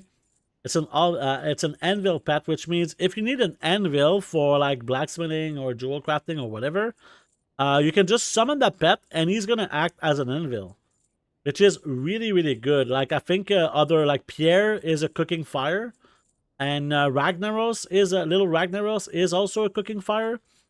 So you get kind of these special pets. It can be really, really sick sometimes to use them. But yeah, right off the bat, we have like a really, really solid amount of profit here. But this is kind of the strategy. But you can see here, I'm spending like at least 2 minutes just to repost, like maybe even 3 minutes to repost this. But yeah, if I made this amount of gold in the amount of time, plus crafting all of these items, putting them in the war bank, getting them on the banker, all of these operations, it's gonna suck up some time for sure, right? Keeping a certain amount of stock on your crafters as well is gonna be on your sellers. I mean, not on your crafters, but on your bankers. You need to keep a certain amount of stock of all of these items if you want to keep making gold, and that's not always super easy to do, right? So let's check the third server. We'll see if we made some sales in here. But yeah, I feel like PvP gear is a good way to make gold right now. It's not like crazy amazing, but I think it's okay. You can definitely see that on this server things didn't work out too well. We have 2800 gold, and it was from again a PvP gear item. So here we can add something like 1500 gold profit to our total here. Something that I'd like to check is no, I don't want to check. Let's just repost everything and we'll see what happens. A lot of times they are below my the price that I'm going to sell them at. You can kind of decide at what point do you want. Like for example, in this situation, I'm not posting at the regular price because it's probably too cheap. Maybe it's like 1,000 gold. Maybe it's like really, really cheap, and I don't want to sell it for too cheap. Here it's posting. Here it's below minimum price again. Here it's posting. The rifle is posting. This one is posting. So some of them are really, really good prices. So I'm hoping that the next time I'm gonna, like, these are really good prices. I'm hoping that the next time I will get some sales. It's really hard because sometimes you're gonna go on a server where someone is babysitting those auctions, and you're never gonna make gold on this server, or almost never make gold on this server. So you have to be kind of ready for that. If that happens, you can just switch to a different server. Maybe your markets on this server are not very good, but they're going to be good on a different server. So try different things. This is something that's really fun to do. We can actually set a new realm if you want today. But we have other things to do before. I just thought I would do this little kind of transition to kind of show you some items in here. That I'm happy that I made this gold. You know, this is a lot of gold for such a I feel like this is kind of low effort and very, very low risk. This is I think we're always talking about crafting again, right? We do a lot of crafting. This is my favorite thing to do for gold making, but it's important to understand that crafting has a risk, and some people don't like risk. So this is kind of an alternative way to craft with a much, much, much lower risk, because your margins are so big that usually you get your money back, right? You get your money back in a nutshell, because yeah, you need to buy the recipes for these items, right? The recipes cost gold as well, so this is always something that's important to keep in mind. And again, we did this on the last stream, but if you want to check for the cheapest, right, plans, Gary, oops. There you go. If you want to check, let's say you want to get the plate helmet recipe, well, don't buy it on this realm where there's 7,500 gold. You can buy it for 4,000 gold on another realm, right? If we go here, on Kel'Thuzad right now, you can buy this recipe for 4,000 gold. If on your realm it's 10,000 gold, you're losing 6,000 gold from buying it on your realm. So this is something that's very, very useful with Undermine Exchange, right? All right, let's go check this realm now. This is my last realm. We'll see if we made any sales at all.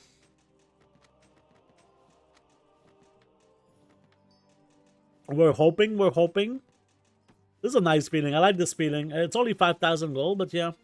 I like this feeling that you really don't know what's going to be in here. And it's not even like a PvP gear. It's a pet, right? This is a pet that we sold for 5,000 gold. So there you go. Nothing too special on this realm, but that's okay. I mean, I'm not expecting to make like a good amount of gold every day. I know that this server is one of my lowest pops ever. And you can see it, you can definitely see it here. Like this is 20,000 gold. This is 26,000 gold. If I sell just one of these items, I'm going to be rich. You know? I really don't know if it's going to happen. But we'll see. We'll see in the next few days. Because this is, I think we're going to have a little bit of a segment on each stream to kind of give you an update on these things. Because I like to promote this way of making gold. But I prefer the cross-realm stuff just to buy items, right? There's also the aspect of buying items in World of Warcraft, right?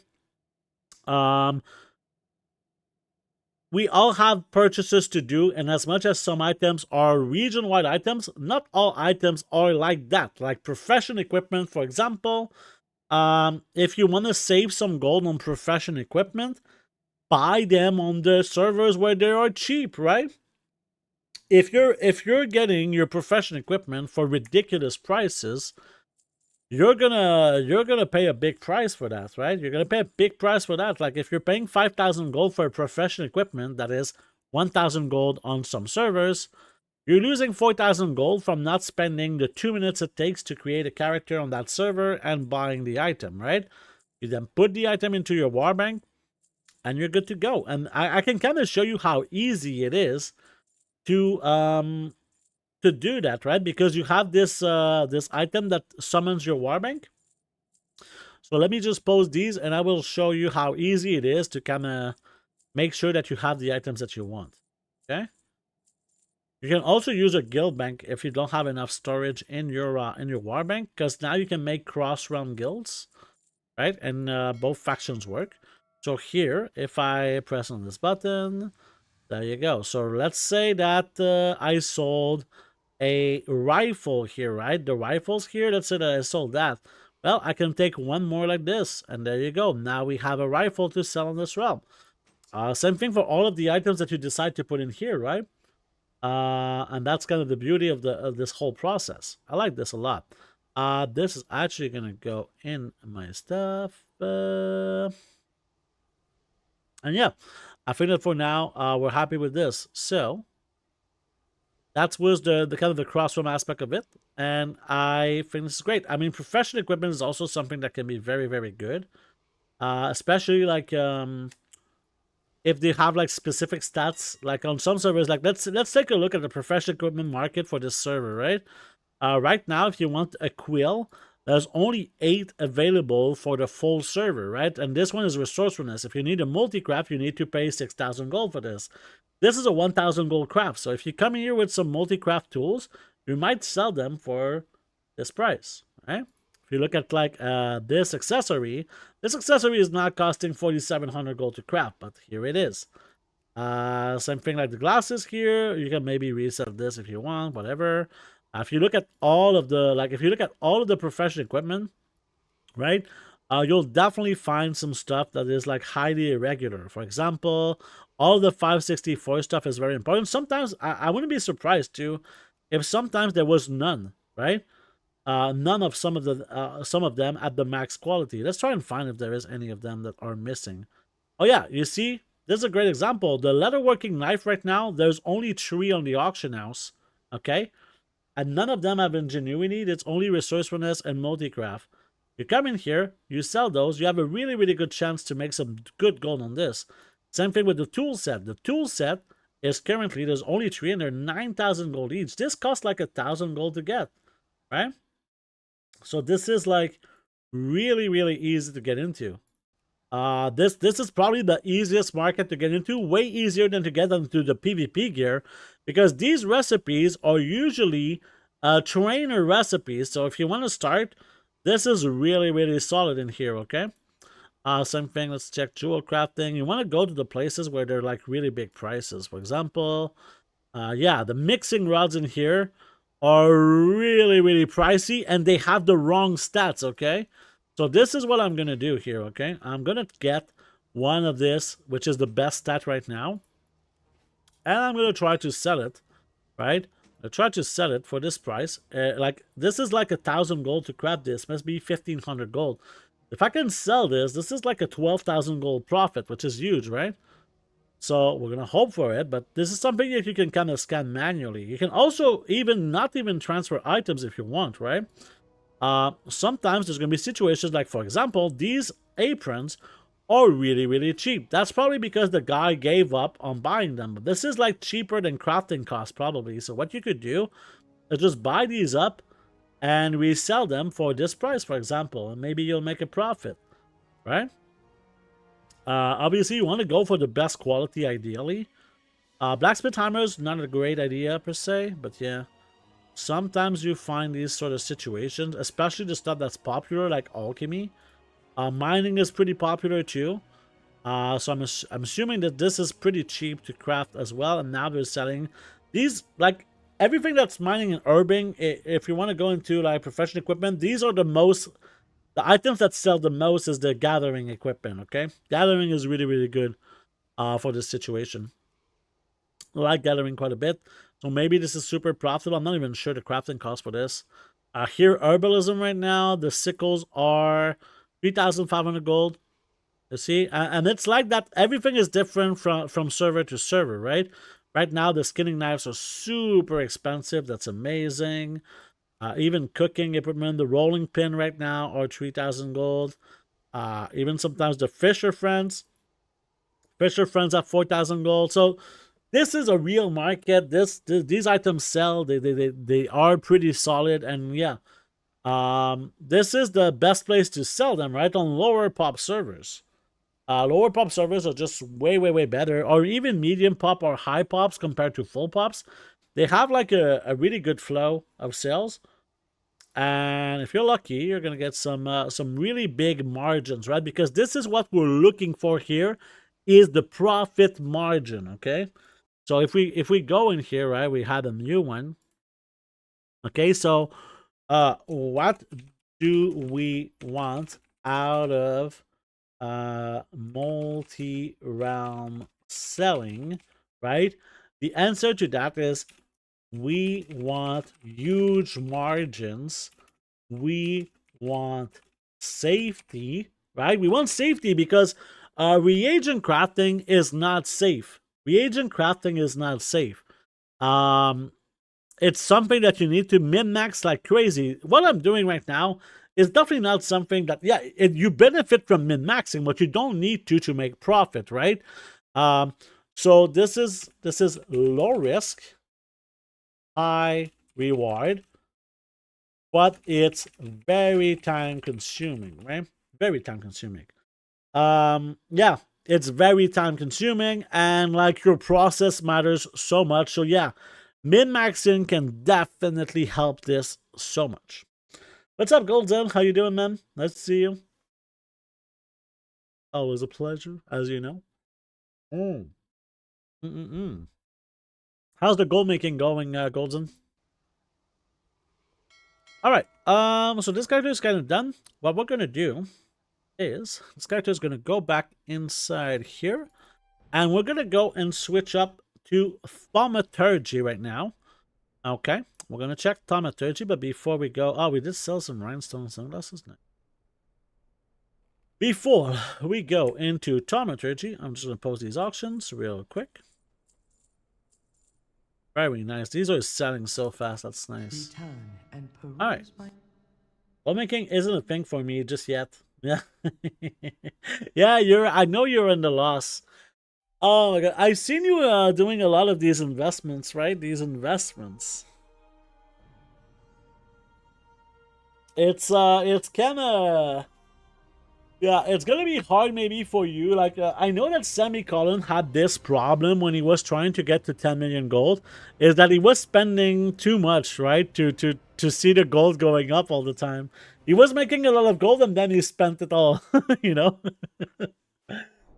Hmm. I've learned a lot about the style of expansion, and that's gonna make you a better goal maker, you know? That's gonna make you a better goal maker, and that's amazing. All right, so we got ourselves for Thaumaturgy, the best tool in the game with resourcefulness. Very, very happy about that. We're gonna buy an enchant now for this.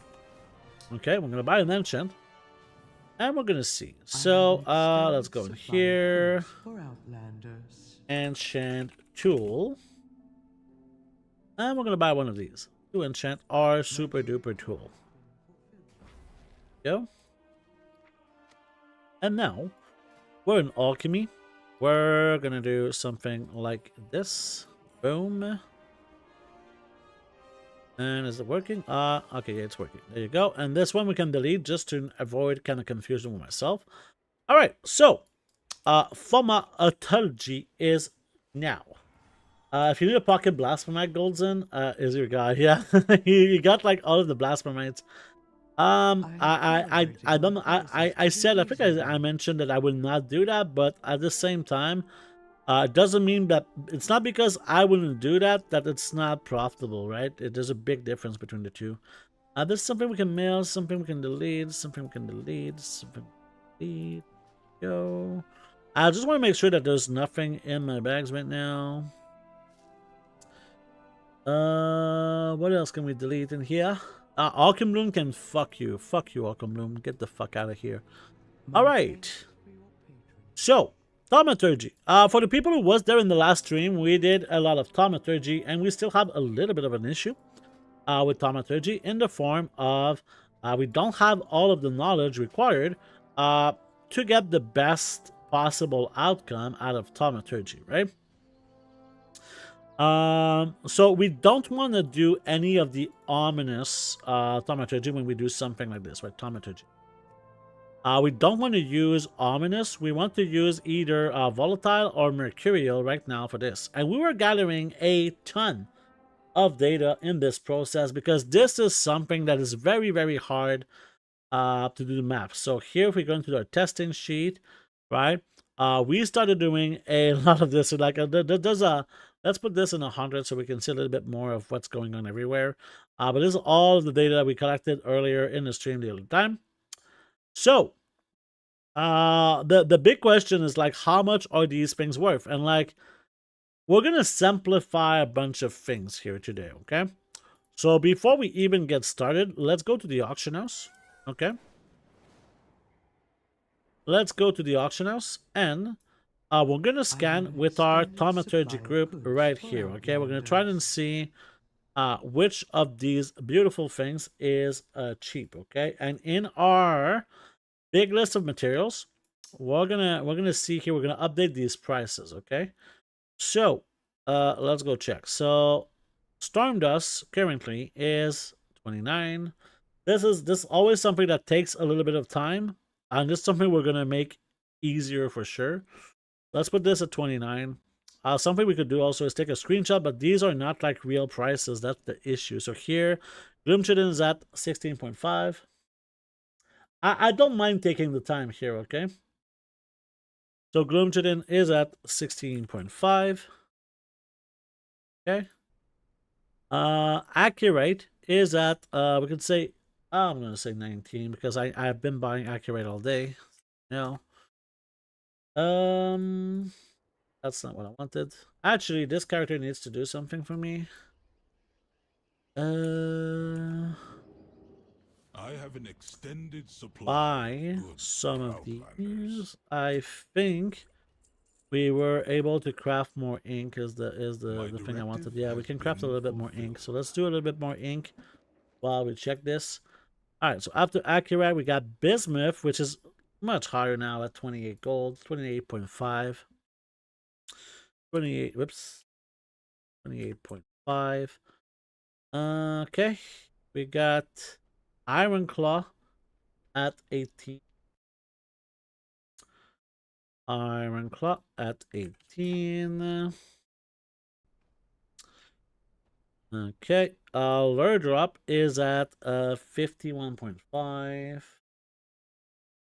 Lure drop is at 51.5. Okay. This is 22 for Orbinid. Yeah. I will answer chat in a moment, okay? Don't worry about it. Michael Bloom is at, we can say, well, let's say 18 because I don't want to fuck around too much here. So let's put 18. Weaver cloth is at 33.5. I want to. Weaver cloth is at 33.5. So it's a big increase since last time. I'll say that. Storm charge letter is at, we can say, about 15.5. Right. It seems like everything went up in price since last time. It's pretty interesting. Avatar Spear is at 43. That went up quite a bit. Like everything went up by like 15%. And Blessing Blossom is at 17.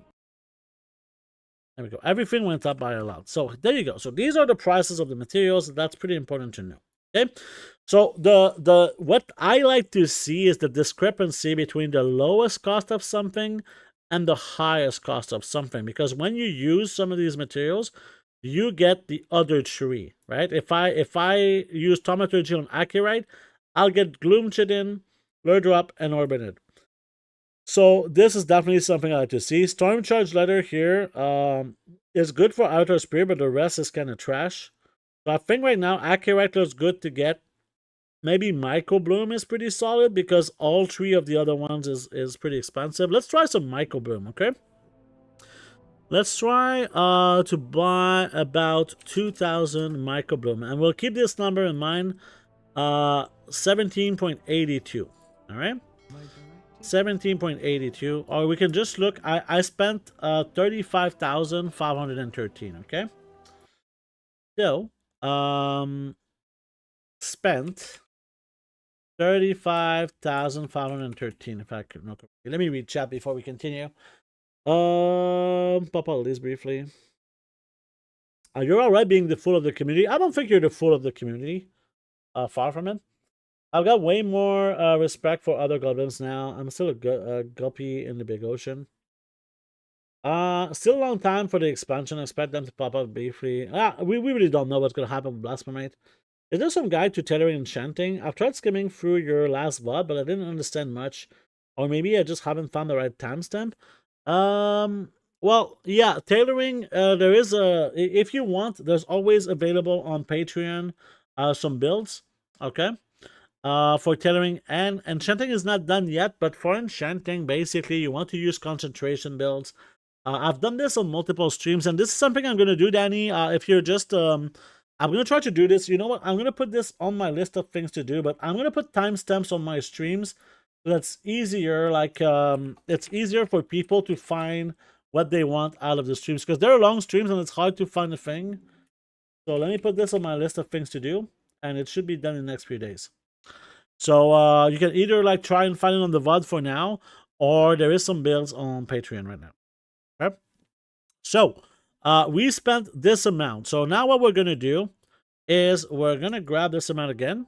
Okay, we're gonna grab everything here, and since we have nothing in our bags that can affect this process, we're gonna start doing the Thaumaturgy, and it brings me to a point that's kind of important, at least for me. And this is something that's very, very interesting for me. Actually, before we continue, oh yeah, we got the first of the day. That's annoying, the first of the day. This is gonna fuck up the data, so we're gonna we're gonna put this all back into the no. Okay, we don't want this. So My directive let's is do the to puzzle serve reagents. you. This worked. Okay, so now we need to get there you go. So now we have the real data coming up, okay? And I'm also gonna use this. There you go. Let's start again. Because if you look at the specialization of the last one, the first time that you do Thaumaturgy, you're gonna get extra stuff. We don't want that, okay? But coming back to what I was saying, here's the interesting thing about Thaumaturgy, and I'm starting to look at this as I think that my Thaumaturgy character is going to be my banker. Because Thaumaturgy seems to be one of the best shuffling methods in the game right now. Okay? Which is very, very cool that it's so good, right? It's so good right now that it's the best method in the game. However, it's very irregular and hard to calculate. I'm working on that real hard. When I'm gonna get all of the knowledge, it's gonna be much easier. But as it is a very good method, this is something that you can do while posting your auctions, which is very nice, right? If you can post your auctions at the same time of doing this, because this can be a lengthy process, I think that this could be one of the best ways to use your bankers right now. I'm excited to see kind of what's going to come out of this. So, we're already going through this. So, the first, we'll see the first resourcefulness. So, we spent 1,000 and we got 61 left from resourcefulness, right? So, I think that the potency of resourcefulness is not very high. We'll see. I like Thaumaturgy. It will be nice doing it on 2 accounts at the same time one day soon. Yeah, absolutely. I should probably do this, like to get it working on 2 accounts. But for now, I'm already it's already a lot, right? It's already a lot. So what I'm going to do in this process is everything is going to be kind of destroyed, right? I'm going to destroy the other pigments too, and we'll see what we get. But I'm kind of excited to see the results. Right now, it seems that the resourcefulness is not that powerful because the efficiency of resourcefulness doesn't seem like very good. We don't see a lot of resourcefulness procs, so maybe there is and I just don't see them. That's absolutely possible. I don't see like the resourcefulness procs. Oh, there was one here. So I saved 8 on this one. I saved 6. So maybe it's something like 35% when you get a resourcefulness proc. It's hard to see. I feel like maybe there is some and we don't see them.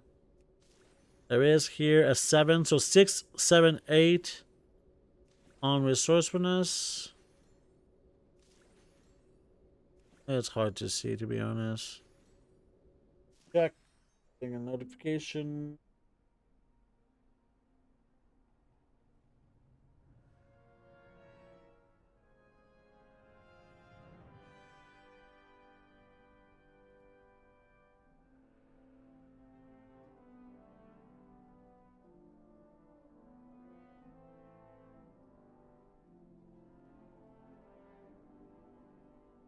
Fuck. All right. So here we got 62 saves. So now we're gonna do another 5 here because we're not gonna take too much of this, right? I'm gonna have blasphemites. Yeah, we gotta get more blasphemites. Let's go, more blasphemites. All right. So this is what we got. So this is what we want to put inside the data tree here. So, let's go into something like. I think something like this is gonna be good. That's not what. Let's use this because this is basically the template that we want. Okay.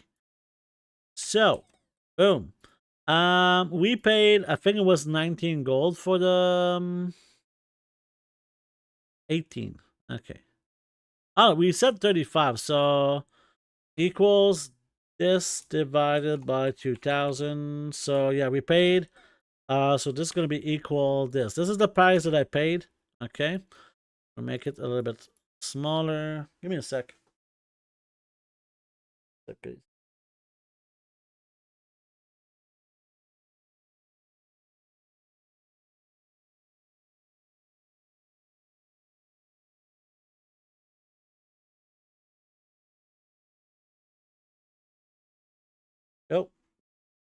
So there you go. This is the price. So now we need the price of Stormdust. So this is gonna be equals this.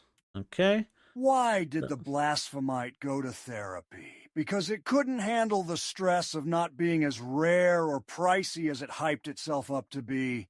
Buy the dip, it says.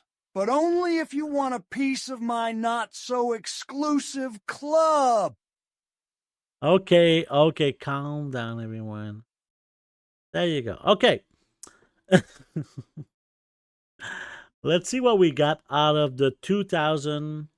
2000. The quantity was actually we got a little bit less, so we saved 13. Okay. So let's remove the 13. So it was 1987. There you go. So this was my real crafting cost here. So now, how much storm dust did we get? We got 371 storm dust. 371 storm dust. We got how much bismuth? We got 338 and 304. 338. 338 and here 304. So right off the bat, let's make this a little bit bigger because I feel like it's too small. Okay. So right off the bat, right now, we could say that the profit, right? If I put the profit here, equals this multiplied by 0.95 minus our crafting costs, right? So this is the amount of profit we made. We lost 6,000. Whoops, that's not what I wanted. We lost 6,235 gold, but this is not the only thing that we got, right? It's not the only thing that we got. So let's go check what we got in terms of transmutagen. So here we got these transmutagens. We also got this, which is like, I wouldn't consider it too much, like 50 gold. Let's put an extra gems, and then we got one for like 50 gold. There you go. So now the profit is a little bit bigger, I'm assuming. Yeah, that's good. So gleaming transmutagen is not too hard to calculate, okay? Because if we look at the gleaming, you can do something called the gleaming glory. So you can use 80 to get a blasphemite. Blasphemites are currently, we can check the price of blasphemite real quick, right? Just to make sure that we have the correct price. So in a situation like this, right? But the only thing that matters is crafting speed. Blasphemites are 170 gold. Like Golden is very, very aware. So gleaming transmutagen is like, we could put like the blasphemite price somewhere, right? So blasphemite price in here, we can put it's 169. And gleaming transmutagen is going to be equals this divided by 80. So every gleaming transmutagen gives me 2 gold and 11 silver. So here we got a total in my bags of 105. Okay. So if I put 105 here, we got another 221 gold. So now the profit is a little bit less of a loss. Okay. But we also got all of these beautiful things, these ominous transmutagen and these mercurial transmutagens. Okay. So what do we do with that? So let's go check. Now what I'm going to do is we're gonna put everything in here inside my bank if it fits. Okay. And this is what I have in my bag. So as a bonus here, what we're gonna do is we're gonna use all of my gleaming transmutagens. I guess we're just gonna do 5 of these craft, for example. Let's go check in Thaumaturgy. So in here we have 157 of these. So let's do these. Okay, let's do this. And in this situation, we're going to get even more stuff, okay? Including these 2 things that we had before. Just because I want to... Oh, Cold Timmins. I'm not sure I would do that, Cold Zim. That seems like a terrible, terrible value for your gold. Especially that you're not waiting for a sale on transfers. I don't know if there's a sale right now. Maybe there is on race change. But I totally disagree with this move. How much do you think 2 skill points on one character? Like how much do you think 4 skill points is worth on a character, right? Because right now, let's go check the shop. Let's go check the shop. Okay, let's go check the shop for the transfers, right? World of Warcraft. There you go. Let's go to services. And let's go check the, you want to change it to race change, right? Race change. Okay, race change right now for 6 is 100 Canadian. Okay, so let me tell you. Okay, so right now, 100 is for me in tokens is this is the amount of tokens that I need. Okay, and I don't know what's the price of the token right now. Let's go check the price of the token right now. Price of the token, let's just say it's 200,000 gold. So this is how much this costs in gold to get the 6 transfers. And if you divide this by 6 per transfer, each race change is costing you 151,000 gold. Okay, so what you're saying is that these 4 skill points are worth 151,000 gold. So if we divide by 4, you're saying that 1 skill point is worth 37,878 gold. How many years will you need this to be relevant to pay for this 37,878,000 gold? Especially in your situation that your capital is not that high that you can kind of afford this, right? And also, right now, there is no sale on this, okay? Wait for a sale. Sometimes you'll get 8 instead of 6. Last sale, you would get 8 race changes for the price instead of 6. You're going to get 2 bonus ones for this. And it's not something that's urgent. Okay, so yeah, I don't see a world where this is worth it. But maybe you have some arguments for me. But I would really avoid this. Really avoid this. That's my opinion of Chris, right? But it's based on like, I don't think skill points are worth that point, that much, right? Unless they kind of give you this special craft, or it's just because it seems like nuts to me. Sorry to say it like that, but to me that seems like kind of freaking crazy to do this. It seems like a lot. It's way too much to me. Okay, so here we want to do these. Let's do these as well. Sorry, I'm sorry if that was kind of rude the way that I said it. But yeah. I don't think it's worth the gold. I definitely don't think it's worth the gold. There's no world in my head that this is worth the gold. But who knows? Maybe you have an argument, but I think you just want to see like the perfect alt army. Right? I think you want to see the perfect alt army, the most profit per character kind of thing. But it's like, bro, like, this is a lot of gold that you're investing. You have 92 alts, right? So you're saying this is the amount of gold per character, right?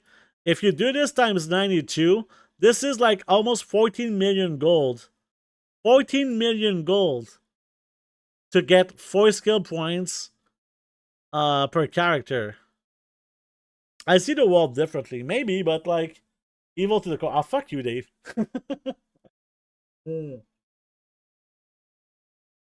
But yeah, I mean, maybe it's a challenge for you to have the perfect autonomy and you only feel satisfied. It's to improve my daily click on the Thaumaturgy. Okay, but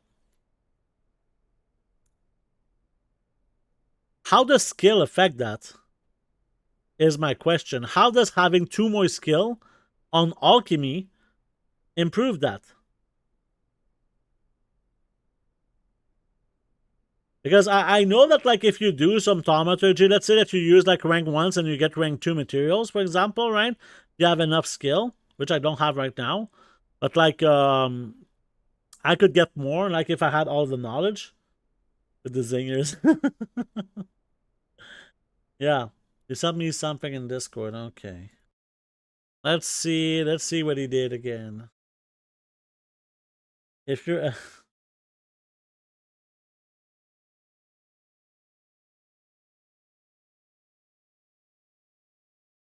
I don't understand it, to be honest. You can post it in my Discord if you want. That's not too bad. I don't understand it. Nah, I didn't show it on stream. Are you crazy? I'm not gonna show what fucking what something Dave did. I'm not gonna show that on stream without checking first. Are you fucking crazy? You need 375 skill. Okay, so 375 This skill. might be the best stream I have ever seen. If you know anything about gold making, you know exactly what I mean. Now I'm telling you this man provides this info to you for nothing. So be a superstar if you can and click that sub button. All right, so right here, just from the knowledge, I'm missing 95 skill, right? So right now, we can put into the simulation mode if I had okay, so how much you say? 375. So we have 266, right? 266, and we're missing 95. So if I do plus 95, we have 361. Okay, I understand now. I understand exactly why you want to be cultivated. Because if I get my equipment here, I'll get plus 12 skill, right? And guess how much skill do I need? I'm missing this 2 skill, right? I'm missing this 2 skill. And guess what Colterin does, right? Guess what Colterin does? It gives you 2 fucking skill. That's why I was hoping that this was some sort of explanation like this, that you were not fucking just trying to go like exactly like this is, you know. I'm happy that at least now you have kind of a reason. I'm just hoping that the rank 2 materials are gonna be kind of worth it for you, okay? And now, you know what I'm thinking is that this character should be a fucking Colterin, at least for my main Thaumaturgist that I keep doing. But I know you're using your concentration, so now you could use like rank 1 materials, use concentration to get rank 3 materials. Is that what you're saying? Okay, yeah.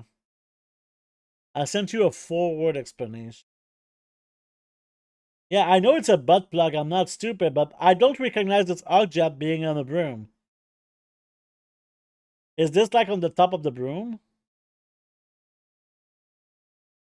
Okay, oh, you mean she's not falling because she has a butt plug. Okay. Cool. That's why she's not falling. I get it now, Dave. Yeah. I mean, I can show it on stream, to be honest. Just, I don't want to show the message history because who knows what's in there, right? So, let's put this into the, there you go. Let's put this in here next to my balls. Right next to my balls. Right here, you see these are my old balls. My almond butter. So if you ever wonder how a witch avoids falling off her broom, so you see there's like a butt plug. He says that there's like a butt plug here. That's what's going on. Cool, right? Cool. There you go. I don't think it's like that crazy. I don't know. Doesn't really matter. So here. Yeah, I might change this character, but yeah, let's go back to the bit of an explanation here. So here 134. Put 134 in this section here instead, 134. And now we want the price of all of the materials that we got. So that's lure drop, orbinid.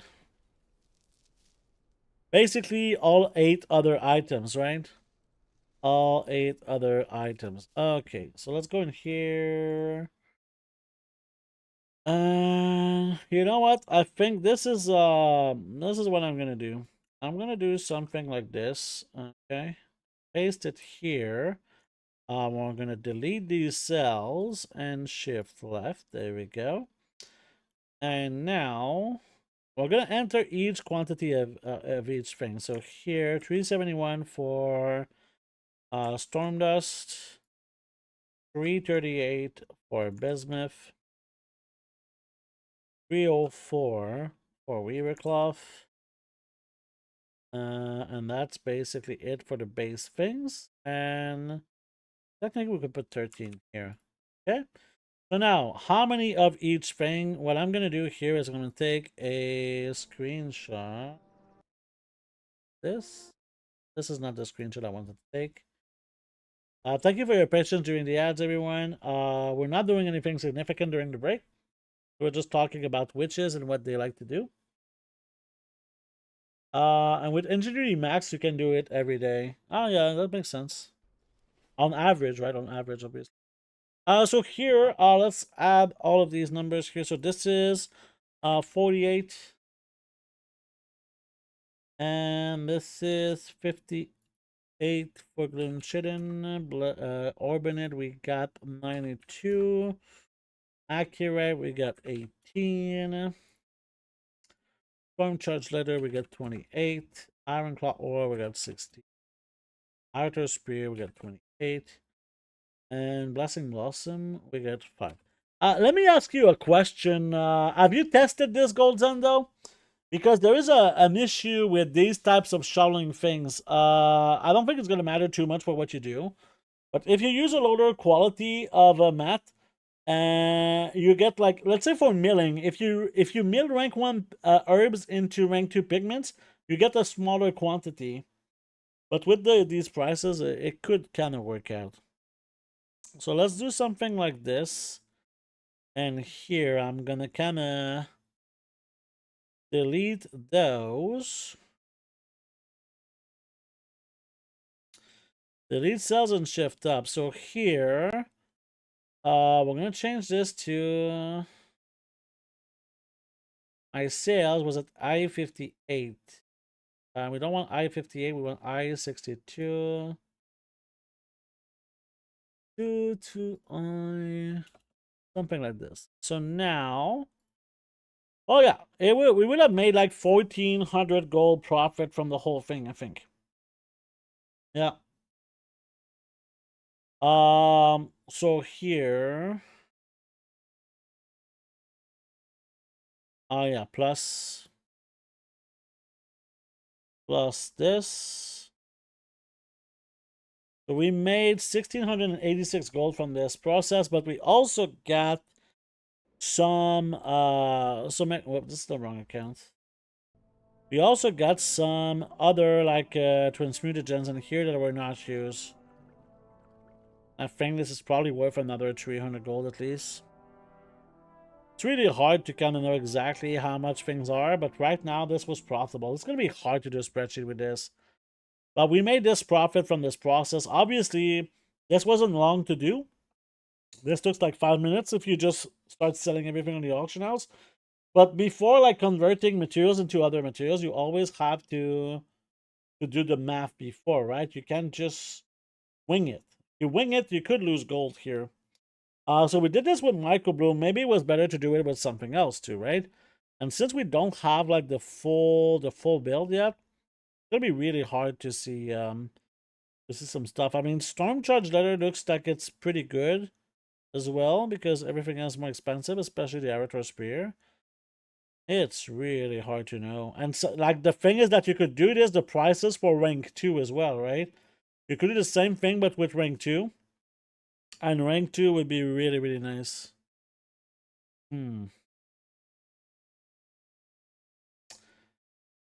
These kind of family average price, I think, would be kind of useful to get for, like, knowing the price, let's say, of a volatile pigment instead. I have it to the point where I can turn rank 2 into more rank 2s. On average, you get 10 mats each time in addition of the Transmutagens and Glory.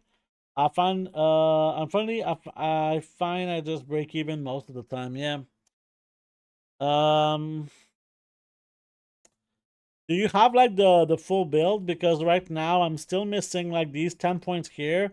And technically, these 20 points here are gonna help. Also, in, in here, you can get, like, some resourcefulness. Yeah, 15 resourcefulness here would definitely be nice to get. And multi-crop doesn't really matter. So yeah, just to get like these 15 resourcefulness here would be pretty useful. Of course, the skill does do something, but yeah. Yeah. 20 materials convert into 11 on average. Really? What's my max build testing on the beta for Thaumaturgy? Like, what I would like to know is the ratio of like how many of each of these you get as well. How many mercurial, how many aminous, and how many volatile? Because right now we used. Let's see which one are the ominous materials because I don't remember. Ominous is microbloom, so I think I did something wrong by using the one where I'm kind of weak, right? I used this thing here. So if we were to use like a volatile material or a let's buy some gloom chit, and I think is the best thing we can do right now. And let's do another test of all this, right? Because why not? Calibrated my prices to be reasonable. Why not? I like doing this, so let's just keep doing it. Let's do the same thing here, but My yeah. directive is to serve So you. let's shop again for Thaumaturgy. Let's check if the price of Gloom Chitin is still kind of decent. Yeah, let's go here. Let's buy 2,000. There you go. It was at 17.88. 17.98. Go. And I'm gonna start this right here. And while this is happening, we're gonna go back to the spreadsheet. So here, I go down here. This is what I want to. Let's remove kind of this section here. Yeah, let's remove all of this. Yeah, lead cells and shift up. So now I'm just gonna add another category here. Actually, let's just add another category like this, and instead here we're gonna put blasphemite, and this was at like 169. Okay. So here I'm also gonna put. Yeah, let's do another thing here. We can actually put like gleaming transmutagen. Let's put this a little larger. And this is going to be equals this divided by 80. This is what we get. And we just need to change the quantity that we get at the end of this, right? There we go. Why is this not? Okay, so this is just something we're going to remove, right? The plus 180. There you go. So this is something we can kind of delete. So here instead of microbloom, we can just say material used, okay? And it's something we can remove too, right? No, okay. So here we're gonna equals this multiply by this. In this case we paid this price, and this should work now. Okay, so this should work. And obviously the thing that's not gonna be in here is the extra mutagens, right? The extra mutagens. All right. So in here, we'll go back this, and we should be kind of ready to make another batch. And before we do anything, we're just gonna use all of the transmutagens at the end. Is it me or it's just giving one type? Usually it gave more type. Transmutagen. So we only have 2 types. Last time we were getting more type. Maybe it's when we do the... Doesn't really matter, you know? I'm just gonna finish this, and we'll see at the end if we made gold. That's just the end of them. Let me see, yeah. 230 knowledge points will change it up. Risen knows as a Myro board to show what you're asking for. Okay, so she did test it.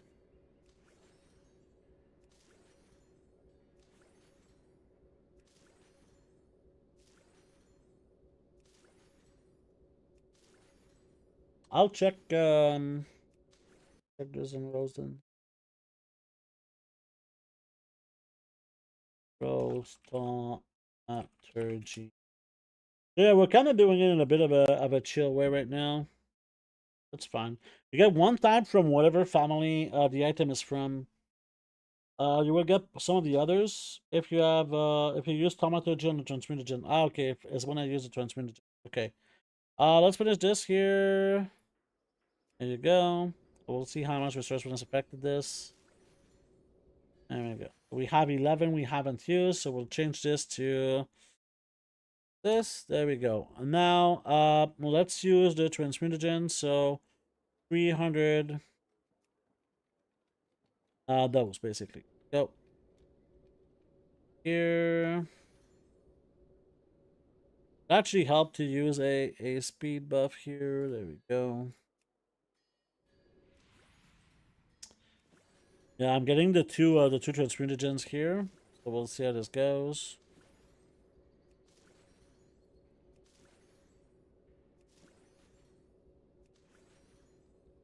And then I'll take kind of a screenshot of everything at the end that we get. So I can already do something.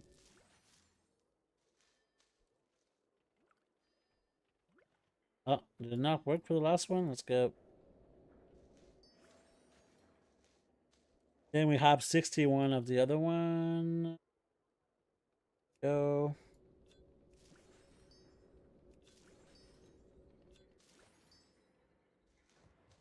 Go bloom. It.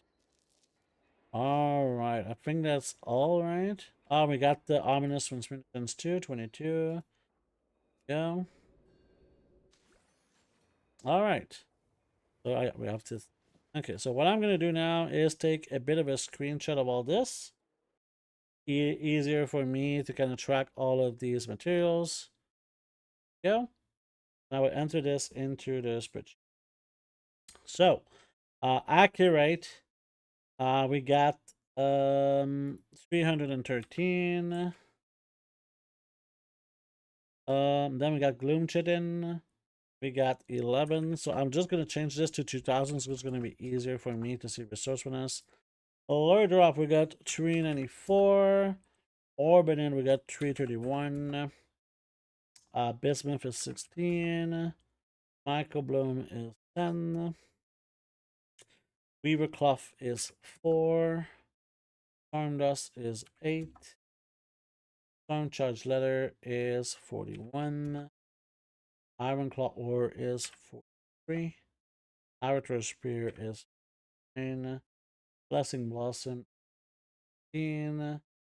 We don't care for it. This is like gleaming transmutagen. We have it's not showing here. How many gleaming transmutagen we have? It was here, 125. I will instant chat in a moment. So here it's 125.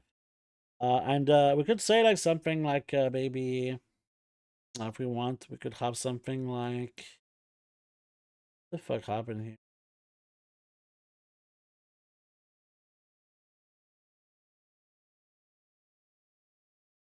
Ah, okay, I understand. I understand what happened. This gold from gems. Get something like 100 gold, and this is all one. And what's going on with this here?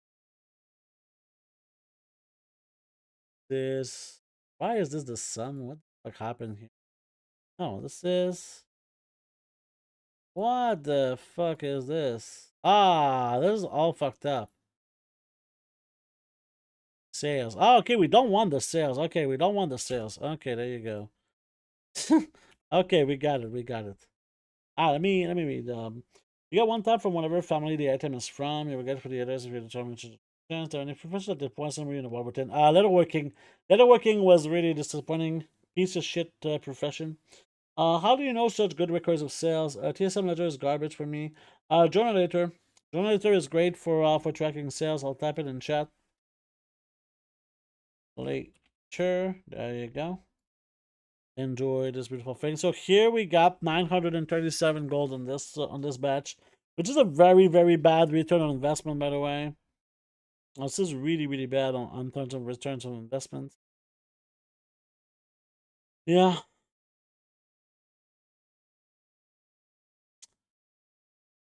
But obviously I'm missing some stuff, but at the same time, I know that last time it was probably a better timing to do this. Like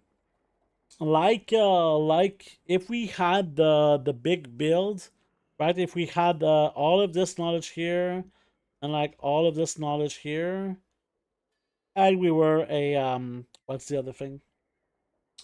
A Cold Tyran, maybe we could do this, or a Goblin. A Goblin would work too, right?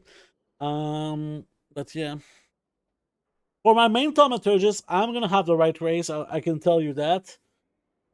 But for now, I mean, yes, I made profit considering this, but it's really, really hard because I would like, instead of having this sort of data, this kind of random things, I would like to know exactly what's the average of everything. And Golden mentioned that like 20 materials go into 11, right? Which means you could say something along the lines of if I get, right, 20 gloom chittens, so 20 times 16.5, that's going to be my crafting cost. And this is kind of the average of the other tree, right? So here we could say like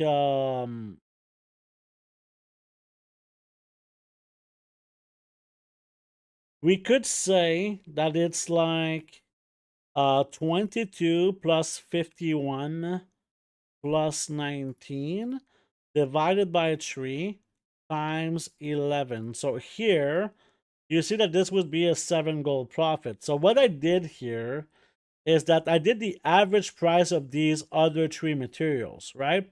I did the average price of the other 3 material. You think the price is more like 10? So with 10, it would be a loss.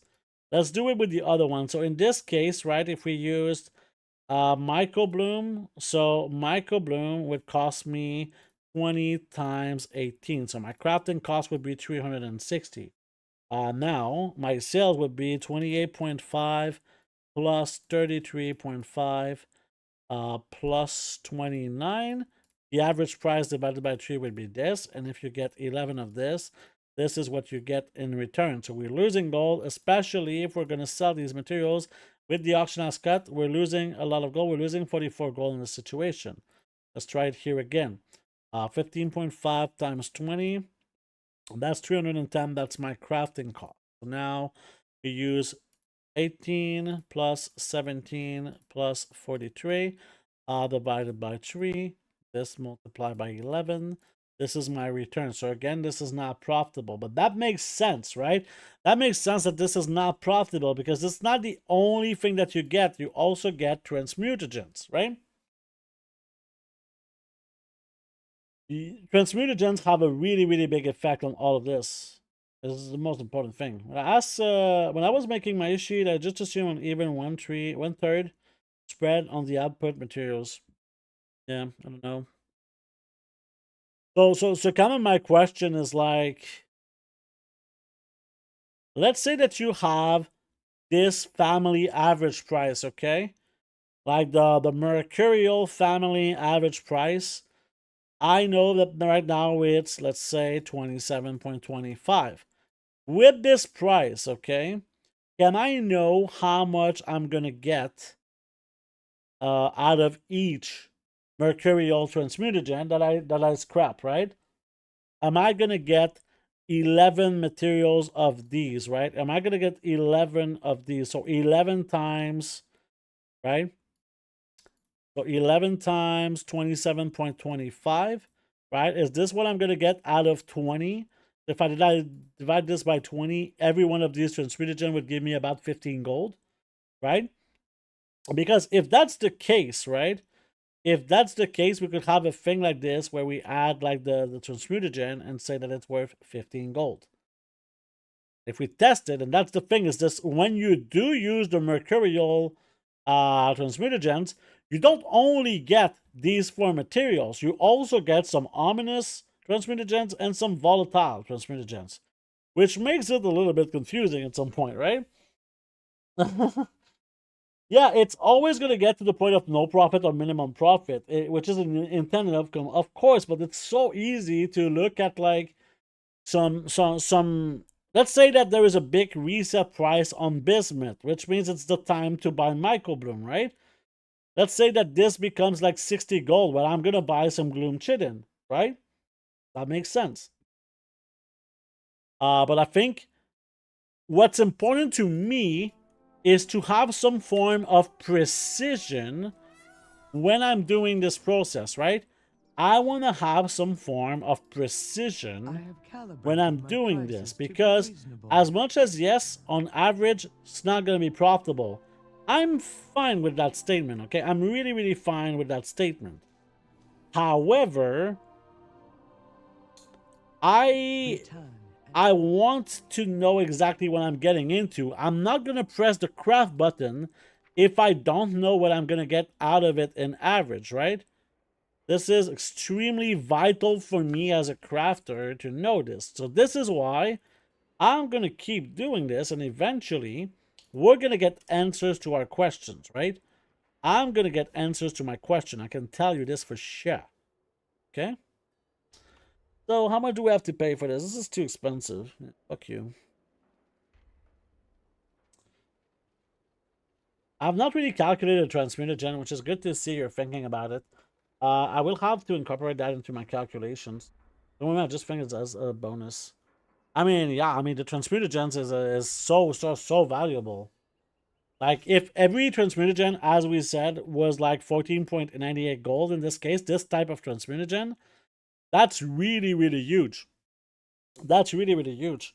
And I think it could be more than that. I think it could be more than that, right? The question is that, yeah, I mean, you know what? I'm gonna do more testing because I think I know how many I can get here. I just thought of a calculation I can do that would make sense. Okay. So let's buy some more of whatever material is cheap. So let's do another scan here. See if we can find some cheap materials. Maybe some cheap accurate. Accurate is pretty cheap here. Let's buy 2,000. All right. Let's try this. And I'm going to explain while I use it, what I'm going to do here. So this is not to see if this is profitable right now. What we want to know is how many materials are we going to get of each, okay? So just the ratios of everything. We don't need to know their value. We just want to know the ratios of everything, okay? To get a bit of an average. And here, we're going to keep our resourcefulness materials away. Okay, we're going to keep our resourcefulness materials away. Ugh. Hard, man. Hard. Gleaming transmutagens, the real calculation. I know it's super easy to see the cost of gleaming transmutagens. You just divide so with 80 transmutagen, you get 1 blasphemite, right? So you just divide this divided by 80, and right now each gleaming transmutagen gives me 2 gold and 11 silvers, right? If this is the price of blasphemite, if you change the price of blasphemite to 200 gold, now it's 2.5 gold. If this becomes 50 gold, now these are 62 silvers, right? So this is how I see it, right? Right now it's 169 gold. This is how I see the value of gleaming transmutagen. Obviously, right, you can use gleaming transmutagens with the daily cooldown, right?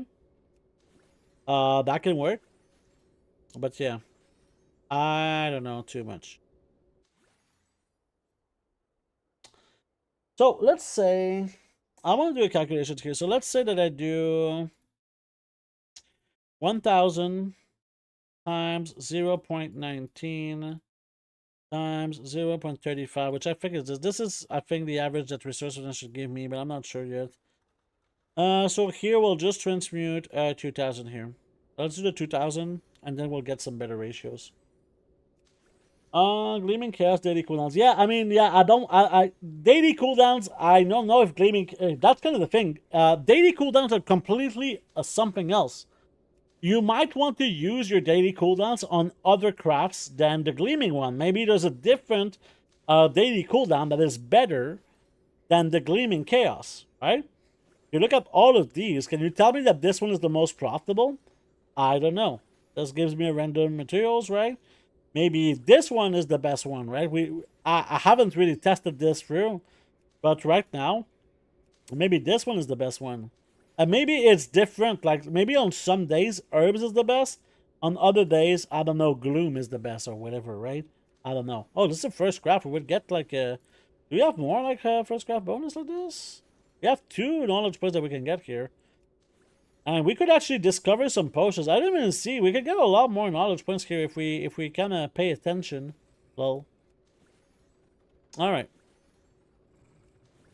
We're almost done with this, and now I'm gonna get some form of ratios here. Okay, let me see. So, we're gonna use this again. Okay. Actually, we just need like 4, right? We use accurate, so let's just do something like this. So, we used like 2,000 accurate. How many of each did we get? Of the other things, right? We didn't use actually because of resourcefulness. We saved 139. But we did. No. We need to keep the 2,000. So we got.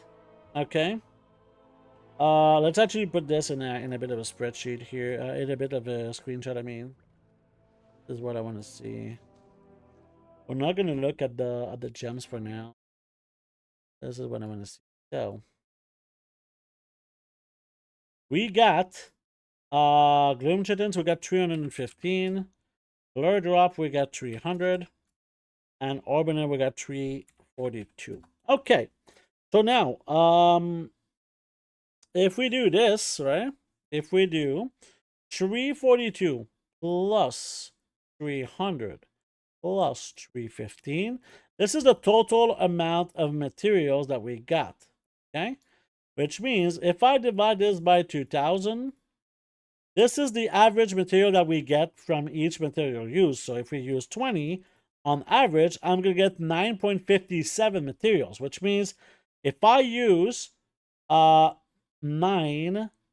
I use 20 accurate, I'll get on average 9.57 of the other tree. If I divide this by 3, I'll get 3.19 of each. Now this is only with 2,000 crafts, so maybe we need to make more crafts than this, and that's exactly what I'm gonna do. So let's actually buy more accurate. So let's buy some accurate. Let's buy something like 4,000. Okay, we're feeling crazy right now. This might be losing gold. I don't give a shit. I just want to get some data right now. Just want to get some data. So here we're gonna put this here. Very important also that I only use the amounts mentioned. So here, let's go again. So instead here we're gonna use 6,000. Okay, and what I'm gonna do also is we're gonna take a look at something like. I think we also get a gleaming transmutagen, and we get, I don't know what's the other type. We also get mercurial transmutagen. Okay, so here mercurial transmutagen. Okay, so we're gonna check the quantities of everything after I'm done with these extra 4,000 because we're gonna use in total 6,000. This is very important because with resourcefulness, I'll be able to easily calculate this, I think. Oh, we got a 5 here. That's kind of important to see. So it's between 5 and 8. Is there a world where we sometimes save 9? We need to keep checking this. This is kind of important. Let's keep checking for the resourcefulness procs because I want to calculate this resourcefulness efficiency. We got 4. Oh, that's bad, 4. So it's between 4 and 8 so far. We haven't gotten a 9 proc for resourcefulness, 5. So right now, the only thing that I saw is between 4 and 8. Which would give an average of like 6 or something. Let's just keep checking. Get 6. That's 6 again. 8. 8. We'll see here. Come on. 8. What's the add-on that tells you the total craft time? It's a casting bar add-on called Quartz. I'll type it in chat. There you go. So let's see here. We got 7 here from resourcefulness. So it seems like it's between 4 and 8 right now. If I see 9 ever, I'll change it. But right now it seems like it's 4 plus 5 plus 6 plus 7 plus 8 equals divided by 5. So the average that we would get is 6. So 6 out of 20 is 30%, which means we'll get 1,000 times my resourcefulness. I know this is complicated. I feel like I'm losing some people here, but there you go. On average, I should save 57 accurate, right? On average, I should save 57 accurate. And this time we saved 81, but that's okay. We don't really care because this is an average, right? There we go. Let's keep going to have the full 6,000, which we're getting pretty close. Actually, we're going to have the average because right now we got 293 divided by 4. So we got an average of 73 saved right now. So maybe it's wrong. Maybe we'll get like a 9 somewhere. If we could see like a resourcefulness proc of 9 or 10, then I know that it's higher. But we'll see. I haven't seen any so far. Maybe I've just been unlucky, but I doubt it. Can I enable it only for crafting? I think I'm not sure this is gonna work, to be honest. This is kind of the issue with this. That's kind of the issue with this, right? It's if you don't want to use it for like your normal play, it might be kind of stuck there. You could always disable it, but it's kind of annoying to have the enable or disable add-ons from time to time, right? Oh, we could also check like the average amount of gems that we get. This is kind of useful. This is kind of useful to know because this is like relevant gold. It's not like that much gold by any means, but if we want to do the calculations properly, we need to do like the full thing. We also have these core weight catalysts, which I don't know what you can really do with them, but whatever.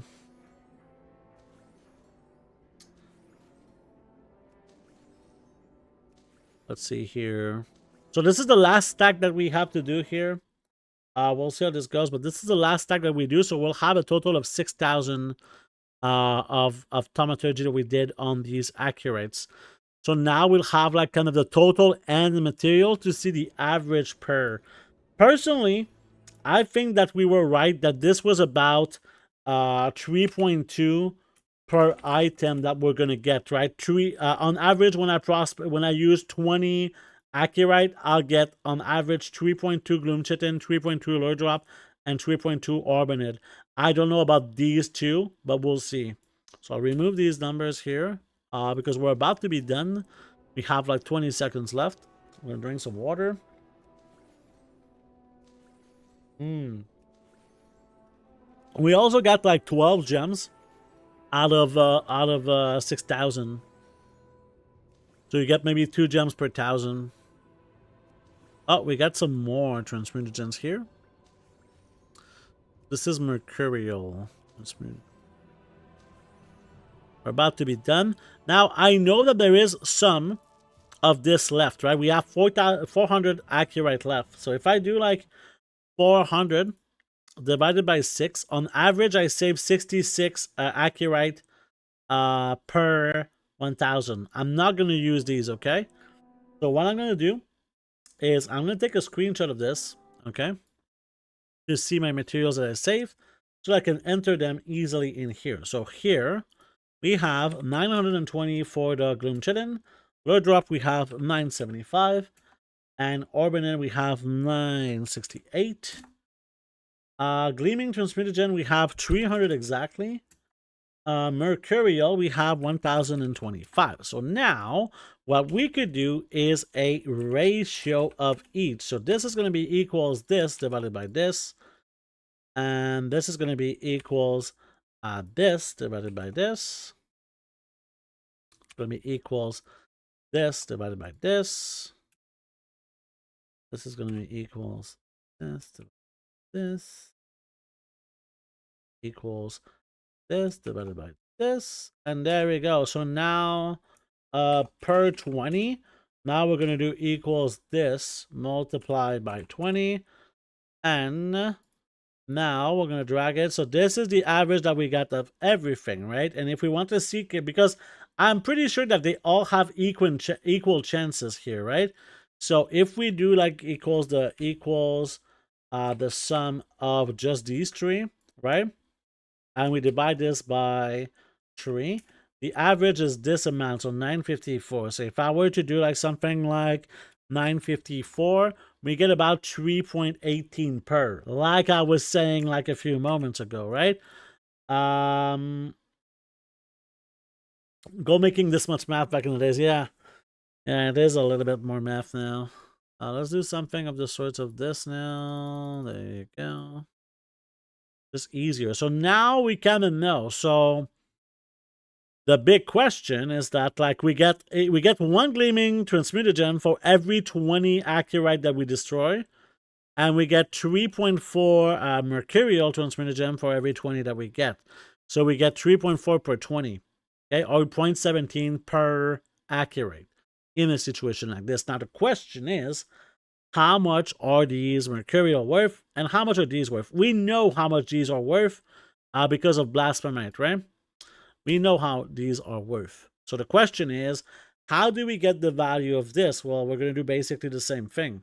We're going to use 1,000 mercurial transmutagen. Actually, I don't know how many I have in total of this. I have some in the bank too.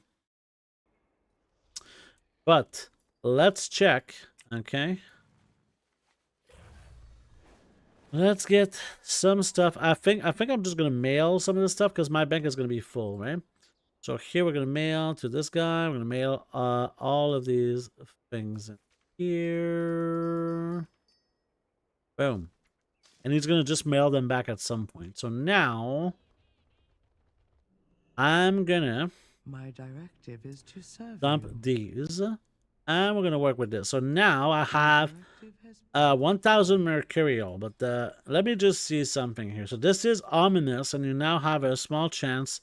I think that we're safe now because these are mercurial, right? I think that this is the best that we can do right now is to use like the mercurial here, okay?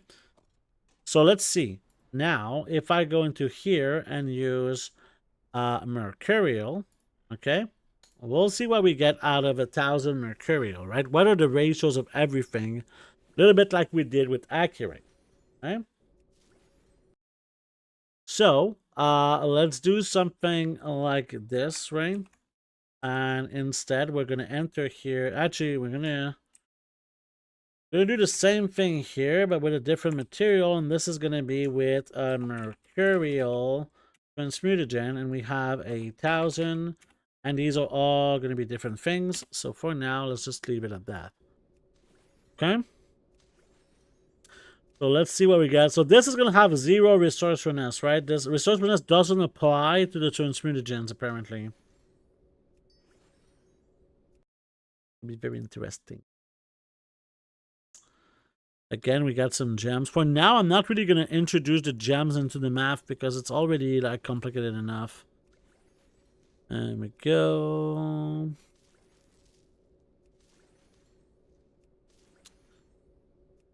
And we're going to take a screenshot in a moment. Oh, we got some things here. Oh, no, these are what we're using. Okay. Okay. So...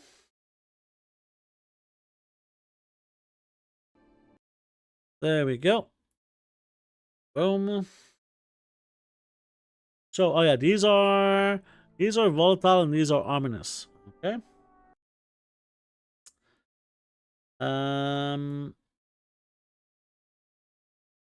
Ominous transmutagen. Volatile transmutagen. Gleaming. And I think we have a bunch of materials. So here we have Arator's spear. We have iron claw ore. We have Blessing Blossom, and we have Form Charge. And in this case, we got 50 of this. We'll see how this goes, but it doesn't matter. Volatile transmutagen, we got 210. And this is like 23. I think that's it. Arbiter Spear, we got 109. Iron Club, we got 86. Blessing Blossom, we got 143. Storm Charge Letter, we got 127. Okay. The more math required, normally the more gold to be made. Exactly, Drew. Oh my god, this is like this guy understands. Drew understands, okay? Listen to Drew, everyone, okay? Okay, so equals this divided by this equals this divided by. Okay. So that's kind of interesting now. So we get these are kind of the ratio. So if we were to do like just the materials, right? So in here we're gonna do actually we could just do like the average material quantity. Okay, so we could do equals the average of these four things, right? So the average materials, we got 116. I would like to get more data to be able to see if this is always like similar to this, right? For 1,000, right? And interestingly enough, like if you do 116 times 4, so you get like 165 materials out of 1,000 mercurial transmutagen, right? So you could say this divided by 1,000, you get on average, like this is the amount per, right? And if you have like the average price of this, right? We have the average price of this, and that would be 23, right? Times 23.375. So you could say that these are worth about 11 gold each, right? These mercurial right now would be worth something like 11 gold each. But the thing is that you also get these fucking transmutagen fucking things, right? It's kind of a circle, right? It's a circle of always getting fucking stuff.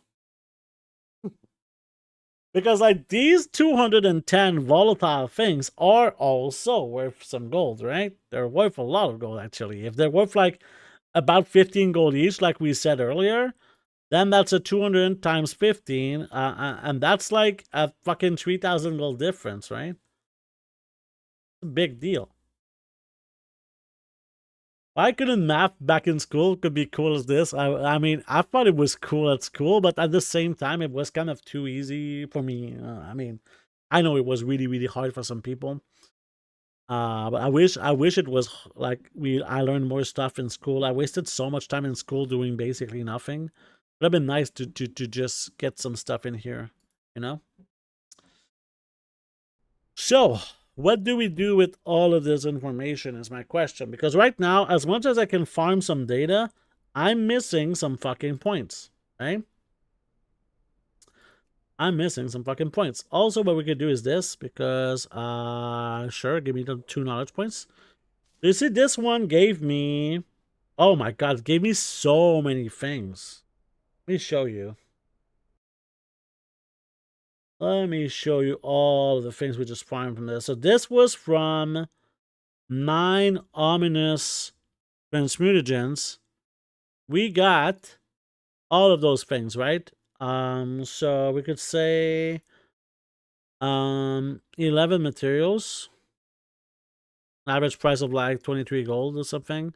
We got 250 gold out of materials, but we spent gold to make this, right? We spent some transmutagens. But we're winning also like 15 transmutagens, right? 15 transmutagens, which we evaluate about 15 gold. So maybe this process gives us something like 500 gold, right? 500 gold daily for this.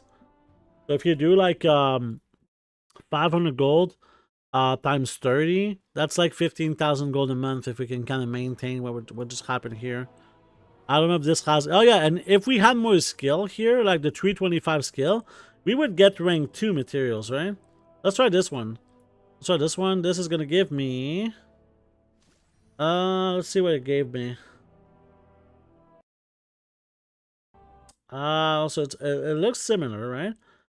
Gave me a little bit less of the transmutagens. About the same amount of materials, a little bit less, but yeah, it's okay. I don't know. What does each point? This gives me a skill point. Okay, whatever. Something that I will do as well because I want to get some more recipes, right?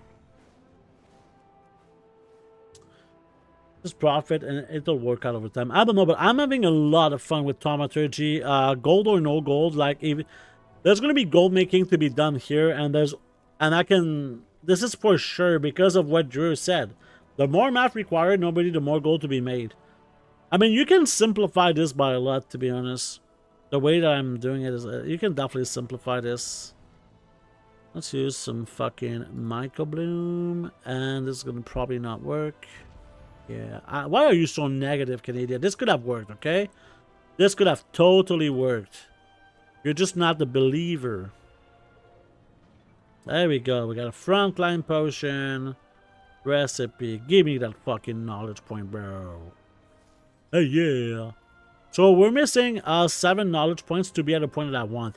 The gleaming transmutagen is not something that I care too much about. Oh wait. You don't Gleaming Glory. I don't care about Gleaming Glory. I'm never gonna use Gleaming Glory. So what I want to go is I want to get after this. I want to get this 15 resourcefulness. That would be pretty good to get this 15 resourcefulness once I unlock this thing here. Wait, do we have some fucking orders that I didn't even check? Oh my fucking god, bro. Let's fucking go. This. Let's go. Get out of here. Done. Done. Bro, we got a knowledge point. Let's go. Go. Knowledge point. Let's go. Boom, boom, boom, boom, boom. So now we're at 5 knowledge points. Obviously, we have no sources, but like tomorrow, we're probably going to have enough knowledge for everything. Assuming. Yeah, the only thing that we can have for this profession right now is patron orders. Yep. Let's go. We can also increase technically our resourcefulness with equipment, right? But we don't really have a lot of acuity on this guy. We have 200 acuity. Technically, I was thinking of switching the tailoring on this character, right? I was thinking of switching the tailoring to have enchanting. The reason being, enchanting is super profitable, right? This is still good, but enchanting is super profitable, and I would get a shit ton of artisan acuity, which means I could get max equipment here. I could get the hat, and I could get the robe. Okay? I'm only just now crafting the rare tailoring tool for the Almi. Yeah. I don't know. But yeah. I'm happy with this. I'm pretty happy with this. Yep. So, this is good. So we're missing 5 knowledge points right now. I don't know, like, this catch-up system, I don't know if this is something that you need to come in every day to get your catch-up system, regardless of what the orders are. But they're so bad sometimes. They're so bad sometimes. It's really frustrating, this system, for some characters. But yeah. Let me check my list of things to do today, because we did do Thaumaturgy. This is all done. I want to scan for markets. This is the last thing I wanted to do. Patron orders, we did show the data. This is good. Cross realm and PvP gear, that's done. In the reset preparation, the scanning for market kind of category, this is something I wanted to do as well. So let me relog on my banker. I'm going to take a look at a few things. Take a look at a few things.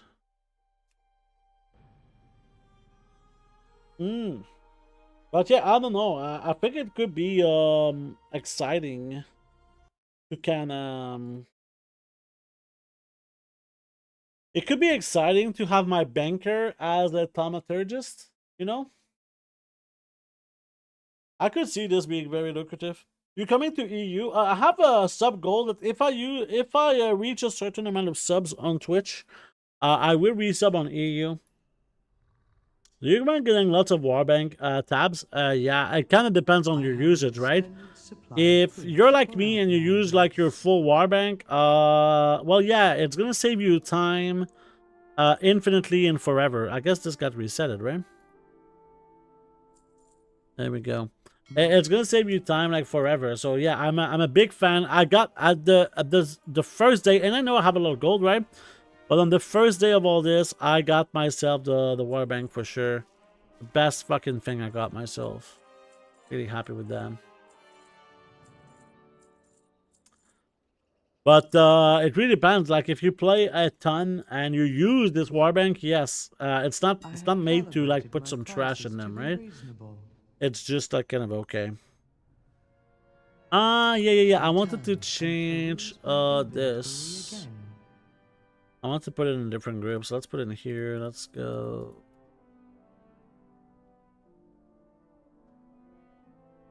Boop, boop, boop, boop, boop, boop, boop, boop, boop, boop. There we go.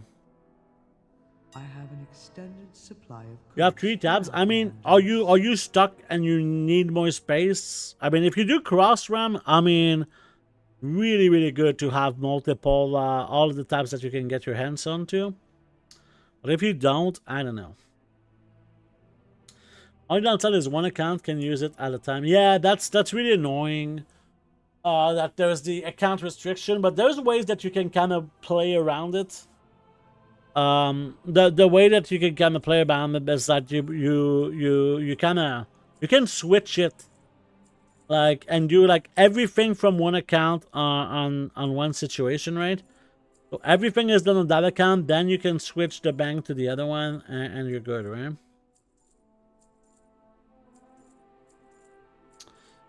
So yeah.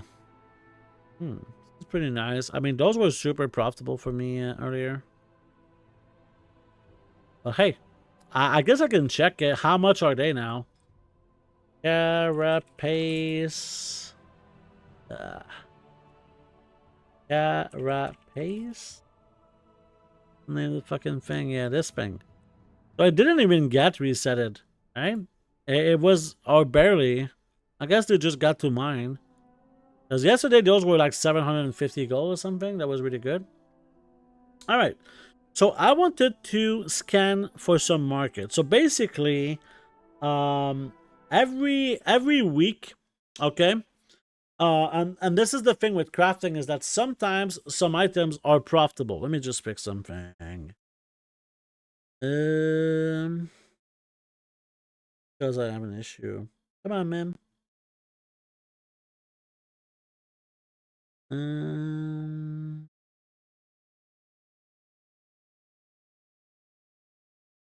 Okay, so yeah, I mean that's normal. O shift, that's absolutely normal. O shift that these items are not super high sell rate too, but they have a different crafting cost too, right? They have a different crafting cost, which changes the, like, if you have a different crafting cost, obviously it's going to be different. I'm sorry, I'm getting distracted. I'm not distracted, it's just something I need to do. Okay, now it works. It's just my lights were not working. Okay, so scanning for market. So when you do professions, right, a lot of times, if you've been doing reagent crafting like I did, you go into something and you realize, hey, this is not profitable, okay? Maybe it was profitable an hour ago, maybe it was profitable 2 days ago. Nothing is profitable at all times. And when there's something like the weekly reset, like I explained a little bit earlier, the weekly reset is usually when the most items sell, right? Which means this is a really good time to reset a market, right? Which means there's a much higher chance that a market gets resetted, right? So I'm a big fan of just crafting a lot of items in preparation for reset without buying a lot of materials, because buying a lot of materials is risky. But when you transform them while they're already profitable, then your chance of a loss it's much lower, right? Much lower. You should reset the market and make it profitable. That's what I did with Shadow Ink. Yeah, I know. Thank you for buying all my Shadow Ink, by the way.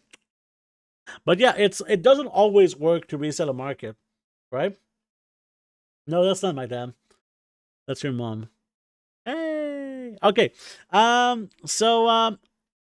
This is the 6-hour marker. Every 2 hours on the stream, I take a little break. That's what we're gonna do right now. But when we come back, we're gonna try to find some markets that could be good for tomorrow's reset. All right. So on that note, I'll be right back. I'll leave you with some nice music, and there you go.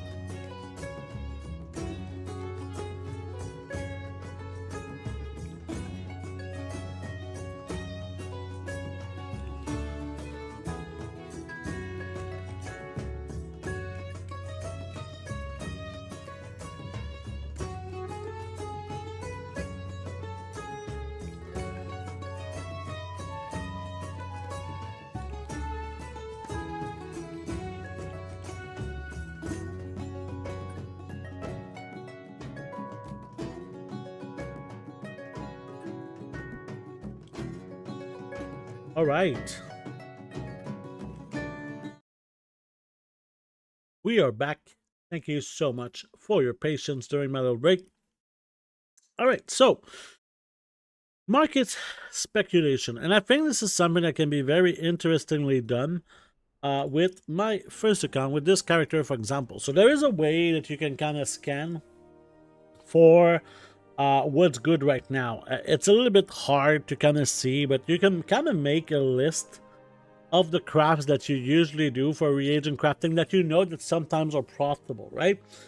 Hello Kalali, how you doing? Nice to see you. For example, if I were to list a few items that I know, let's start with engineering. So sometimes stuff like chaos circuits, bismuth bolts, whimsical wiring.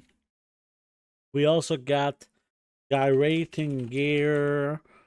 Let's just start with this. And now jewel crafting. Sometimes we got the marbled stone. We got the inverted prism. We got the engraved gem cutters. And for inscription, we got shadow ink. We got apricot ink. We got various pigments. So there you go. So this is all of the stuff that you need to kind of check. For example, these are crafts that I do regularly that are pretty good for me, right? Some top profit over spell threads. Oh, really nice. So if I go on this character that has 2 of the 3 professions mentioned in a few moments ago, we can kind of check if stuff is profitable right now. Obviously, as much as you can check for something to be profitable, it takes time, right? But if you're gonna do some crafts, I think today is probably one of the best days, as mentioned before, to check it out. So right now, you can definitely see that bismuth was about much higher than this a few days ago. So I'm just gonna buy a bunch just because I know that this is a little bit cheaper and I'm happy with that. But before we really continue, let's go check. So I have a lot of these crafts that I know are usually pretty profitable, right? If I look here, this is showing as not being profitable. That's because it's rank 2. If I use a simulation mode with rank 3, this is massively profitable according to this, right? If you look at some of these prices, yeah. Obviously, I already have some of these materials, right? There you go. So right now, it would definitely be good for me to buy something like 100 null stones. Maybe not that much, but you can, right? If you want, because tomorrow, probably the chaos circuits rank 3 are probably going to be solid, right? You can check gyrating gear. And right now, gyrating gear are really profitable. That's probably because this is the wrong price, right? Let's go check. Now, this thing saying that this is, yeah, this is not the correct price. So if I change the price override, something that I like to do is to have like my bismuth, because bismuth always get like this sort of baits, right? And that's really annoying. And if I change this to, let's say, accurate 0.1, and we change this to like the 18 gold, I think that it was roughly, we can see that this is super profitable right now. So this is something I'm really happy with, right? So let's buy a bit of accurate at the same time. This is definitely something I'm going to do. So I can make a little bit of a list, right? So this I'm going to make like very good, okay? This might be just a price reset that just happened, but there seems to be a really big quantity here, right? So I'm not too sure that that's the case. And now we go to bismuth bolts. Bismuth bolts right now, not super profitable, right? Not super profitable, but not bad. At 15, 16 gold profit per.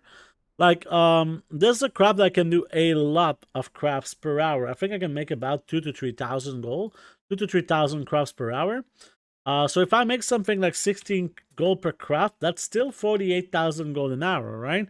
So I could definitely do a little bit of bismuth bolts as well if I want. Go back here. So I could put like some. And same thing with chaos circuits, some. Okay. Then we got the whimsical wiring. So let's go check this. And this is showing at currently 23 gold per craft at a very good margin, like 28%.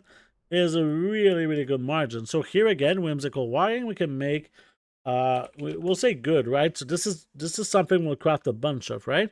Let's go check now inscription with these things. And for inscription, I already have a bit of a list that goes like this. And I switch to profession.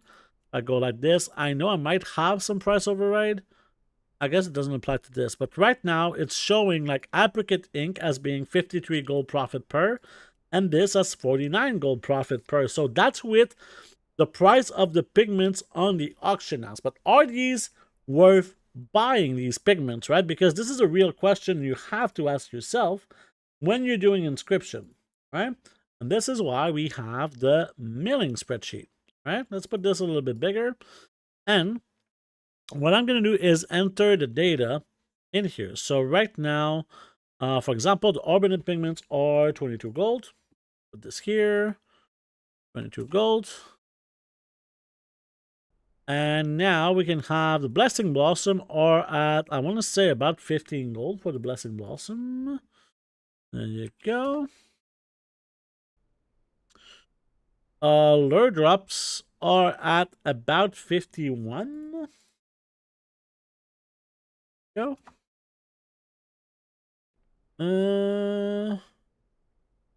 Got the lure drop pigments that are at about 48. 48. We got some microbloom at about 17. So microbloom is at 17, was already at 17. We got some nacreous pigments at about 15 gold. Nacreous is about at 15 gold.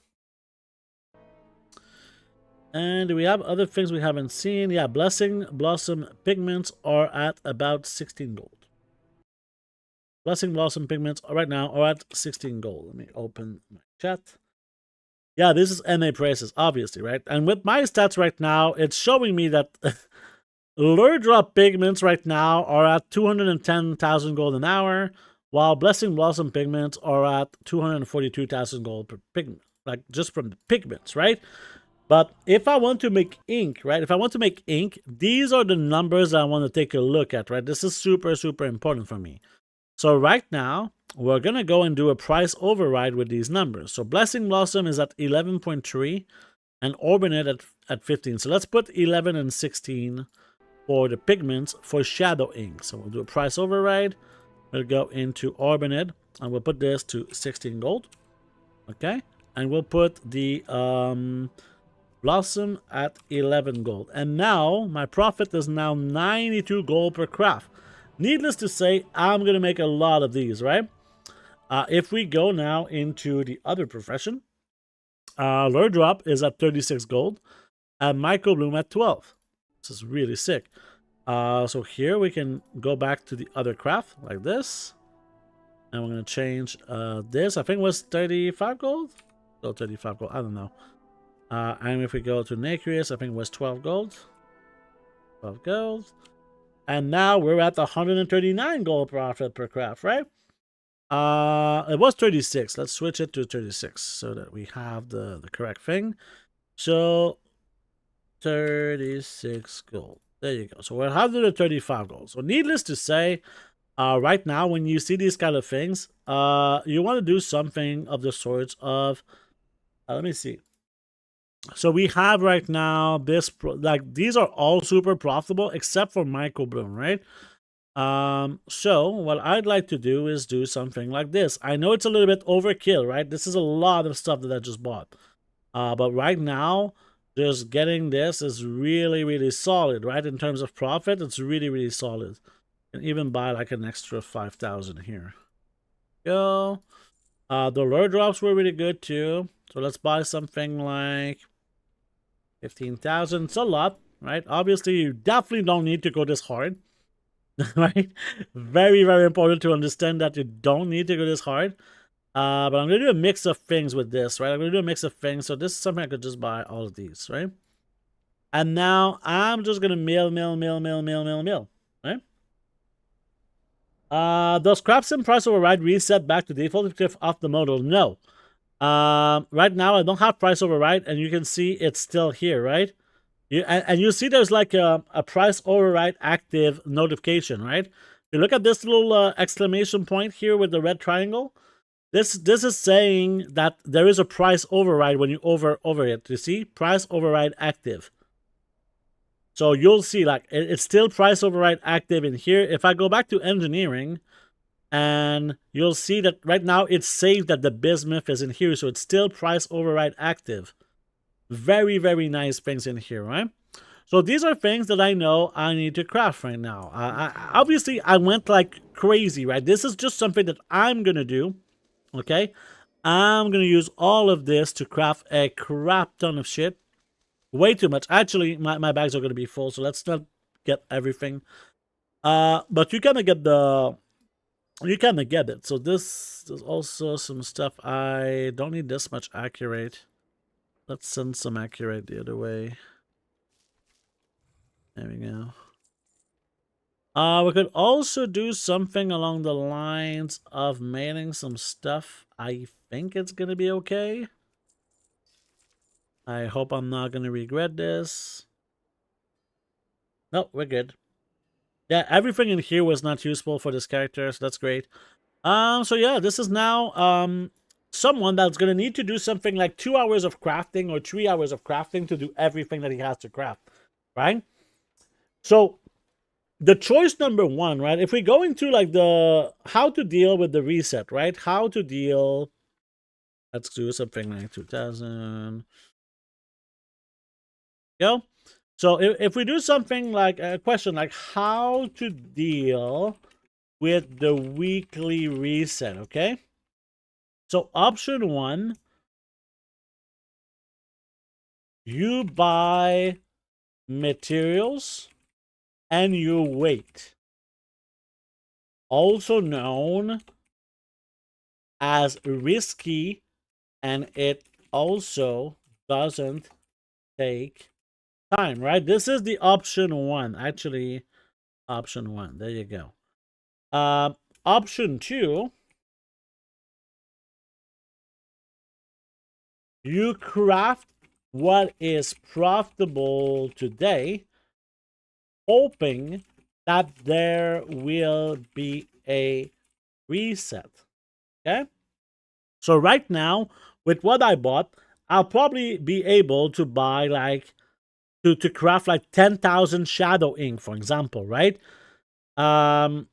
Obviously, there's a real chance that this is not gonna be super profitable, and there's something else that you can do to see at what point are you starting to lose gold, okay? So if we go into the price override here, we can also change the price of the ink, right? Let's say that this becomes 100 gold each, right? I still make profit if they tank to 100 gold. What about 90 gold? I still make profit if they drop to 90 gold. What about 80 gold? I don't make profit. What about 85 gold? So I know right now that if I sell my shadow ink for 85 gold or more, I'm going to make profit. Obviously, if we go to the auction house right now, it's way more than 85 gold, right? It's way more than 85 gold. It's 145 gold, right? It's really, really massive. So right now, yes, I'm not gonna wait tomorrow to sell this shit, right? Yes, tomorrow there's a reset, but why I'm crafting today is that one, it's profitable, right? Number one, main reason, one, it's profitable. Reason number two is because there's a real chance that people try to reset this market because this market just got resetted. Like someone mentioned in chat, someone just mentioned in chat that they resetted this, right? And this happens like every reset because the time where shadow ink and apricot ink are the most in demand is at the weekly reset because everybody's getting a treaties, everybody's getting some new missives for their new gear, and missives takes a lot of ink. Everything takes a lot of ink, right? In inscription. Like if you look at the recipe, like these ciphers are also, this greenwood is also very useful. Right now, we're losing gold from making greenwood with the current prices on the auction house. Same thing with the ciphers. If you make your ciphers right now, you're losing gold, which means there's a real chance that tomorrow this is gonna get resetted, right? Especially that right now it's not too hard to just do a small reset like this and go back to 490. And I'm pretty sure that if we do a price override here and change the price of ciphers to something like 490 gold, voila, now we're profitable at 24 gold per craft, right? There's a lot of playing around. It's so complex, this expansion. It's hard, right? It's really hard. But this is kind of how you can make a lot of gold with these kind of crafts. I like these kind of crafts, especially that you don't need to be too much at the like you don't need to be here, like you don't need to be in front of a computer when you're crafting all of those, right? You can craft up to 30 minutes at a time. Obviously, when you're doing an operation like something like milling, right? Milling is very long, right? So if we do some milling right now, it's gonna take me a very long time to mill all of this stuff, right? We're just gonna optimize here. So let's mill some microbloom, for example. Even though right now I think I'm gonna start with Orbinid because we have so much Orbinid. Let's start with milling some Orbinid. So you'll see with the best crafting speed in the world, it takes you 25 seconds to mill 1,000, which is not that bad. But here's the thing, because of resourcefulness, yes, you mill 1,000, but you get some back. So you just really milled about 900, right? You really just milled about 900. So if you have something like, I don't know, 40,000 herbs to mill like me, that's gonna take you some time. But once it's done, which is not that bad because it's 25, like divided by 900, you need to do it 44 times, and 45 times times 25 seconds, that's the number of seconds. And if we divide this by 60, this is the number of minutes. It's only like 18.5 minutes technically, right? But all of this manipulation that I'm doing here adds a lot of seconds, right? So maybe it's something like 30 minutes if you kind of are very active, right? 25 minutes maybe if you're very active, or 40,000 herbs, right? Obviously, you don't need to be a degenerate like this, right, to make profit. Like my girlfriend, do you want to know how my girlfriend makes gold? How she got to 350,000 gold? She really just mills herbs and posts the pigments on the auction house, because this is also something that you can do, right? Right now, if you sell some lure drop pigments for 48 gold, that's fucking nuts, because they cost me like 36 gold to make.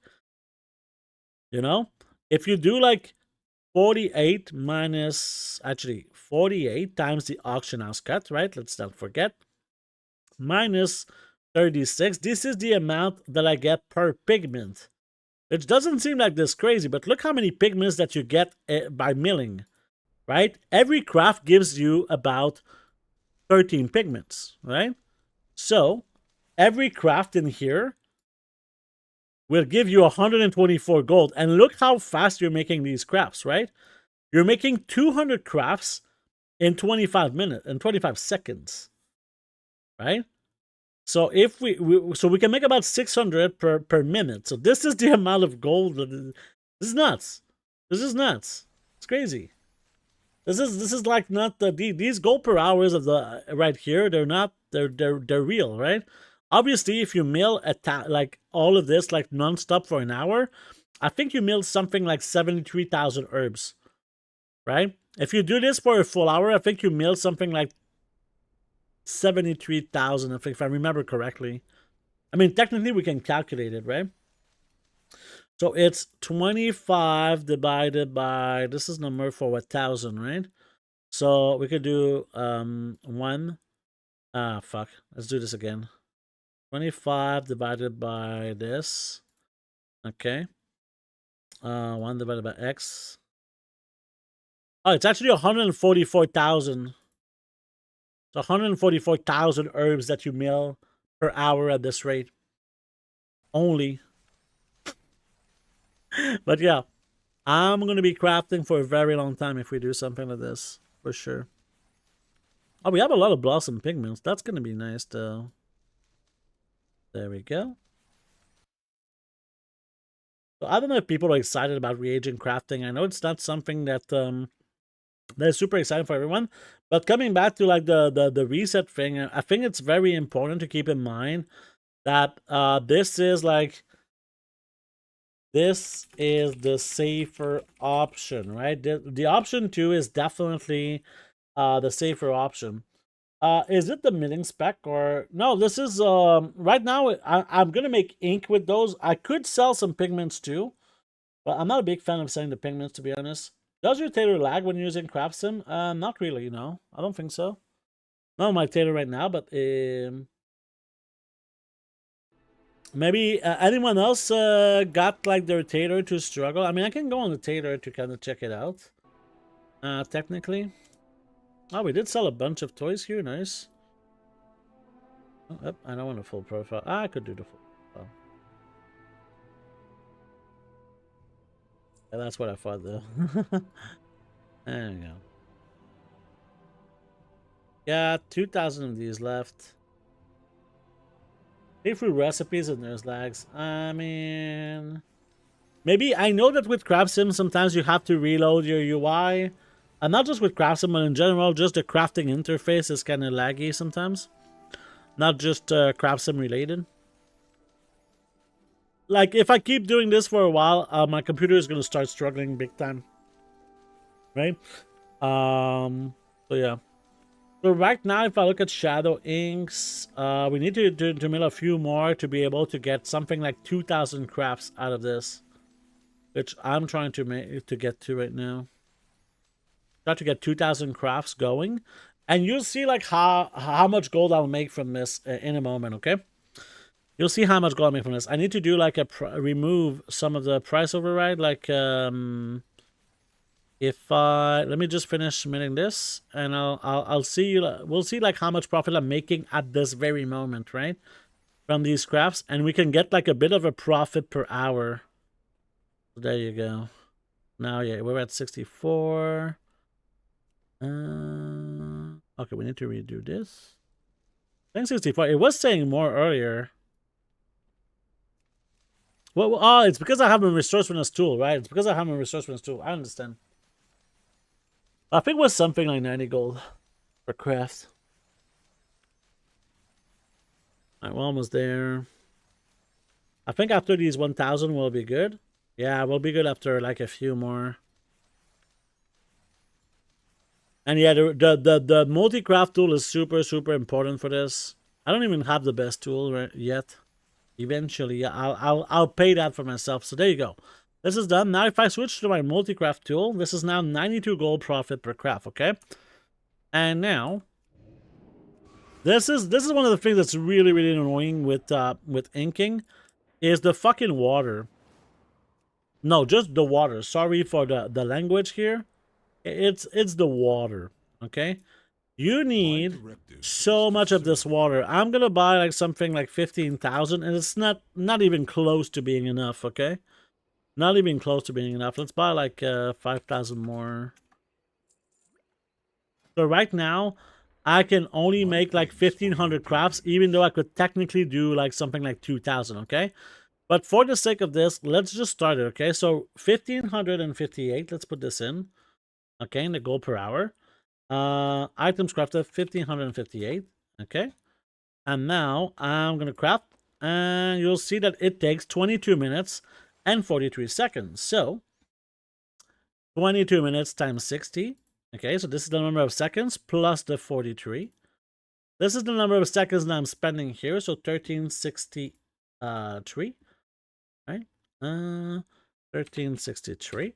And my profit was at 92 gold. So technically right now, we're making about 378,000 gold per hour, right? Considering, obviously, that this is always going to stay at 92 gold per craft. That's not going to be the case. If we're lucky, we're going to get 50 gold per craft. Whoops. If we're lucky, we're going to get 50 gold per craft, and we're still going to make 200,000 gold. If we make like 20 gold per craft, that's still 82,000 gold, right? So right now, it's pretty nuts if this stays like this. But obviously, we don't know. And the reason why it's so... I think that my perspective on why it's so good is, as someone mentioned, there's a lot of math that goes into this. This spreadsheet of milling is complicated to make. And not that many people can get to the point where they can get these sort of prices and know if something is profitable or not. Lots of people can do it, but if you have like something like this, it's really, really changing a lot of things. So that's as easy as that.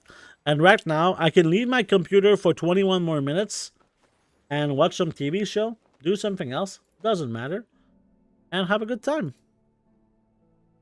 Pretty cool stuff. My directive has But yeah. I like reagent crafting. I'm sure that some people are not like huge fans of this, but I am. It's just really fun. I haven't even spent concentration today, which I was supposed to do. But yeah, if you like this sort of stuff, and if you're not sure, you can always check in the Discord, because there's gonna be these places where you could get stuck. Okay, so make sure to ask them in the Discord in the goal making questions section. Also, if you're looking for inspiration, you can check the goal making screenshots. Some people are gonna show you what they're doing, and maybe it's gonna inspire you to see, to see like what could be nice, right? So. Also, you can talk goal making here. Goal making infos in here. So the Darkmoon Fair was up. There's a new craft sim button for the craft queue. I did this on the last stream. That was really nice.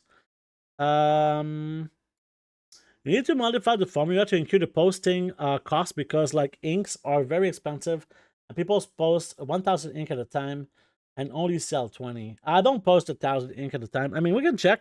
We can check how much. I have some ink on me. Ink. Well, I mean, we're gonna have the. Let's see. I think one of them is more expensive than the other, if I remember correctly. So here, where's the posting fee? So 86 gold for 132. Yeah. So if we do something like this, so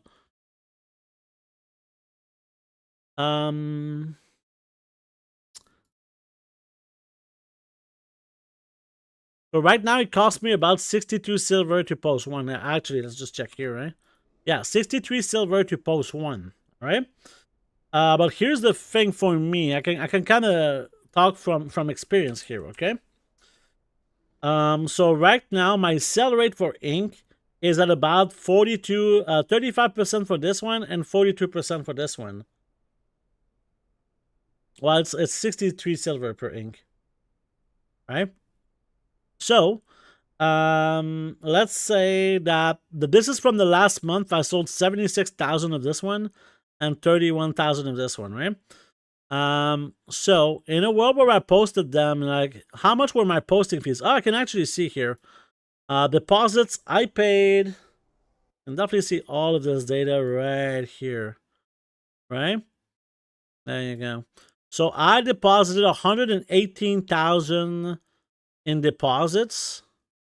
Okay, this is the auction house, not the fee, that's just the deposit thing, right? And this is the amount of sales that I got, 28 million. So I mean, the ratio here is very, very low, I would say. If we do something like, I'm sure some people don't have this sort of sell rate, but I feel like it should be like that or something. Divided by 118, 204. So right now, for 239 gold in sales, I pay 1 gold in deposits. Right? For 239 gold in sales, I pay 1 gold in deposits, which is a really good ratio, right? If I do something like this, it's like a 0.4% of my gold is spent inside the deposit fees or something like this. Yeah, 0.4%. is deposit. So I don't think that this is a product that matters that much. In Dragonflight, it was way more than that. Yeah. Okay, so here's something that's very important. I post for 12 hours. If you post for 48 hours, yeah, this is going to always be much higher. If you post for 24 hours, it's double. If you post for 48 hours, it's quadruple, okay? I don't see the point of posting for more than 12 hours, personally. All right?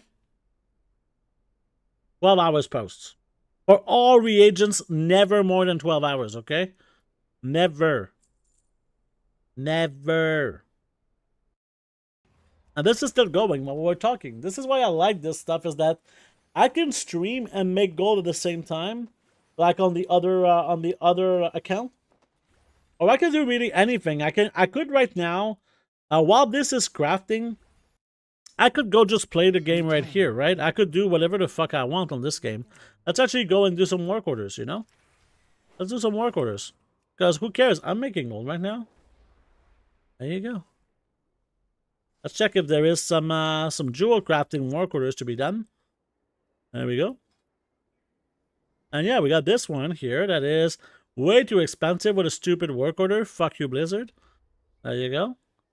This one gives me some acuity, and this is pretty cheap to make, I would say. It's almost profitable, but the bag is giving me something. And the acuity. I need acuity on this character. Let's just make a one of those. There we go. Get in here. Oh yeah. So these bags are pretty nice. And the rest is definitely not worth doing. So let's go check the inscription ones, right? And just as a reminder, yes, we are still making gold. And you need 2 accounts in your life. This is everything is in here, so that's really good. This is actually making me like 600 gold here. If you want, you can also put a resourcefulness tool to make it like more likely that you're gonna get some of these materials back. Okay, so here we didn't get a material, but we still made some decent gold. This one here is probably not good. We're losing all of this gold, so that's not great. And everything else is not great. But doing these 2 work orders, I made some gold, right? I made a little bit of gold. Something you can do on all of your characters. Something I really enjoy doing, by the way.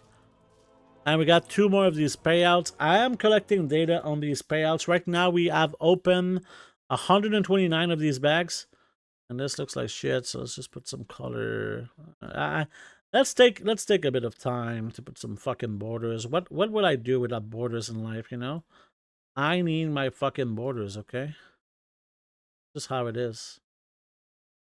Actually, let's do something like this. Something like this. Better. I need this, you know, that's important. Okay. This. Otherwise, I can't look at it, you know. But yeah, we're at like, this is not updated prices, but we were at about 396 gold per bag right now with my data. Obviously, it's not enough data to really confirm anything, but it's going to be released at some point. But maybe I have something like 300 bags, something I'm going to release.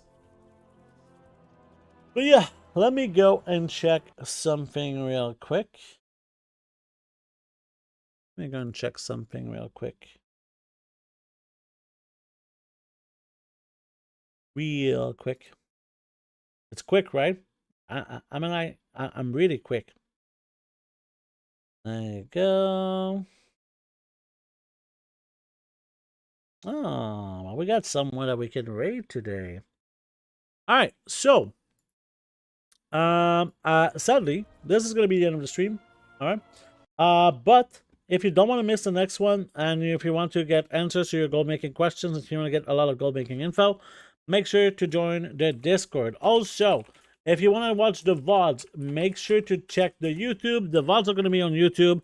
And on YouTube also, I'm going to put some markers to see like these specific things, right? These specific places in the stream that I talk about certain subject. It's going to be easier for everyone.